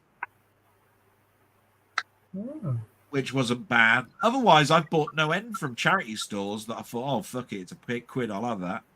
I've bought things like season 1 of The Tudors and, you know, whole sort of like things like that for £1 from charity stores that I've gone, oh, wow, yeah, that ended up being really good. But I think, yeah, I because I'd never seen Novocaine with Steve Martin in, that weren't bad for £1. No. What about you, Amy? That's my favourite film. Yeah, that's a good one, isn't it? What about you, Jamie? Picked up anything good for £1? Well, you did today, didn't you? Yeah. I've not best thing you've ever done. Got £1 and got a tenner for it. No, technically they sell it for a tenner, so it's 2 CAD, 5 credit. Well, you made 100% profit. Yeah. No, well done. Yeah. Right, we've got Steve Mack saying he 100% profit. double profit. So let's. Well, what happened? He had a thing think He bought a quid and he'll get a £2 cash. Oh right, okay, that's fine. Well, That's, I'll just you're get right. Yeah, that 100%. credit. You're right. Or a £5 credit. Yeah. Or £5 credit. I thought it's the thing you said earlier about the £10. No. Okay, that's fine. I'm confused now. I'm just correcting your maths, but you're right. I want £10 bras, tenner bra. Yeah, that's what I was thinking of. Yeah, Mm. £10 bras. Tenner bra. Steve Mack says the Sergio Leone 4K I'm waiting for is Once Upon a Time in America. Another Yeah, one. I think we all are actually, when you consider how much Leone stuff's out there now in 4K. Another I'd great like one. I remember that. I remember seeing that at the cinema. Another one on Disney Plus. I can still see the cover now, the black cover for it. I mean, it's a great. Isn't it like nearly 4 hours long or Yeah, something? it's a long film. Yeah, it is long. Ah. That's good. James Woods. Oh, James Wood's always good. We've got Marvel fans saying, good night, guys. Good night, Marvel fans. Hope you have a good week. Comments. Pardon? How far are we through the comments? We're about Good way through. We're about an hour behind. Are we? But it's Yeah, probably yeah. only about 10 Yeah, not questions. too much more. There's only about 10 comments left, Jamie. Ah, smashing. I won't be long again. But I'm being this. No Okay. worries. Steve Mack says the Shout Scream 4K The Dead Zone would be a good recommendation. Wow, I didn't know they released it on 4K. Isn't Christopher Walken in it? In the Dead Zone? Yeah, I think so. No idea. So we have got Mac Chat saying, yikes, I've seen Todd Salon's Happiness. It's, well, you've got to see it to believe it. Mm. Yeah, Wow. I've heard Oh, that. Pete, Yeah? you know when you was on the stream last week, Yeah? you said you was doing an announcement. You never did it. No. No, I didn't. Well, I did Yeah, I yeah. did announce it tonight, but I'm going to do a video of it in the week. I need to. It's just that he's going on Spotify. Yeah, all the streams are available on Spotify and an audio version. Oh, nice. Yeah, so if you're in the gym, walking up the street, or driving a car, you can listen to our dulcet tones anywhere. Yeah. Oh, cool. So you're on Spotify, Jamie. Oh, fantastic. Oh dear. Mac Chat says, I like the TV series of War of the Worlds. Very dated though, Dal. The show you're trying to think of is Alien Nation. Yeah. James Caan was in it. Mm. I have the TV series of the War of the Worlds on DVD. That new one they did was dreadful. It was. I do like the Tom Cruise version. Yeah. Yeah, Tom Cruise one's a great one. It's a really good like horror film, isn't it? Yeah, it's really good. I enjoy that film. Yeah, that's one I'm getting on 4K. I've heard the transfer is magnifique. Oh. I'll leave these two comments because Delboy will want to see them. Mm. We've got Minhaji saying 2025 films are going to have Amanda Conda and she's getting a remake. Are you going to have the same sort of 90s cast with it though? Got Captain America 4, The Thunderbolts, Fantastic Four, The Monkey, looking forward to that. Karate Kid, John Wick Ballerina, live action How to Train the Dragon, 28 years later, Megan 2.0, Jurassic World Rebirth, pretty much all sequels or live actions. I mean, I'm not crying out for a live action version of How to Drain Your Dragon. Oh, Be careful. But 28 years later, I'd be quite interested. Any of those films that you're interested in, Jamie? I'll watch them, but I'm just, it's just this year. This year is just been prequels, sequels, and remake. Yeah, Minhaj is just named some of the films that are coming out next year, but we have somebody you might know here, Steve. Oh, Steve! Just popped on to say hi to my old bucker Dal. Hey, Ah. Steve. Hope you're doing Oh, well. Steve, he's brilliant. Steve said the best musical can't pick from From the original Willy Wonka, Scrooge, the Albert Finney one. Yeah, that's a good one. And Chitty Chitty Bang Bang. Everybody, I think, mentions Willy Wonka and Chitty Chitty Bang Bang. They are absolute classics, aren't they? Really, I mean, Yeah. so. They are all wonderful little films. So we've got Minhaja here saying we've also got Superman. I Know What You Did Last Summer, Legacy sequel, another Insidious, another Conjuring, Saw 11, Black Phone 2, Mortal Kombat 2, Blade, never going to happen. Never going to happen. No. FNAF 2, Five Nights at Frederick's 2, Zootopia 2, Avatar Fire and Ash. Fire and Ash, what a name. If you reckon that Jack Cameron's going to be finished with Avatar Fire and Ash by 2025. Oh, that'd be another decade with Avatar Ashtray. Minhaji says take your picks. Yeah, there are quite a few there. Minhaji says also New Evil Dead and Scream 7. Those are pending. Yeah. We might even have Predator Badman's coming out next year. Might be interesting. Prey was very good, so we'll look forward to see what they do with that. Yeah. We've got Cy here saying I got tickets to see the Pixies this week. They're playing at Newcastle City Hall in May 2025. Never seen them before. I'm really excited. Wow. That's great. Yeah, they're a great band, aren't they? Yeah. Yeah. What's your favourite Pixies song? Here Comes the Man. Oh, Here Comes Your Man. Yeah. Okay, interesting one. And the Monkey Goes to Heaven. Oh, that's a good one. Yeah. I just think it's great that he's going to go and see something and that he's excited to go and see. Brilliant. Yeah. And hopefully you didn't have to pay very expensive prices like Oasis fans did. Oh Christ! I do hope that they investigate Ticketmaster or whoever it is, the agents that Oasis gave for this ticket stuff, and they just get done. It's awful that you wait in a queue, and then at the end it turns around and says, "Oh, because there's only about 50 tickets left, they're going to cost you 350 quid." Bog that. It is really bad and disgusting. I don't know why they have to do that. Can you imagine everybody at Woolworths looking along their shelves and going, "Oh, there's only one of that left on the shelf. Look, as soon as that person takes the one from last off, I'm going to put a sticker on it that says 35 quid." I mean, that's what they're turning around and saying is bad practice and is actually against the law. Yeah. So that's why I hope that they sue them for every sort of money they get. Size paid £60 for the ticket, which is actually not too bad at all. Yeah. That's very reasonable. Yeah. That's really good. Have you ever heard of the Pixies, Jamie? I think so. Were they a rubber at the end of your pencil when you're at school? Why does it feel like Jamie's been on Gogglebox or something? Yeah, it does kind of look like, like that.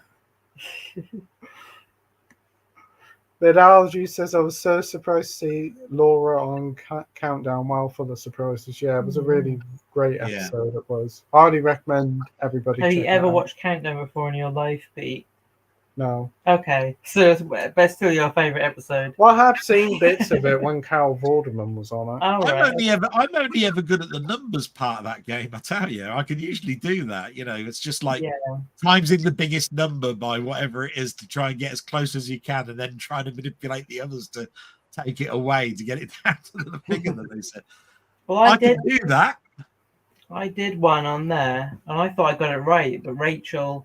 And neither of them got it. I thought I got it, but Rachel went a different way. So I'll never know if my answer was right or not. No. Blame Rachel for it. Yeah. I got it all ass about face once because I thought you had to use all the numbers. Yeah, so did I. Yeah. So I got it totally wrong for a long time. Well, I did use all the numbers. I did get that really hard. Countdown. You fucking sat there with your phone. No, I didn't. I got the political thing. I knew that they were bankers. What? What's that? That one that Richard Osman said, and I got it. And you. Why, Si? You and your mum were shocked. I said, "Yeah, I knew about it. It was political bankers." There's no what? Quasters. Quakers or Quaster. What? I don't know what that is. Well, anyway, it's Well done, Pete. Yeah, Yeah, really good. I got it and nobody else got it, did I? Yeah. I said it and then he said it and you were like, wow, Pete, you know a lot. Yeah.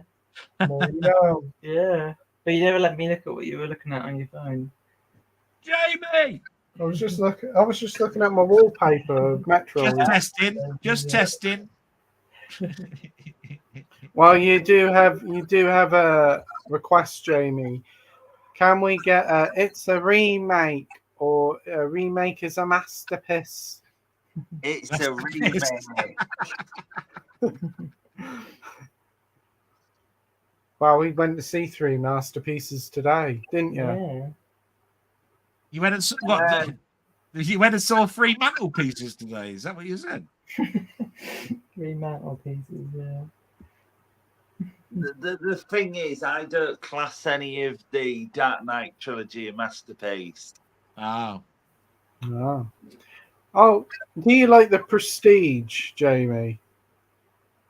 Yes, but I don't think it really holds up much now. I think you need to kind of watch Prestige. I thought he was going to say, I don't mind the Prestige, but really, I don't. I just like people. I just like people to clap loud when I'm. It's got a really good cast. I like it. Got David Bowie in. Right. Oh, yeah, that's good. But it's got a really good cast. Michael Caine, Hugh Jackman. Michael Caine's in most of them, isn't he? Yeah. It's got a really good cast. It is really good. It messes with your head. That's but good. you kind of need to watch it going in blind. I really like that other one, Insomnia. Yeah, it was a good That film. was a good one. That is good, yeah. Al Cappuccino. He's in that, isn't he? El Cappuccino. I like that. Matt Chat says Clint Eastwood's The Mule is damn good. Really enjoyed that. Need to get watching that one. I did say I thought The Mule was pretty good. That. Yeah. I do have the Blu-ray of it somewhere, so I need to check it out. And Sai says I always get the numbers round like Delboy, but can't spell for shit. That's right. I can't do the spell. I can't do the letters bit. Not you now. No. Well, I don't know. I'm pretty good with my spelling. Yeah. I think I can smell for shit. Spell for shit. I mean, I could usually turn around and say, "Oh, how many letters?" And you go, 7. But what about when we played Scrabble and I said yeah, I got an 8-letter word, minivet. Yeah, you said, oh, I got the word minivet, and I said, what does it mean? And you said, oh, when you have a micro pig, you need a minivet. But it turned out to actually be a tropical bird. Yeah. I usually just say it's a Russian word. Yeah, that's a good one. Right. This is a real word. So Pete has an app on his phone that you can use. You use the internet to find words in Scrabble, and then I remember when you were just like, "Oh, I'm just going to try hexel," and I knew what that word meant, but you didn't. Yeah, I did. I was like, "That's hexagon stuff, isn't it?" Yeah, hexagon stuff. Yeah. We had plenty of fun doing that, don't we? Yeah, you always win at Scrabble somehow. Yeah, I just have a photographic memory of spelling. Yeah, it's true. But that is the final comment of tonight. So we're pretty much at the end now. 3 minutes short of 4 hours. Look at that. Yeah. You're feeling pretty knackered. I'm pretty knackered. Yeah, that suddenly hit me. Yeah.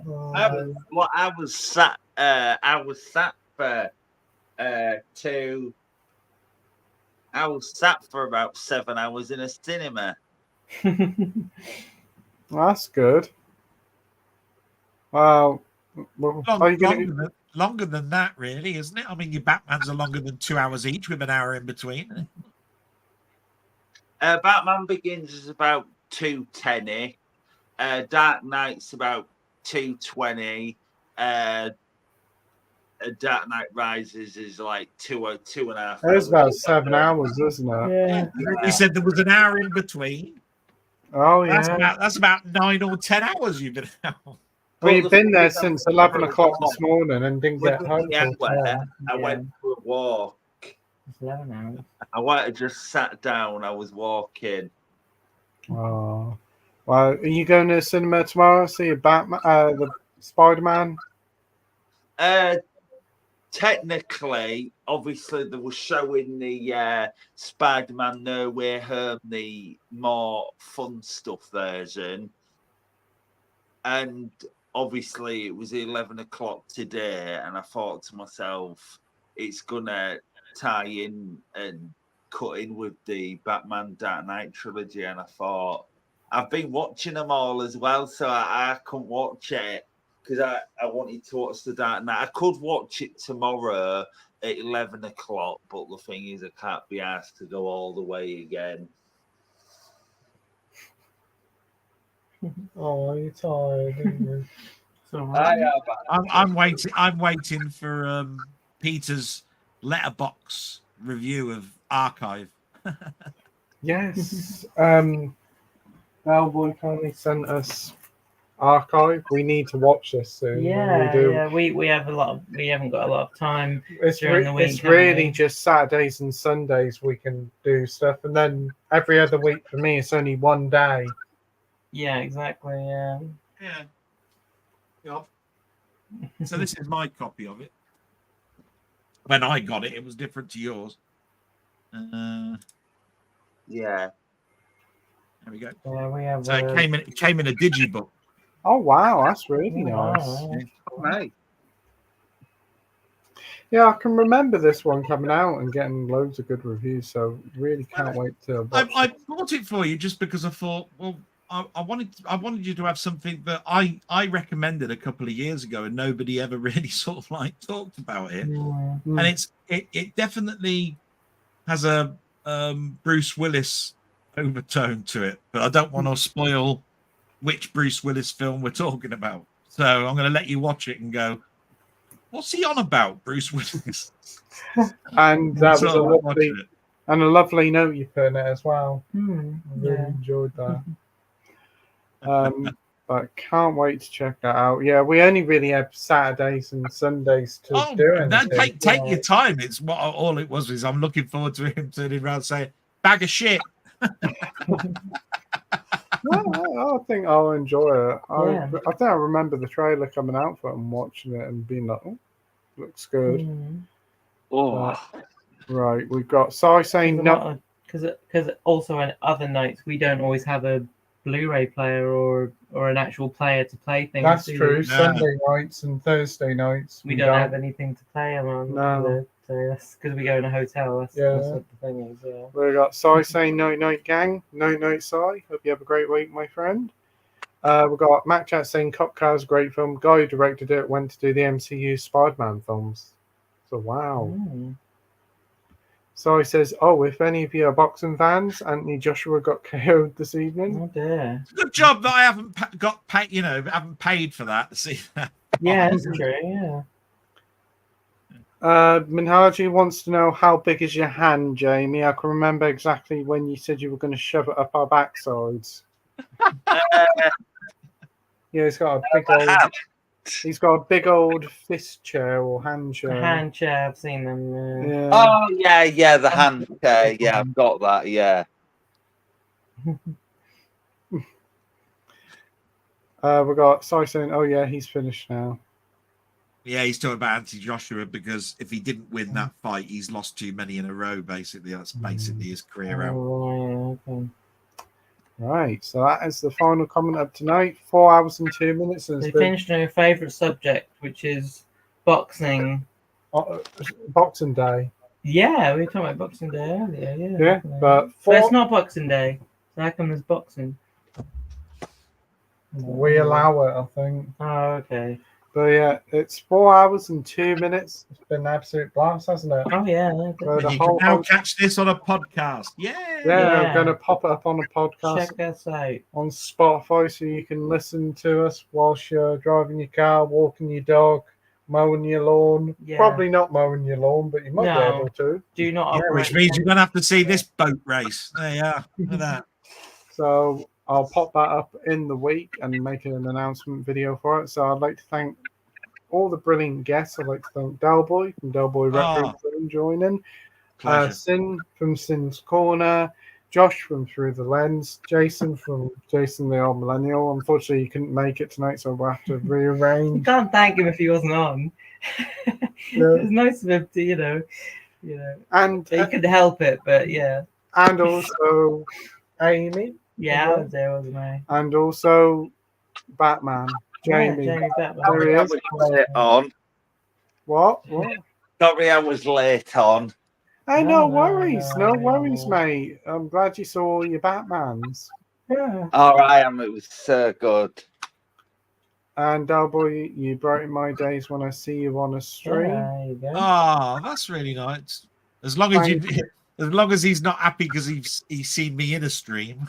Thank you, and your smile is radiant. Yeah, yeah. Well, we all think that. Yeah, we do. So, on that bombshell, Yeah. we'll see. Unexpected ending. What's that? Oh, I like your teeth. You do them in white. Is that what you're saying? On that wonderful, a very unexpected comment. Yeah, yeah. We'll say no. We'll see you again next week. We'll have Elliot on from IMO Reviews, Excellent. and I'm sure we'll have some extra guests joining us as Extra well. special surprises in store. Yeah, so be sure to join us next Saturday. Probably be 8 or 9. Yeah. But take care, everybody. Mac Chat says you're on Spotify. When I go for my run tomorrow, I can listen to now saying big bulbous bell end. That'd be a highlight. So take care, everybody. Have a great week, and we'll see you all next weekend. Ta-ta. Bye. Bye. Salute. Bye.